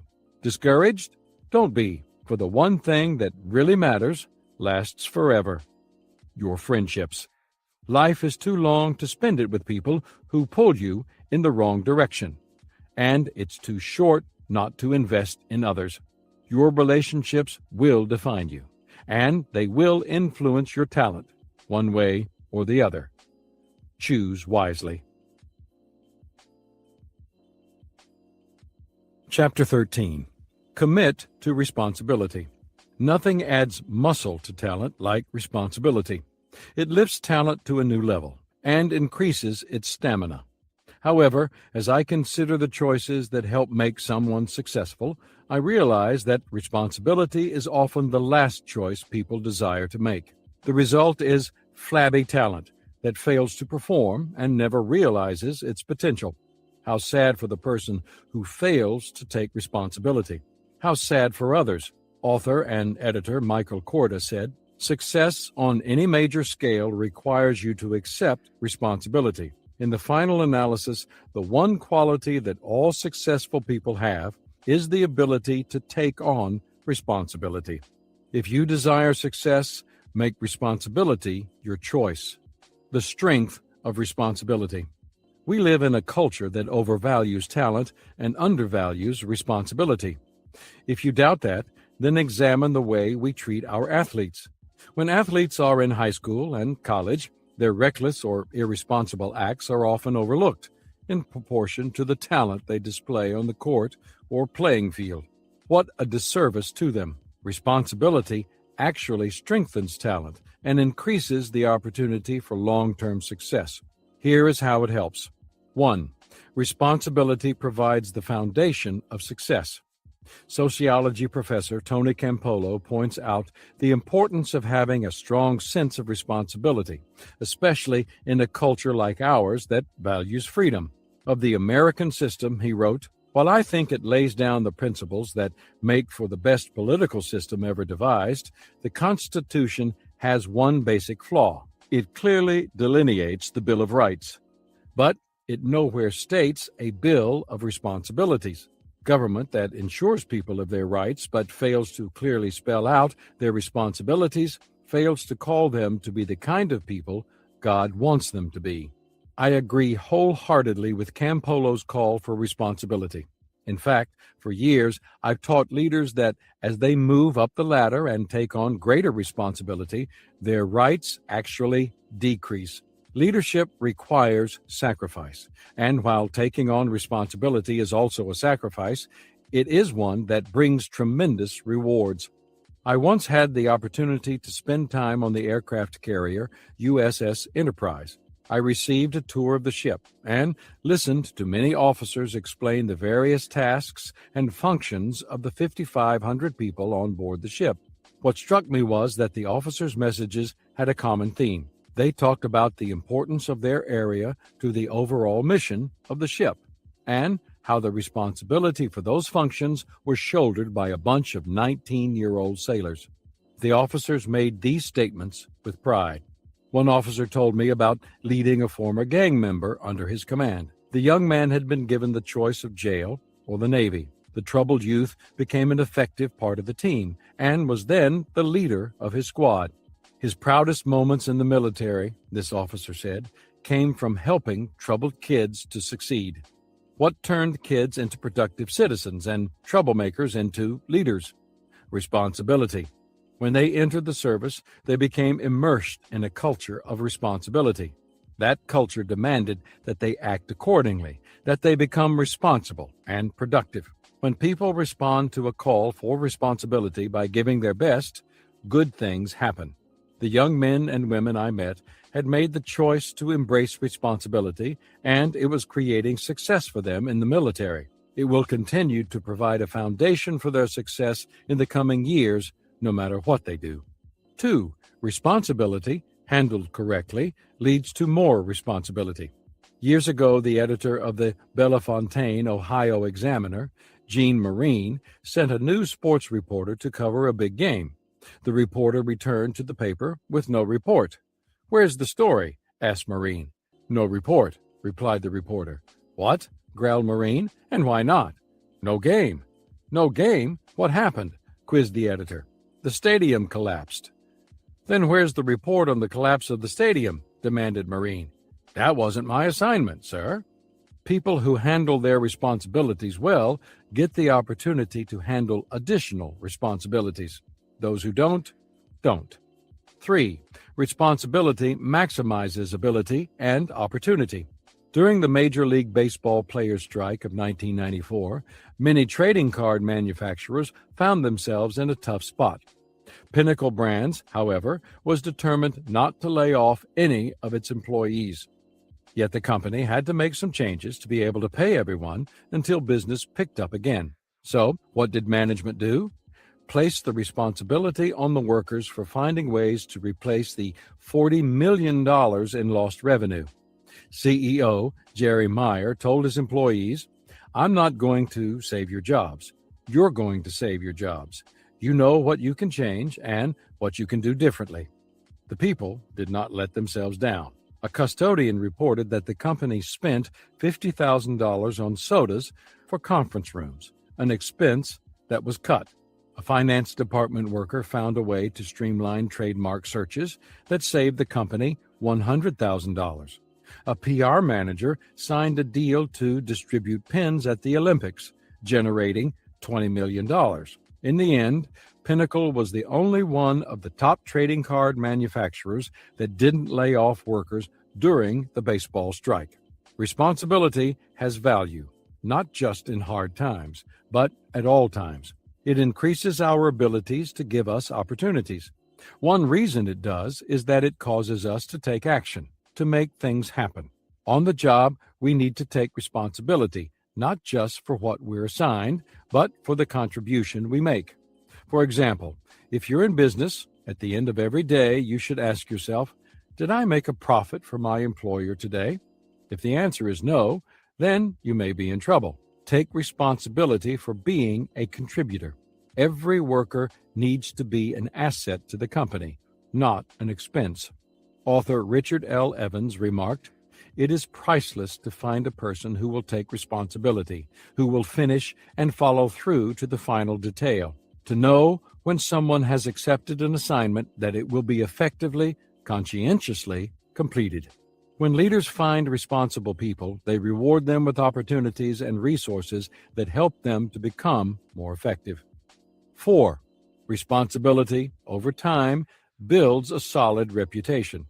Responsible people enjoy an increasingly better reputation, and that is one of the greatest assets of sustained responsibility. Others discover what they can expect from you, and they know they can depend on you. You're solid. In contrast, the longer you know a person who lacks responsibility, the less you trust him. A person may try to compartmentalize his life, taking responsibility in one area and shirking it in another. But in the long run, it doesn't work. Irresponsibility, left unchecked, inevitably grows and spreads into other areas of a person's life. A general from American history whose reputation continued to grow was Dwight D. Eisenhower. In fact, his reputation became so strong that it got him elected president. Though he was only an average president, he was an excellent general. One reason was his willingness to take responsibility for his decisions. During World War II, Eisenhower was responsible for planning the D-Day invasion of Normandy, France. Giving the okay for the assault was a painful decision, one he knew would lead to the deaths of many servicemen. Yet he also knew that if it was successful, it would be a pivotal point in the war against the Nazis. Pat Williams, in his book American Scandal, wrote that in the hours prior to the assault, Eisenhower handwrote a press release that would be used in the event of the invasion's failure. It read, "Our landings have failed, and I have withdrawn the troops. My decision to attack at this time and this place was based upon the best information available. The troops, the air, and the Navy did all that bravery and devotion to duty could do. If any blame or fault attaches to the attempt, it is mine alone." Eisenhower had determined that he would take responsibility for whatever happened. That mindset earned the admiration of his fellow officers, his soldiers, and citizens alike.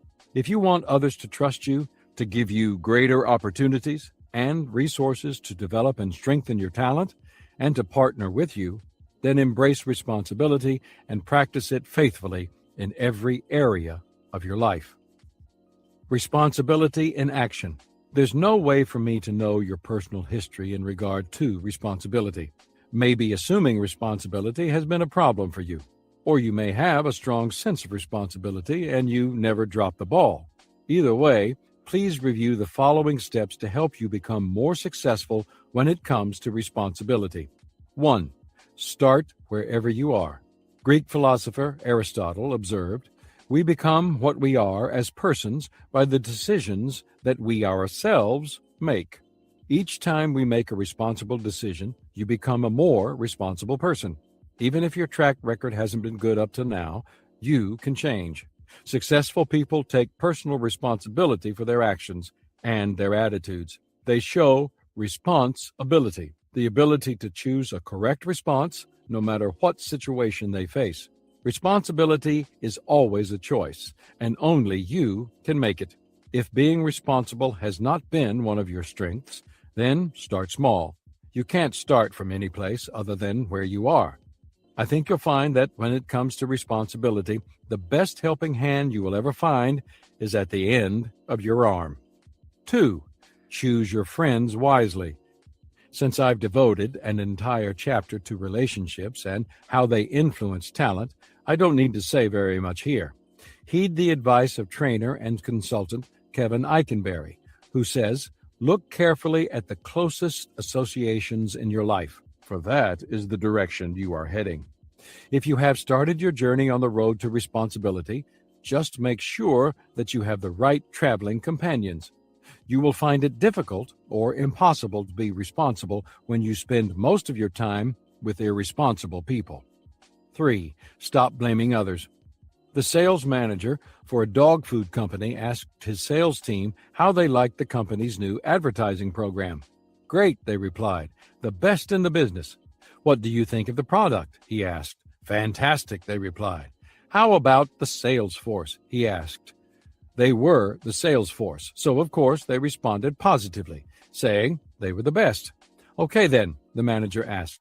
So if we have the best brand, the best packaging, the best advertising program, and the best sales force, why are we in 17th place in our industry?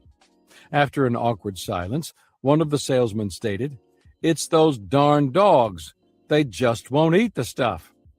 If you want to be successful, you need to stop blaming others, take a good look in the mirror, and take responsibility for your own life. Oprah Winfrey says, my philosophy is that not only are you responsible for your life, but doing the best at this moment puts you in the best place for the next moment. Ron French of the Gannett News Service wrote that failing to take responsibility has become pervasive in America.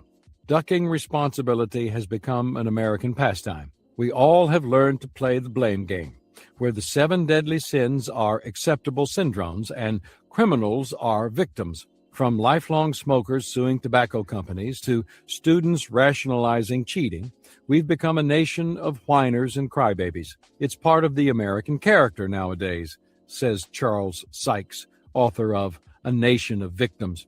We've gone from a society of people who were self-reliant to a people who inherently refuse to accept responsibility. People who think others are responsible for their situation assign the blame to various individuals, institutions, or entities. Some fault society or the times.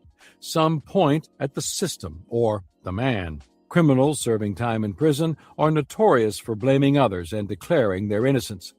Others rail against the previous generation as the cause of their problems.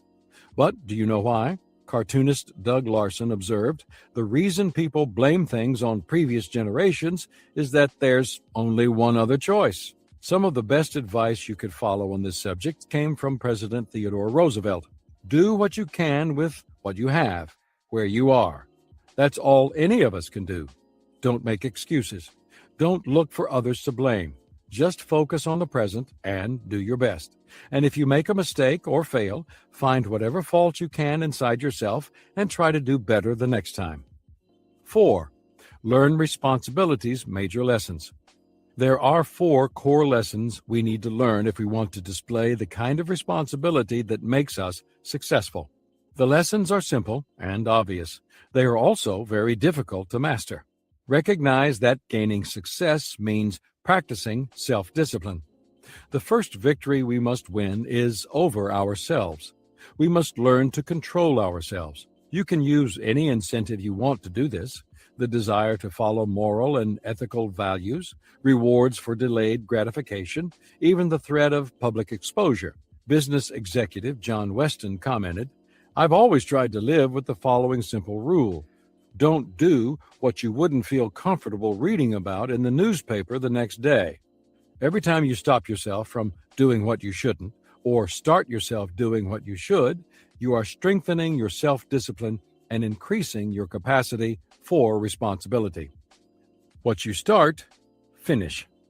There are two kinds of people in the world, those who do and those who might. Responsible people follow through. If they make a commitment, they see it through. They finish. And that is how others evaluate them. Are they dependable or not? Can I rely on them? Writer Ben Ames Williams observed, "Life is the acceptance of responsibilities or their evasion. It is a business of meeting obligations or avoiding them. To every man the choice is continually being offered, and by the manner of his choosing you may fairly measure him. Know when others are depending on you." Talent does not succeed on its own. I'll discuss that in detail in the next chapter. If you desire to be successful, you will need others. Sometimes you will have to depend on them, and there will be times they need to depend on you. In my book, The 17 Indisputable Laws of Teamwork, I wrote about the law of countability, which says teammates must be able to count on each other when it counts. The first step in making yourself the kind of person others can depend on is being dependable. The second is taking the focus off yourself and becoming aware that others are depending on you. Having the intention to be responsible isn't enough. Your actions need to come through. Don't expect others to step in for you. The following challenge was issued to the 1992 graduating class of the University of South Carolina by Alexander M. Saunders, Jr., Chief Judge of the South Carolina Court of Appeals. As responsibility is passed to your hands, it will not do, as you live the rest of your life, to assume that someone else will bear the major burdens, that someone else will demonstrate the key convictions, that someone else will run for office, that someone else will take care of the poor, that someone else will visit the sick, protect civil rights, enforce the law, preserve culture, transmit value, maintain civilization, and defend freedom. You must never forget that what you do not value will not be valued, that what you do not remember will not be remembered, that what you do not change will not be changed, that what you do not do will not be done. You can, if you will, craft a society whose leaders, business and political, are less obsessed with the need for money. It is not really a question of what to do, but simply the will to do it. Many people sit back and wait for someone else to step up and take responsibility. Sometimes that is because of weak character, laziness, lack of resolve, and so on. But more often, it comes from poor judgment or low self-esteem. People believe that someone else is more qualified or better situated to stand up and make a difference. But the truth is that most of the people who make a difference do so not because they are the best for the job, but because they decided to try. 5. Make tough decisions and stand by them. When he was mayor of New York City, Rudy Giuliani kept a sign on his desk that stated, "I'm responsible." In his book, Leadership, he wrote, "Throughout my career, I've maintained that accountability, the idea that people who work for me are answerable to those we work for, is the cornerstone, and this starts with me. Nothing builds confidence in a leader more than the willingness to take responsibility for what happens during his watch." One might add that nothing builds a stronger case for holding employees to a high standard than a boss who holds himself to an even higher one. This is true in any organization, but it's particularly true in government.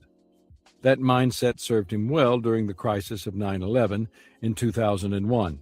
He had to make many tough decisions very quickly, and whether they were right or wrong, he stood by them. His tough-minded responsibility, coupled with strong leadership, served the people well during that difficult time. President Abraham Lincoln said, "You cannot escape the responsibility of tomorrow by evading it today. Easy decisions make us look good, but making tough ones and taking ownership of them makes us better." 6. Live beyond yourself. There is one more aspect of responsibility that I want to share with you. It will take you beyond the level of those who simply take responsibility for themselves. It is the idea of taking responsibility beyond yourself by serving others. In a speech to the Massachusetts legislature on the eve of his presidency, John F. Kennedy said, "For of those to whom much is given, much is required." And when, at some future date, the High Court of History sits in judgment on each one of us, recording whether in our brief span of service we fulfilled our responsibilities to the state, our success or failure in whatever office we may hold will be measured by the answers to 4 questions. First, were we truly men of courage? Second, were we truly men of judgment? Third, were we truly men of integrity? Finally, were we truly men of dedication? Self-serving people regard their talent and resources as what they own. Serving people regard their talent and resources as what's on loan. Holocaust survivor Elie Wiesel, who won the Nobel Peace Prize in 1986, spent the years after his time in Nazi concentration camps trying to give back to others. He taught as a professor at Boston University. He also traveled extensively, giving talks and sharing the wisdom he gained from his life experiences. One of the questions he asked young people was, how will you cope with the privileges and obligations society will feel entitled to place on you? As he tried to guide them, he shared his sense of responsibility to others. What I receive, I must pass on to others. The knowledge that I have must not remain imprisoned in my brain. I owe it to many men and women to do something with it. I feel the need to pay back what was given to me. Call it gratitude. To learn means to accept the postulate that life did not begin at my birth. Others have been there before me, and I walk in their footsteps. Practicing responsibility will do great things for you. It will strengthen your talent, advance your skills, and increase your opportunities. It will improve your quality of life during the day and help you sleep better at night. But it will also improve the lives of the people around you. If you want your life to be a magnificent story, then realize you are its author. Every day you have the chance to write a new page in that story. I want to encourage you to fill those pages with responsibility to others and yourself. If you do, in the end, you will not be disappointed. Chapter 14. Lean in to teamwork. In the Academy Award-winning movie, Rocky, boxer Rocky Balboa describes his relationship with his girlfriend, Adrian. I've got gaps. She's got gaps. But together, we've got no gaps. What a wonderful description of teamwork. It doesn't matter how talented you may be. You have gaps. There are things you don't do well. What's the best way to handle your weaknesses? Partner with others who have strengths in those areas. If you want to do something really big, then do it as part of a team. Teamwork truths. In 2001, when I wrote the 17 Indisputable Laws of Teamwork, the first law I included was the law of significance, which says, 1 is too small a number to achieve greatness.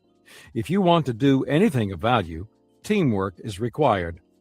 Teamwork not only allows a person to do what he couldn't otherwise do, it also has a compounding effect on all he possesses, including talent. If you believe one person is a work of God, which I do, then a group of talented people committed to working together is a work of art. Whatever your vision or desire, teamwork makes the dream work. Working together with other people toward a common goal is one of the most rewarding experiences of life. I've led or been part of many different kinds of teams: sports teams, work teams, business teams, ministry teams, communication teams, choirs, bands, committees, boards, you name it. I've observed teams of nearly every type in my travels around the world. And talking to leaders, developing teams, counseling with coaches, and teaching and writing on teamwork have influenced my thinking when it comes to teams. What I've learned, I want to share with you. 1. Teamwork divides the effort and multiplies the effect.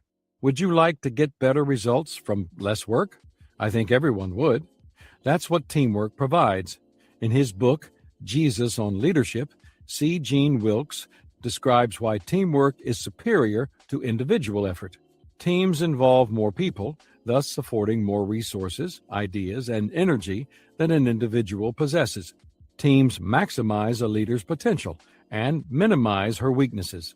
Strengths and weaknesses are more exposed in individuals. Teams provide multiple perspectives on how to meet a need or reach a goal, thus devising several alternatives for each situation. Individual insight is seldom as broad and deep as a group's when it takes on a problem. Teams share the credit for victories and the blame for losses. This fosters genuine humility and authentic community. Individuals take credit and blame alone. This fosters pride and sometimes a sense of failure. Teams keep leaders accountable for the goal. Individuals connected to no one can change the goal without accountability.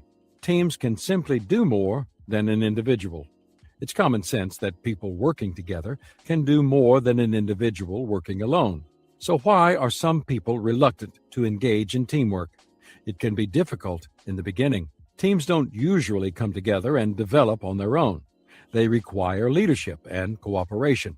While that may be more work on the front end, the dividends it pays on the back end are tremendous and well worth the effort. 2. Talent wins games, but teamwork wins championships. A sign in the New England Patriots locker room states, "Individuals play the game, but teams win championships." Obviously, the Patriot players understand this. They have won the Super Bowl 6 times. Teams that repeatedly win championships are models of teamwork. For more than 2 decades, the Boston Celtics dominated the NBA. Their team has won more championships than any other in NBA history. And at one point during the 50s and 60s, the Celtics won 8 championships in a row. During their run, the Celtics never had a player lead the league in scoring. Red Auerbach, who coached the Celtics and then later moved to their front office, always emphasized teamwork. He asserted, "One person seeking glory doesn't accomplish much. Everything we've done has been the result of people working together to meet our common goals." It's easy to see the fruit of teamwork in sports, but it is at least as important in business. Harold S. Janine, who was director, president, and CEO of ITT for 20 years, observed, "The essence of leadership is the ability to inspire others to work together as a team, to stretch for a common objective. If you want to perform at the highest possible level, you need to be a part of a team." 3. Teamwork is not about you. The Harvard Business School recognizes a team as a small number of people with complementary skills who are committed to a common purpose, performance goals, and approach for which they hold themselves mutually accountable. Getting those people to work together is sometimes a challenge. It requires good leadership, and the more talented the team members, the better the leadership that is needed. The true measure of team leadership is not getting people to work. Neither is it getting people to work hard. The true measure of a leader is getting people to work hard together. All great teams are the result of their players making decisions based on what's best for the rest. That's true in sports, business, the military, and volunteer organizations. And it's true at every level, from the part-time support person to the coach or CEO. The best leaders also put their team first. C. Gene Wilkes observes, "Team leaders genuinely believe they do not have all the answers, so they do not insist on providing them. They believe they do not need to make all key decisions, so they do not do so. They believe they cannot succeed without the combined contributions of all the other members of the team to a common end, so they avoid any action that might constrain inputs and intimidate anyone on the team. Ego is not their predominant concern." Highly talented teams possess players with strong egos. One secret of successful teamwork is converting individual ego into team confidence, individual sacrifice, and synergy. Pat Riley, NBA champion coach, says, Teamwork requires that everyone's efforts flow in a single direction. Feelings of significance happen when a team's energy takes on a life of its own. 4. Great teams create community. All effective teams create an environment where relationships grow and teammates become connected to one another. To use a term that is currently popular, they create a sense of community. That environment of community is based on trust. Little can be accomplished without it. On good teams, trust is a non-negotiable.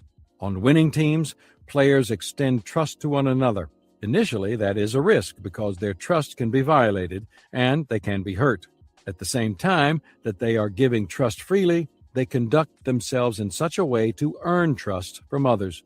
They hold themselves to a high standard. When everyone gives freely and bonds of trust develop and are tested over time, players begin to have faith in one another. They believe that the person next to them will act with consistency, keep commitments, maintain confidences, and support others. The stronger the sense of community becomes, the greater their potential to work together. Developing a sense of community in a team does not mean there is no conflict. All teams experience disagreements. All relationships have tension, but you can work them out. When a team shares a strong sense of community, team members can resolve conflicts without dissolving relationships. 5. Adding value to others adds value to you. My husband and I have a very happy marriage, a woman bragged. There's nothing I wouldn't do for him, and there's nothing he wouldn't do for me. And that's the way we go through life, doing nothing for each other. That kind of attitude is a certain road to disaster for any team, including a married couple. Too often, people join a team for their personal benefit. They want a supporting cast so that they can be the star. But that attitude hurts the team. When even the most talented person has a mind to serve, special things can happen. Former NBA great Magic Johnson paraphrased John F. Kennedy when he stated, "Ask not what your teammates can do for you, ask what you can do for your teammates." That wasn't just talk for Johnson. Over the course of his career with the Los Angeles Lakers, he started in every position during championship games to help his team. U.S. President Woodrow Wilson asserted, "You are not here merely to make a living. You are here in order to enable the world to live more amply, with greater vision, with a finer spirit of hope and achievement. You are here to enrich the world, and you impoverish yourself if you forget that errand." People who take advantage of others inevitably fail in business and relationships. If you desire to succeed, then live by these 4 simple words: add value to others. That philosophy will take you far. How to lean in to teamwork. All talented people have a choice to make: do their own thing and get all the credit, or do the team thing and share it. My observation is that not only do talented people accomplish more when working with others, but they are also more fulfilled than those who go it alone. My hope is that you choose teamwork over solo efforts. If that is your desire, then do the following. 1. Buy into the law of significance. Earlier in this chapter, I mentioned the law of significance from the 17 indisputable laws of teamwork. 1 is too small a number to achieve greatness. In 2002, when I was teaching on the laws, I challenged members of the audience of 10,000, name one person in the history of mankind who, alone, without the help of anyone, made a significant impact on civilization. A voice from the crowd yelled, "Charles Lindbergh. He crossed the Atlantic Ocean in a plane by himself." The crowd cheered. "That's true," I responded, and the crowd cheered louder, thinking I had been stumped. "But did you know," I continued, "that Ryan Aeronautical Engineering designed and built the plane? Did you know that 10 millionaires financed the trip?" The crowd exploded. "Are there any more suggestions?" I asked. I want to give you the same challenge. Think of any significant accomplishment that appears to be a solo act. Then do some research, and you will find that others worked with the individuals or supported them so that they could do what they did. No one does anything significant on his own. One is too small a number to achieve greatness.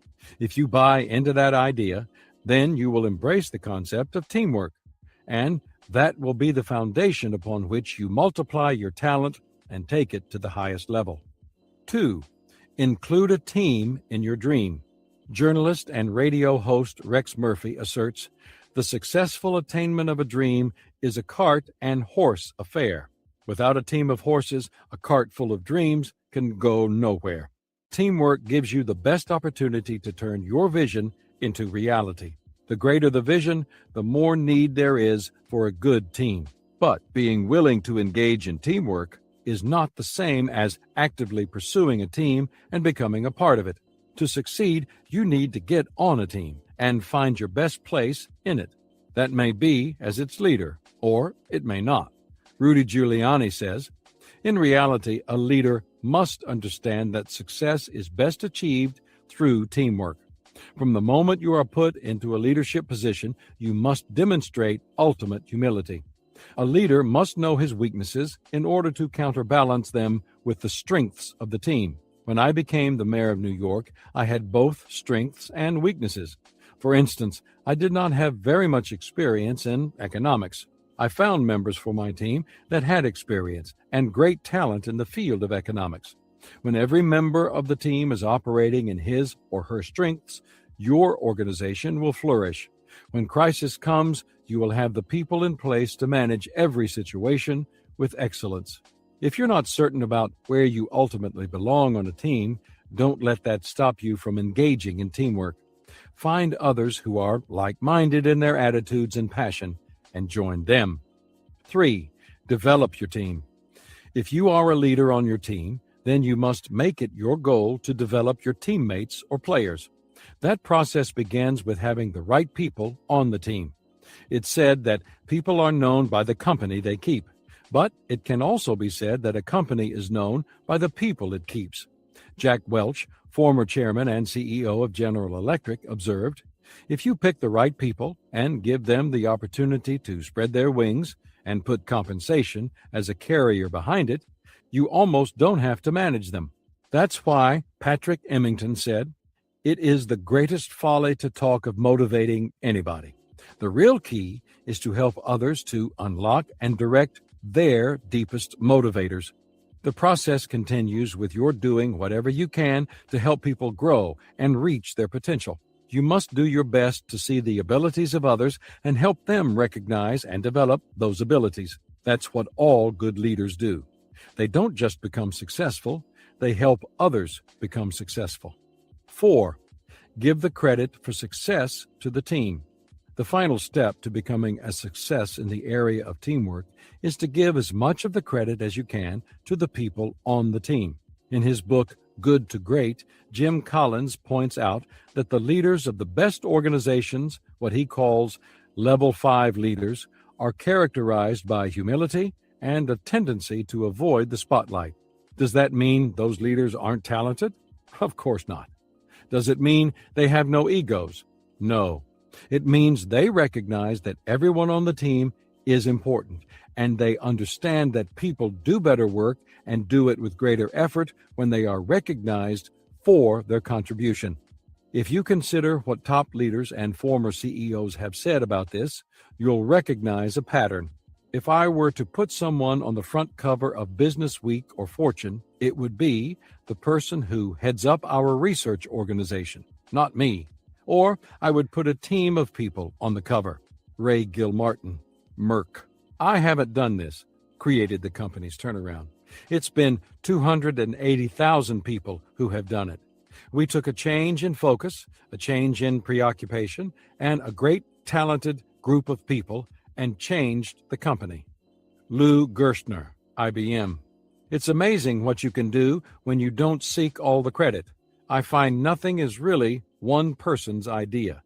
Dan Tooley, Merrill Lynch. We have 68,000 employees. With a company this size, I'm not running the business. My job is to create the environment that enables people to leverage each other beyond their own individual capabilities. Walter Shipley, Citibank. If you want to help your team go further and help team members sharpen their talent and maximize their potential, when things don't go well, take more than your fair share of the blame. And when things go well, give all the credit away. One person who captured my attention was Bono, singer for the rock band U2. I must admit I was fairly late in discovering him. His music wasn't really my cup of tea, but his passion, leadership, and activism really impressed me. In 2005, he was named a Person of the Year by Time magazine, along with Bill and Melinda Gates. There's no doubting Bono's talent. His success in the musical world is obvious. He has penned many hit songs, and U2, which has been together for more than 40 years, is one of the most successful bands in history. Together, the band members have sold approximately 180 million albums. Bono has expanded his efforts beyond the world of music. He has become an advocate for African aid and economic development. And he's not just a celebrity lending his name to a cause. Senator Rick Santorum said of him, "Bono understands the issues better than 99% of the members of Congress." And Bono has relentlessly worked at partnering with other people to further the causes he's passionate about. He has met with heads of state, economists, industry leaders, celebrities, anyone who has the potential to add value to the people he desires to help. Where did Bono learn to rely on others, to be part of a team and enlist the aid of others? Rock stars are supposed to be self-absorbed, iconoclastic, isolated, and indifferent to others. That is what happens to many famous people, and it's the reason many music groups don't stay together. Bono comments, "There's moments when people are so lost in their own selves, the demands of their own life, that it's very hard to be a band. People want to be lords of their own domain. I mean, everybody, as they get older, rids the room of argument.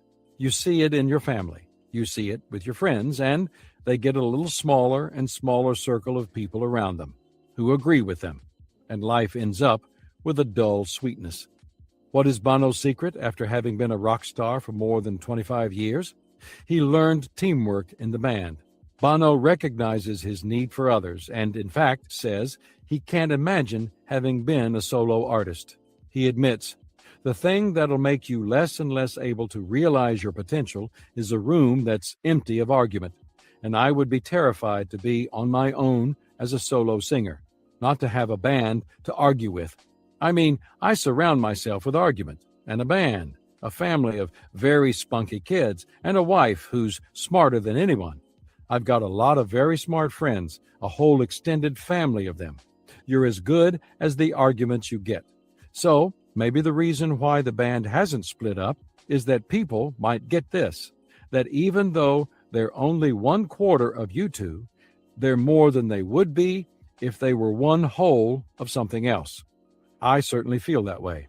I can't think of a better way to say it myself. A talented person who is part of a team and in the right place on the right team becomes more than he ever could on his own. That's what it means to be a success. You've been listening to the audio production of Success is a Choice. Text copyright 2020 by John C. Maxwell. Production copyright 2020 by HarperCollins Leadership. No portion of this recording may be reproduced without the prior written consent of the publisher. For more information on other books and audio products from HarperCollins Leadership, please visit your favorite retailer or visit us online at harpercollinsleadership.com. Success is a Choice was recorded at Audio Productions in Nashville, Tennessee.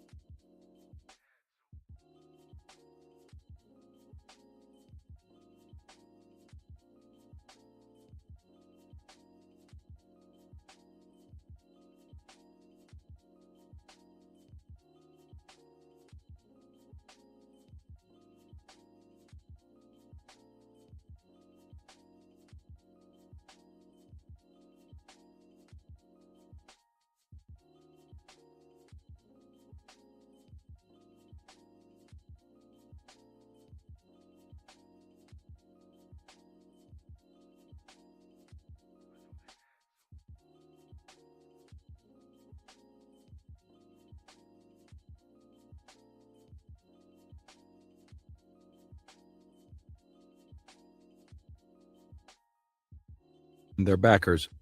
Since Disney's stock value was down and it carried little debt, it became ripe for a hostile takeover. In 1984, Disney narrowly avoided one takeover attempt and was facing the threat of yet another when its board of directors finally took a realistic look at where Disney stood. They decided that if the company was to survive, it would require radical changes, including something it had never done in its history: bringing in someone from outside Disney to run the company. Getting back into the game. The people selected to turn around Disney were Michael Eisner as chairman and CEO, and Frank Wells as president and COO. Concerning their challenging task, Eisner remarked, "Our job wasn't to create something new, but to bring back the magic, to dress Disney up in more stylish clothes and expand its reach, to remind people why they loved the company in the first place. A brand is a living entity, and it is enriched or undermined cumulatively over time, the product of 1,000 small gestures." Eisner was writing about his work on the Disney brand, but his remarks describe the approach he and Wells took to revitalizing the entire company. That involved a variety of strategies. For one thing, they changed the name of the organization from Walt Disney Productions to the Walt Disney Company, reflecting the diversity of its interests. They brought together all of the organization's corporate executives and division heads for a weekly lunch to promote cohesiveness and to share ideas across divisions. They also hired key leaders, such as Jeffrey Katzenberg, to run their movie and television operations. Goal. In a matter of a few years, Disney once again became a vital player in the entertainment industry. The almost dead television division produced hits such as The Golden Girls and Home Improvement. The movie division, which had recently produced few movies and lost so much money, produced more movies in greater volume, with 27 of its first 33 turning a profit. Before long, the company had 4 movie divisions: Disney, Touchstone, Hollywood Pictures, and Miramax. In late 1987, Disney became the #1 studio at the box office for the first time in its history. And the animation division once again set the pace for the industry by creating films such as The Little Mermaid, Beauty and the Beast, Aladdin, and The Lion King. Eisner and Wells expanded the company's efforts into new areas. They increased land development and built numerous new hotels at Walt Disney World. In 1987, they also opened retail stores in malls for the first time. 4 years later, Disney owned 125 stores, which were generating $300 million in annual revenue. And of course, they improved the theme parks through expansion, innovation, and strategic partnerships with people such as George Lucas and Steven Spielberg. When they took over the company in 1984, the parks generated income of $250 million. By 1990, their income reached $800 million.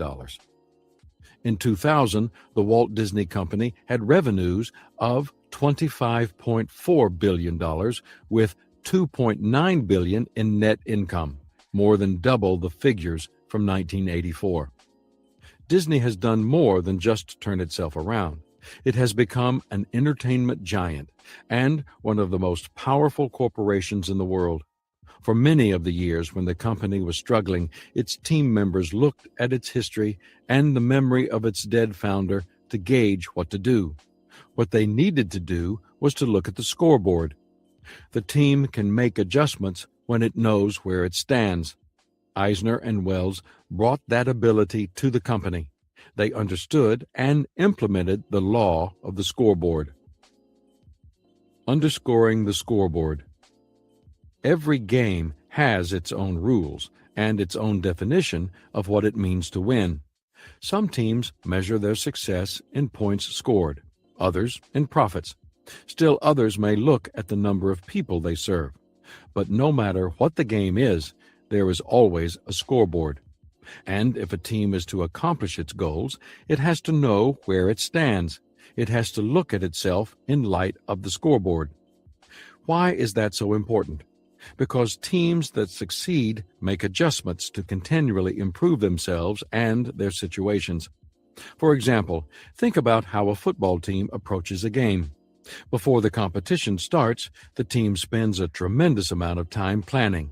Players study hours of game film. They spend days figuring out what their opponent is likely to do, and they decide the best way to win. They come up with a detailed game plan. As the game begins, the game plan is very important, and the scoreboard means nothing. But as the game goes on, the game plan means less and less, and the scoreboard becomes more and more significant. Why? Because the game is constantly changing.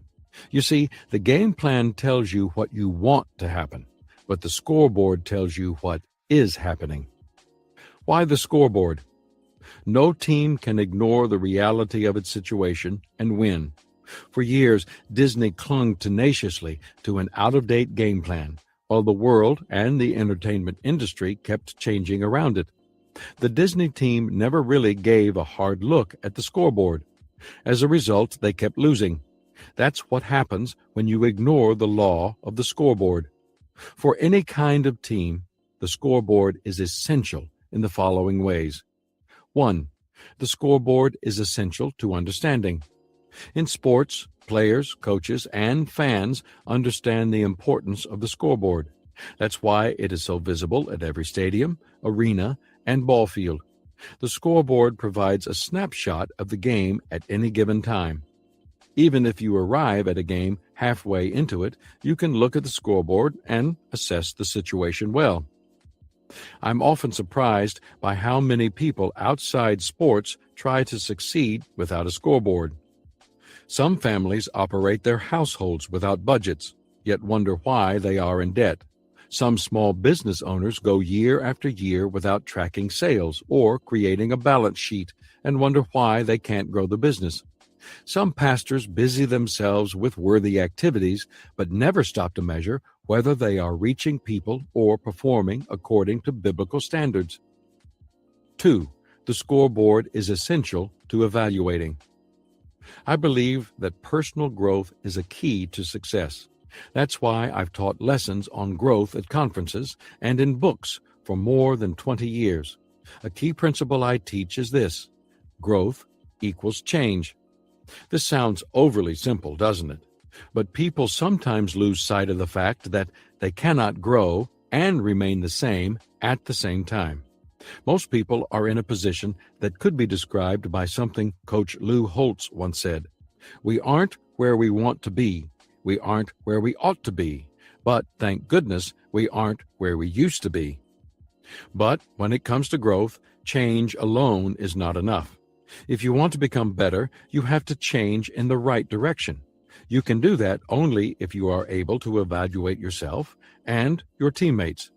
That is another reason for the scoreboard. It gives you continual feedback. Competing without a scoreboard is like bowling without pins. You may be working hard, but you don't really know how you're doing. 3. The scoreboard is essential to decision-making. Once you have evaluated your situation, you're ready to make decisions. In football, the quarterback uses information from the scoreboard to decide what play to call. In baseball, the scoreboard helps the manager to know when to bring in a relief pitcher. In basketball, it can be used to determine whether to call a timeout. That was the case at Disney. First, Eisner looked at the company to understand its overall position. Then he evaluated individual areas for their effectiveness.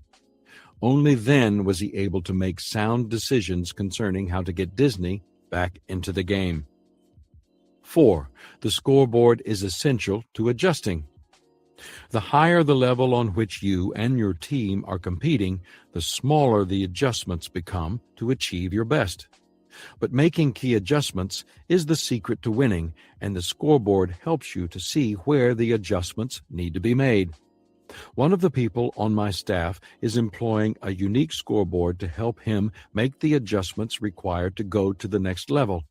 That person is Kevin Small, the president of Enjoy. Kevin is a real go-getter with high energy and enthusiasm. Being a young leader, he also has weak areas he needs to work on.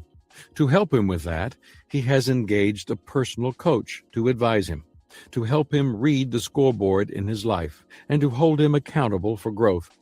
And it's really helping him.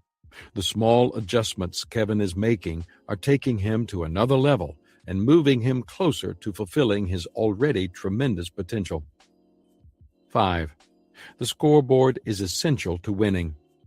In the end, nobody can win without the scoreboard.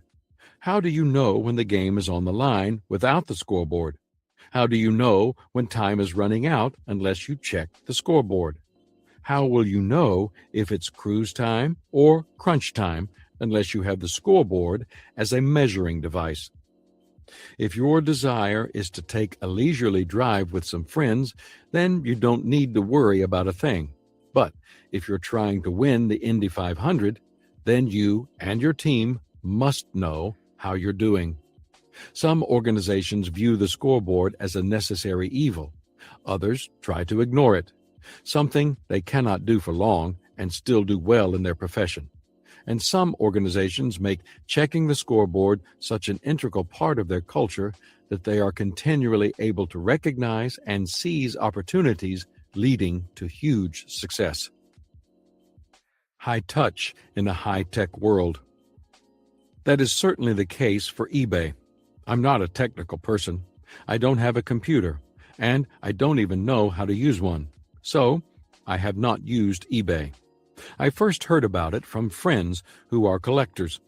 They talked about being able to find things they wanted through auctions held on the internet. They seemed to be having fun with it, but to tell the truth, I didn't pay much attention. Then I started seeing articles about eBay in the financial pages, and I read about the company's president and CEO, Meg Whitman. eBay is an e-commerce company that specializes in connecting buyers and sellers of goods online. It was founded by Pierre Omidyar in his San Jose, California living room in September of 1995 with the idea of helping people find used, rare, or collectible items. The idea took off and became so successful that Omidyar soon recognized that he was in over his head. That's when he hired Meg Whitman, who had an MBA from Harvard and tremendous leadership experience as a general manager at Hasbro, president and CEO of FTD, and senior vice president of the Walt Disney Company. An article in Time magazine explains eBay's success this way. As an online middleman between buyers and sellers, eBay is building an empire that bricks and mortar could not have touched. If buy.com goes down, you can still go to Circuit City, says Meg Whitman, CEO of eBay. But if eBay crashes, there's nowhere else to go.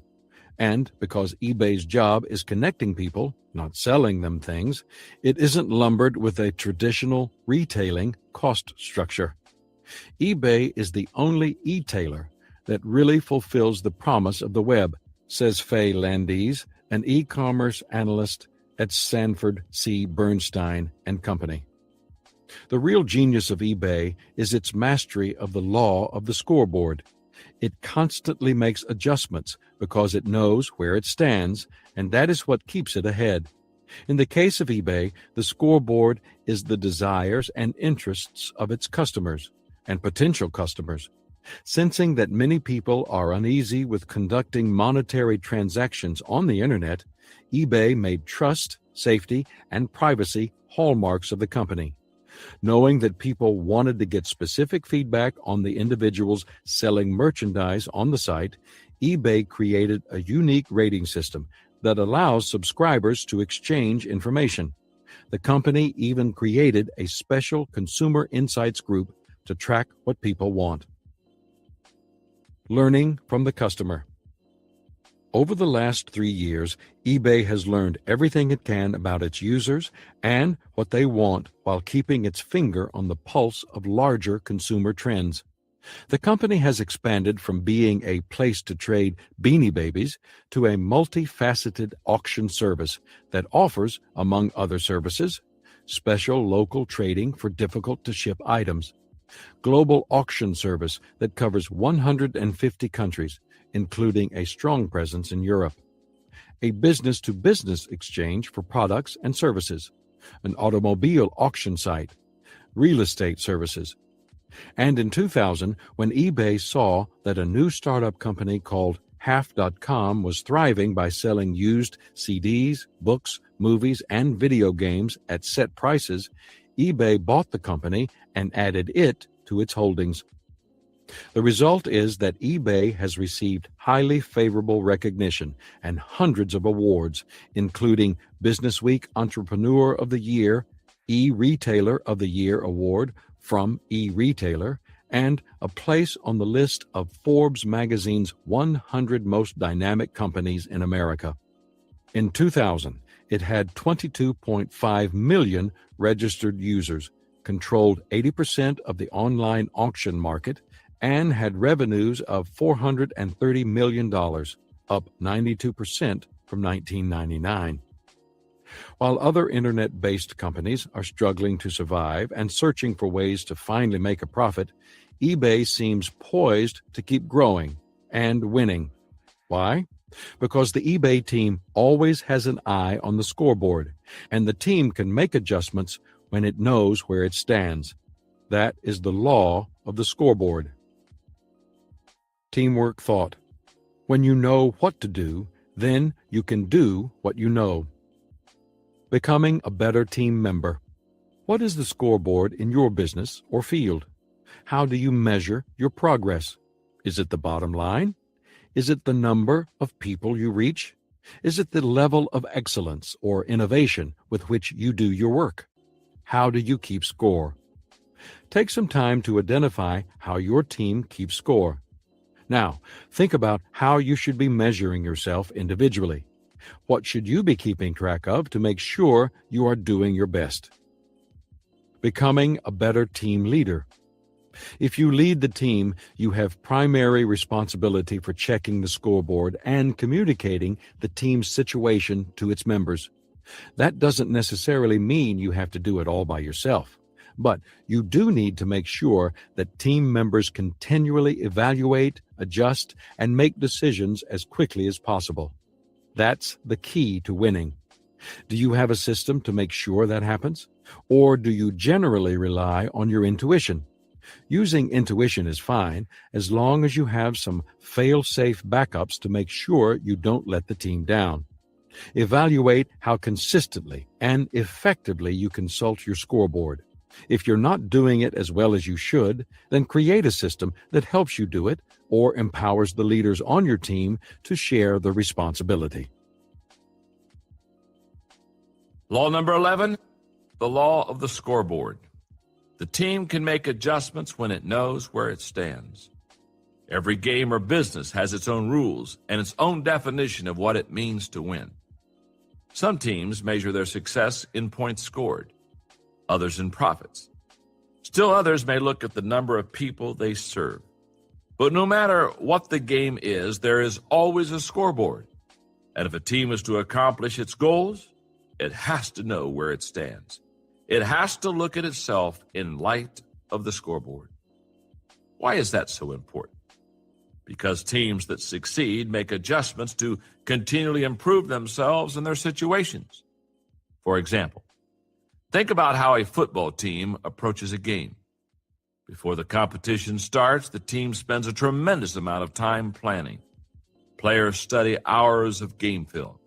They spend days figuring out their opponent and what they are likely to do, and they decide the best way to win. They come up with a detailed game plan. As the game begins, the game plan is very important. The scoreboard means nothing. But as the game goes on, the game plan means less and less, and the scoreboard becomes more and more significant. Why? because the game is constantly changing. You see, the game plan tells what you want to happen, but the scoreboard tells what is happening. No team can ignore the reality of its situation and win. And for any kind of a team, the scoreboard is essential in the following ways. Number one, the scoreboard is essential to understanding. In sports, players, coaches, and fans understand the importance of the scoreboard. That's why it's so visible at every stadium, arena, and ball field. The scoreboard provides a snapshot of the game at any given time. If you arrive at a game halfway into it, you can look at the scoreboard and assess the situation well. I'm often surprised by how many people outside sports try to succeed without a scoreboard. Some families operate their households without budgets, yet wonder why they are in debt. Some small business owners go year after year without tracking sales or creating a balance sheet and wonder why they can't grow the business. Some pastors busy themselves with worthy activities, but never stop to measure whether they are reaching people or performing according to biblical standards. Number two, the scoreboard is essential to evaluating. I believe that personal growth is a key to success. That's why I've taught lessons on growth at conferences and in books for more than 20 years. A key principle I teach is this: growth equals change. This sounds overly simple, doesn't it? But people sometimes lose sight of the fact that they cannot grow and remain the same at the same time. And when it comes to growth, change alone is not enough. If you want to become better, you have to change in the right direction. You can do that only if you're able to evaluate yourself and your teammates. That is another reason for the scoreboard. It gives you continual feedback. Competing without a scoreboard is like bowling without pins. You may be working hard, but you don't really know how you're doing. Number three, the scoreboard is essential to decision making. Once you've evaluated your situation, you're ready to make decisions. In football, the quarterback uses information from the scoreboard to decide what play to call. In baseball, the scoreboard helps the manager know when to bring in a relief pitcher. In basketball, it can be used to determine whether to call a timeout. Number four, the scoreboard is essential to adjusting. The higher the level on which you and your team are competing, the smaller the adjustments become to achieving your best. But making key adjustments is the secret to winning, and the scoreboard helps you to see where the adjustments need to be made. Number five, the scoreboard is essential to winning. In the end, nobody can win without the scoreboard. How do you know when the game is on the line without the scoreboard? How do you know when time is running out unless you check the scoreboard? How will you know if it's cruise time or crunch time unless you have a scoreboard as a measuring device? If your desire is to take a leisurely drive with some friends, then you don't need to worry about a thing. But if you're trying to win the Indy 500, then you and your team must know how you're doing. Some organizations view the scoreboard as a necessary evil. Others try to ignore it, something they cannot do for long and still do well in their profession. And some organizations make checking the scoreboard such an integral part of their culture that they are continually able to recognize and seize opportunities leading to huge success. That is certainly the case for eBay. I'm not a technical person. I don't have a computer. I don't even know how to use one. So I have not used eBay. I first heard about it from friends who are collectors. They talked about being able to find things they wanted through auctions held on the internet. Then I started seeing articles about eBay in the financial pages, and I read about the company's president and CEO, Meg Whitman. eBay is an e-commerce company that specializes in connecting buyers and sellers of goods online. It was founded by Pierre Omidyar in his San Jose, California living room in September of 1995 with the idea of helping people find used, rare, or collectible items. The idea took off and became so successful that Omidyar soon recognized that he was in over his head. That's when he hired Meg Whitman, who had an MBA from Harvard and a tremendous leadership experience with Hasbro, FTD, and the Walt Disney Company. She has taken the company to a whole new level. Because eBay's job is connecting people, not selling them things, it isn't lumbered with the traditional retailing cost structure, says Whitman. eBay is the only e-tailer that really fulfills the promise of the web. The real genius of eBay is its mastery of the law of the scoreboard. It constantly makes adjustments because it knows where it stands. And that is what keeps it ahead. In the case of eBay, the scoreboard is the desires and interests of its customers and potential customers. Sensing that many people are uneasy with conducting monetary transactions on the internet, eBay made trust, safety, and privacy hallmarks of the company. Knowing that people wanted to get specific feedback on the individuals selling merchandise on the site, eBay created a unique rating system that allows subscribers to exchange information. The company even created a spatial consumer insight group to track what people want. Over the last 3 years, eBay has learned everything it can about its users and what they want while keeping its finger on the pulse of the larger consumer trends. The company has expanded from being a place to trade Beanie Babies to a multifaceted auction site that offers a variety of other services. In 2000, eBay had over 22 million registered users, controlled 80% of the online auction market, and had revenues of $430 million, up 92% from 1999. While other internet-based companies are struggling to survive and searching for ways to finally make a profit, eBay seems poised to keep growing and winning. Why? Because the eBay team always has an eye on the scoreboard, and the team can make adjustments when it knows where it stands. That's the law of the scoreboard. Teamwork thought for the law of the scoreboard? When you know what to do, then you can do what you know. Law 12. The law of the bench. Great teams have great depth. Have you ever heard the expression, "It's not over until the fat lady sings"? Or Yogi Berra's famous comment, "It ain't over till it's over"? Would you be surprised to know that sometimes it is over before it's over? And you know when that is if you know the law of the bench. Let me give you an example. One Saturday in September of 2000, I went to a football game with some friends. Kevin Small, the president of Enjoy, Chris Goad, who used to play professional ball, and Steve Miller, my wonderful son-in-law.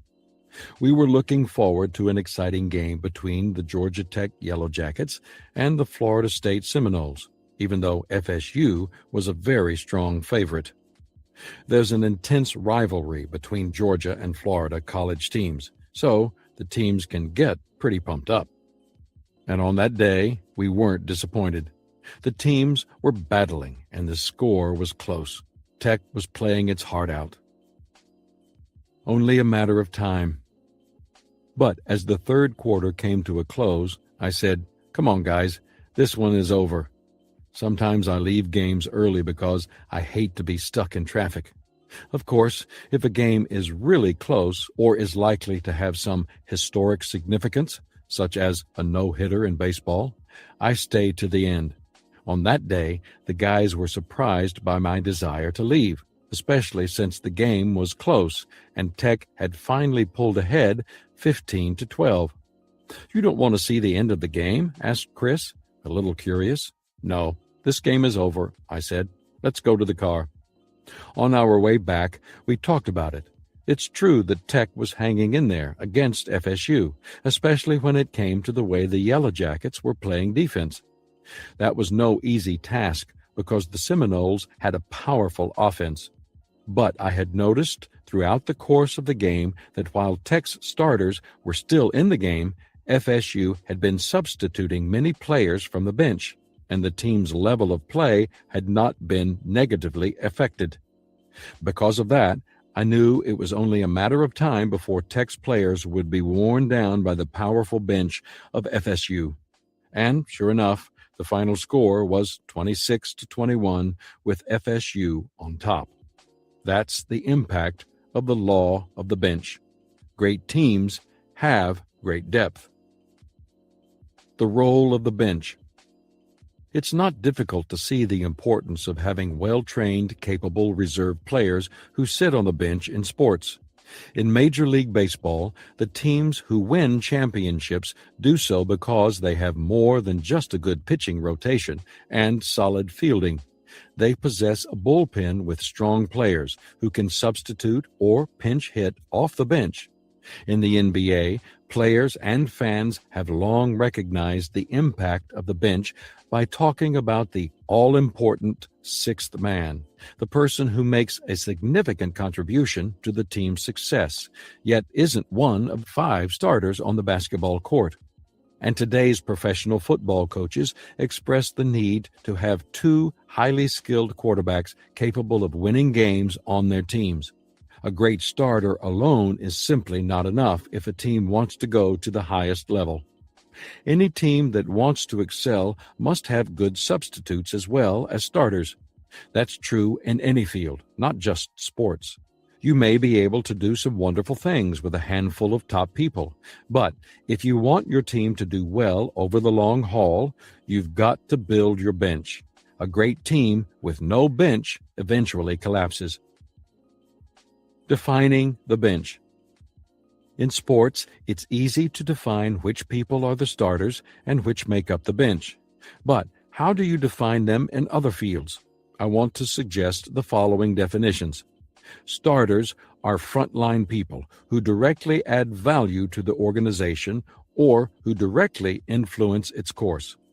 The bench is made up of the people who indirectly add value to the organization or who support the starters. A team's starters are the people most often in the spotlight, and as a result, they get most of the credit, and the people on the bench are liable to be neglected or overlooked. In fact, the people most likely to discount or discredit the contribution of the bench may be the starters. Some key players enjoy reminding the substitutes that they are riding the pine. But any starter who minimizes the contribution of the bench is self-centered, underestimates what it takes for a team to be a success, and doesn't understand that great teams have great depth. A leader who truly understood the law of the bench was UCLA's John Wooden, the Wizard of Westwood, whose teams won 10 college basketball national championships. Coach Wooden valued every person on his teams and the contribution that each person made. No coach did a better job of keeping his teams playing at the highest level over the long haul than Wooden. He observed, "Unselfishness is a trait I always insisted upon.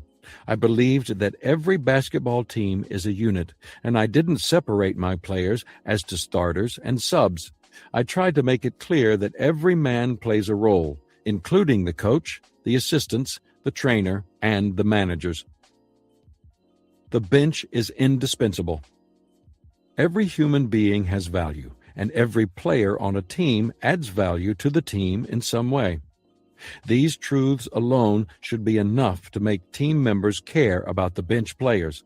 But there are more specific reasons to honor and develop the players who may not be considered starters. Here are several. 1.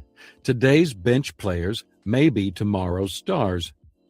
Rare are the people who begin their careers as stars, and those who do sometimes find that their success is like that of some child actors. After a brief flash in the pan, they are never able to recapture the attention they got early on. Most successful people go through an apprenticeship or period of seasoning. Look at someone like quarterback Joe Montana, who was inducted into the NFL Hall of Fame in 2000. He spent 2 years on the bench as a backup before being named the San Francisco 49ers starter.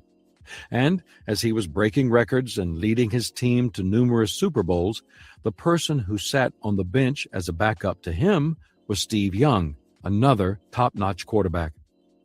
Some talented team members are recognized early for their positive potential and are groomed to succeed. Others labor in obscurity for years, learning, growing, and gaining experience. Then, after a decade of hard work, they become overnight successes. With the way people like to move from job to job today, and even from career to career, good leaders should always keep their eyes open for emerging talent. Never be in a hurry to pigeonhole anyone on your team as a non-starter. Given the right encouragement, training, and opportunities, nearly anyone who has the desire has the potential to emerge someday as an effective player. 2. The success of a supporting player can multiply the success of a starter. When every team member fulfills the role that best suits his talents, gifts, and experience and excels in that role, then the team really hums. The achievement of the whole team makes the starters flourish, and the achievement of the starters makes the team flourish. The whole team really is greater than the sum of its parts. Or, to put it the way John Wooden did, the main ingredient of stardom is the rest of the team. You have probably seen teams led by people who don't understand this truth. For example, they have multi-million-dollar salespeople spending half of their time bogged down in paperwork rather than making calls on potential clients. If the organization would hire someone who enjoyed administrative tasks, not only would the salespeople be happier and more productive, but the gains in sales would more than make up for the cost of that support person. We follow this rule at ISS, my company that provides consulting to churches for fundraising. We employ consultants whose skills and backgrounds are truly one in a million. They work with hundreds of individual churches out in the field every year, and that is where they need to be to use their strengths. However, each consulting job requires numerous letters, instruction manuals, and other printed materials. And to accomplish that, ISS employs a team of talented support people who do a fabulous job with that work. When each person is allowed to work in an area of strength, the entire team wins. 3. There are more bench players than starters. If you read through the roster of any successful team, you will see that the starters are always outnumbered by the other players on the team. In professional basketball, 12 people are on the team, but only 5 start. Major League Baseball teams start 9 but carry 40 players. In pro football, 22 people start on offense and defense, but each team is allowed to have 53 players in all. College teams often have more than 100. You find similar situations in every field.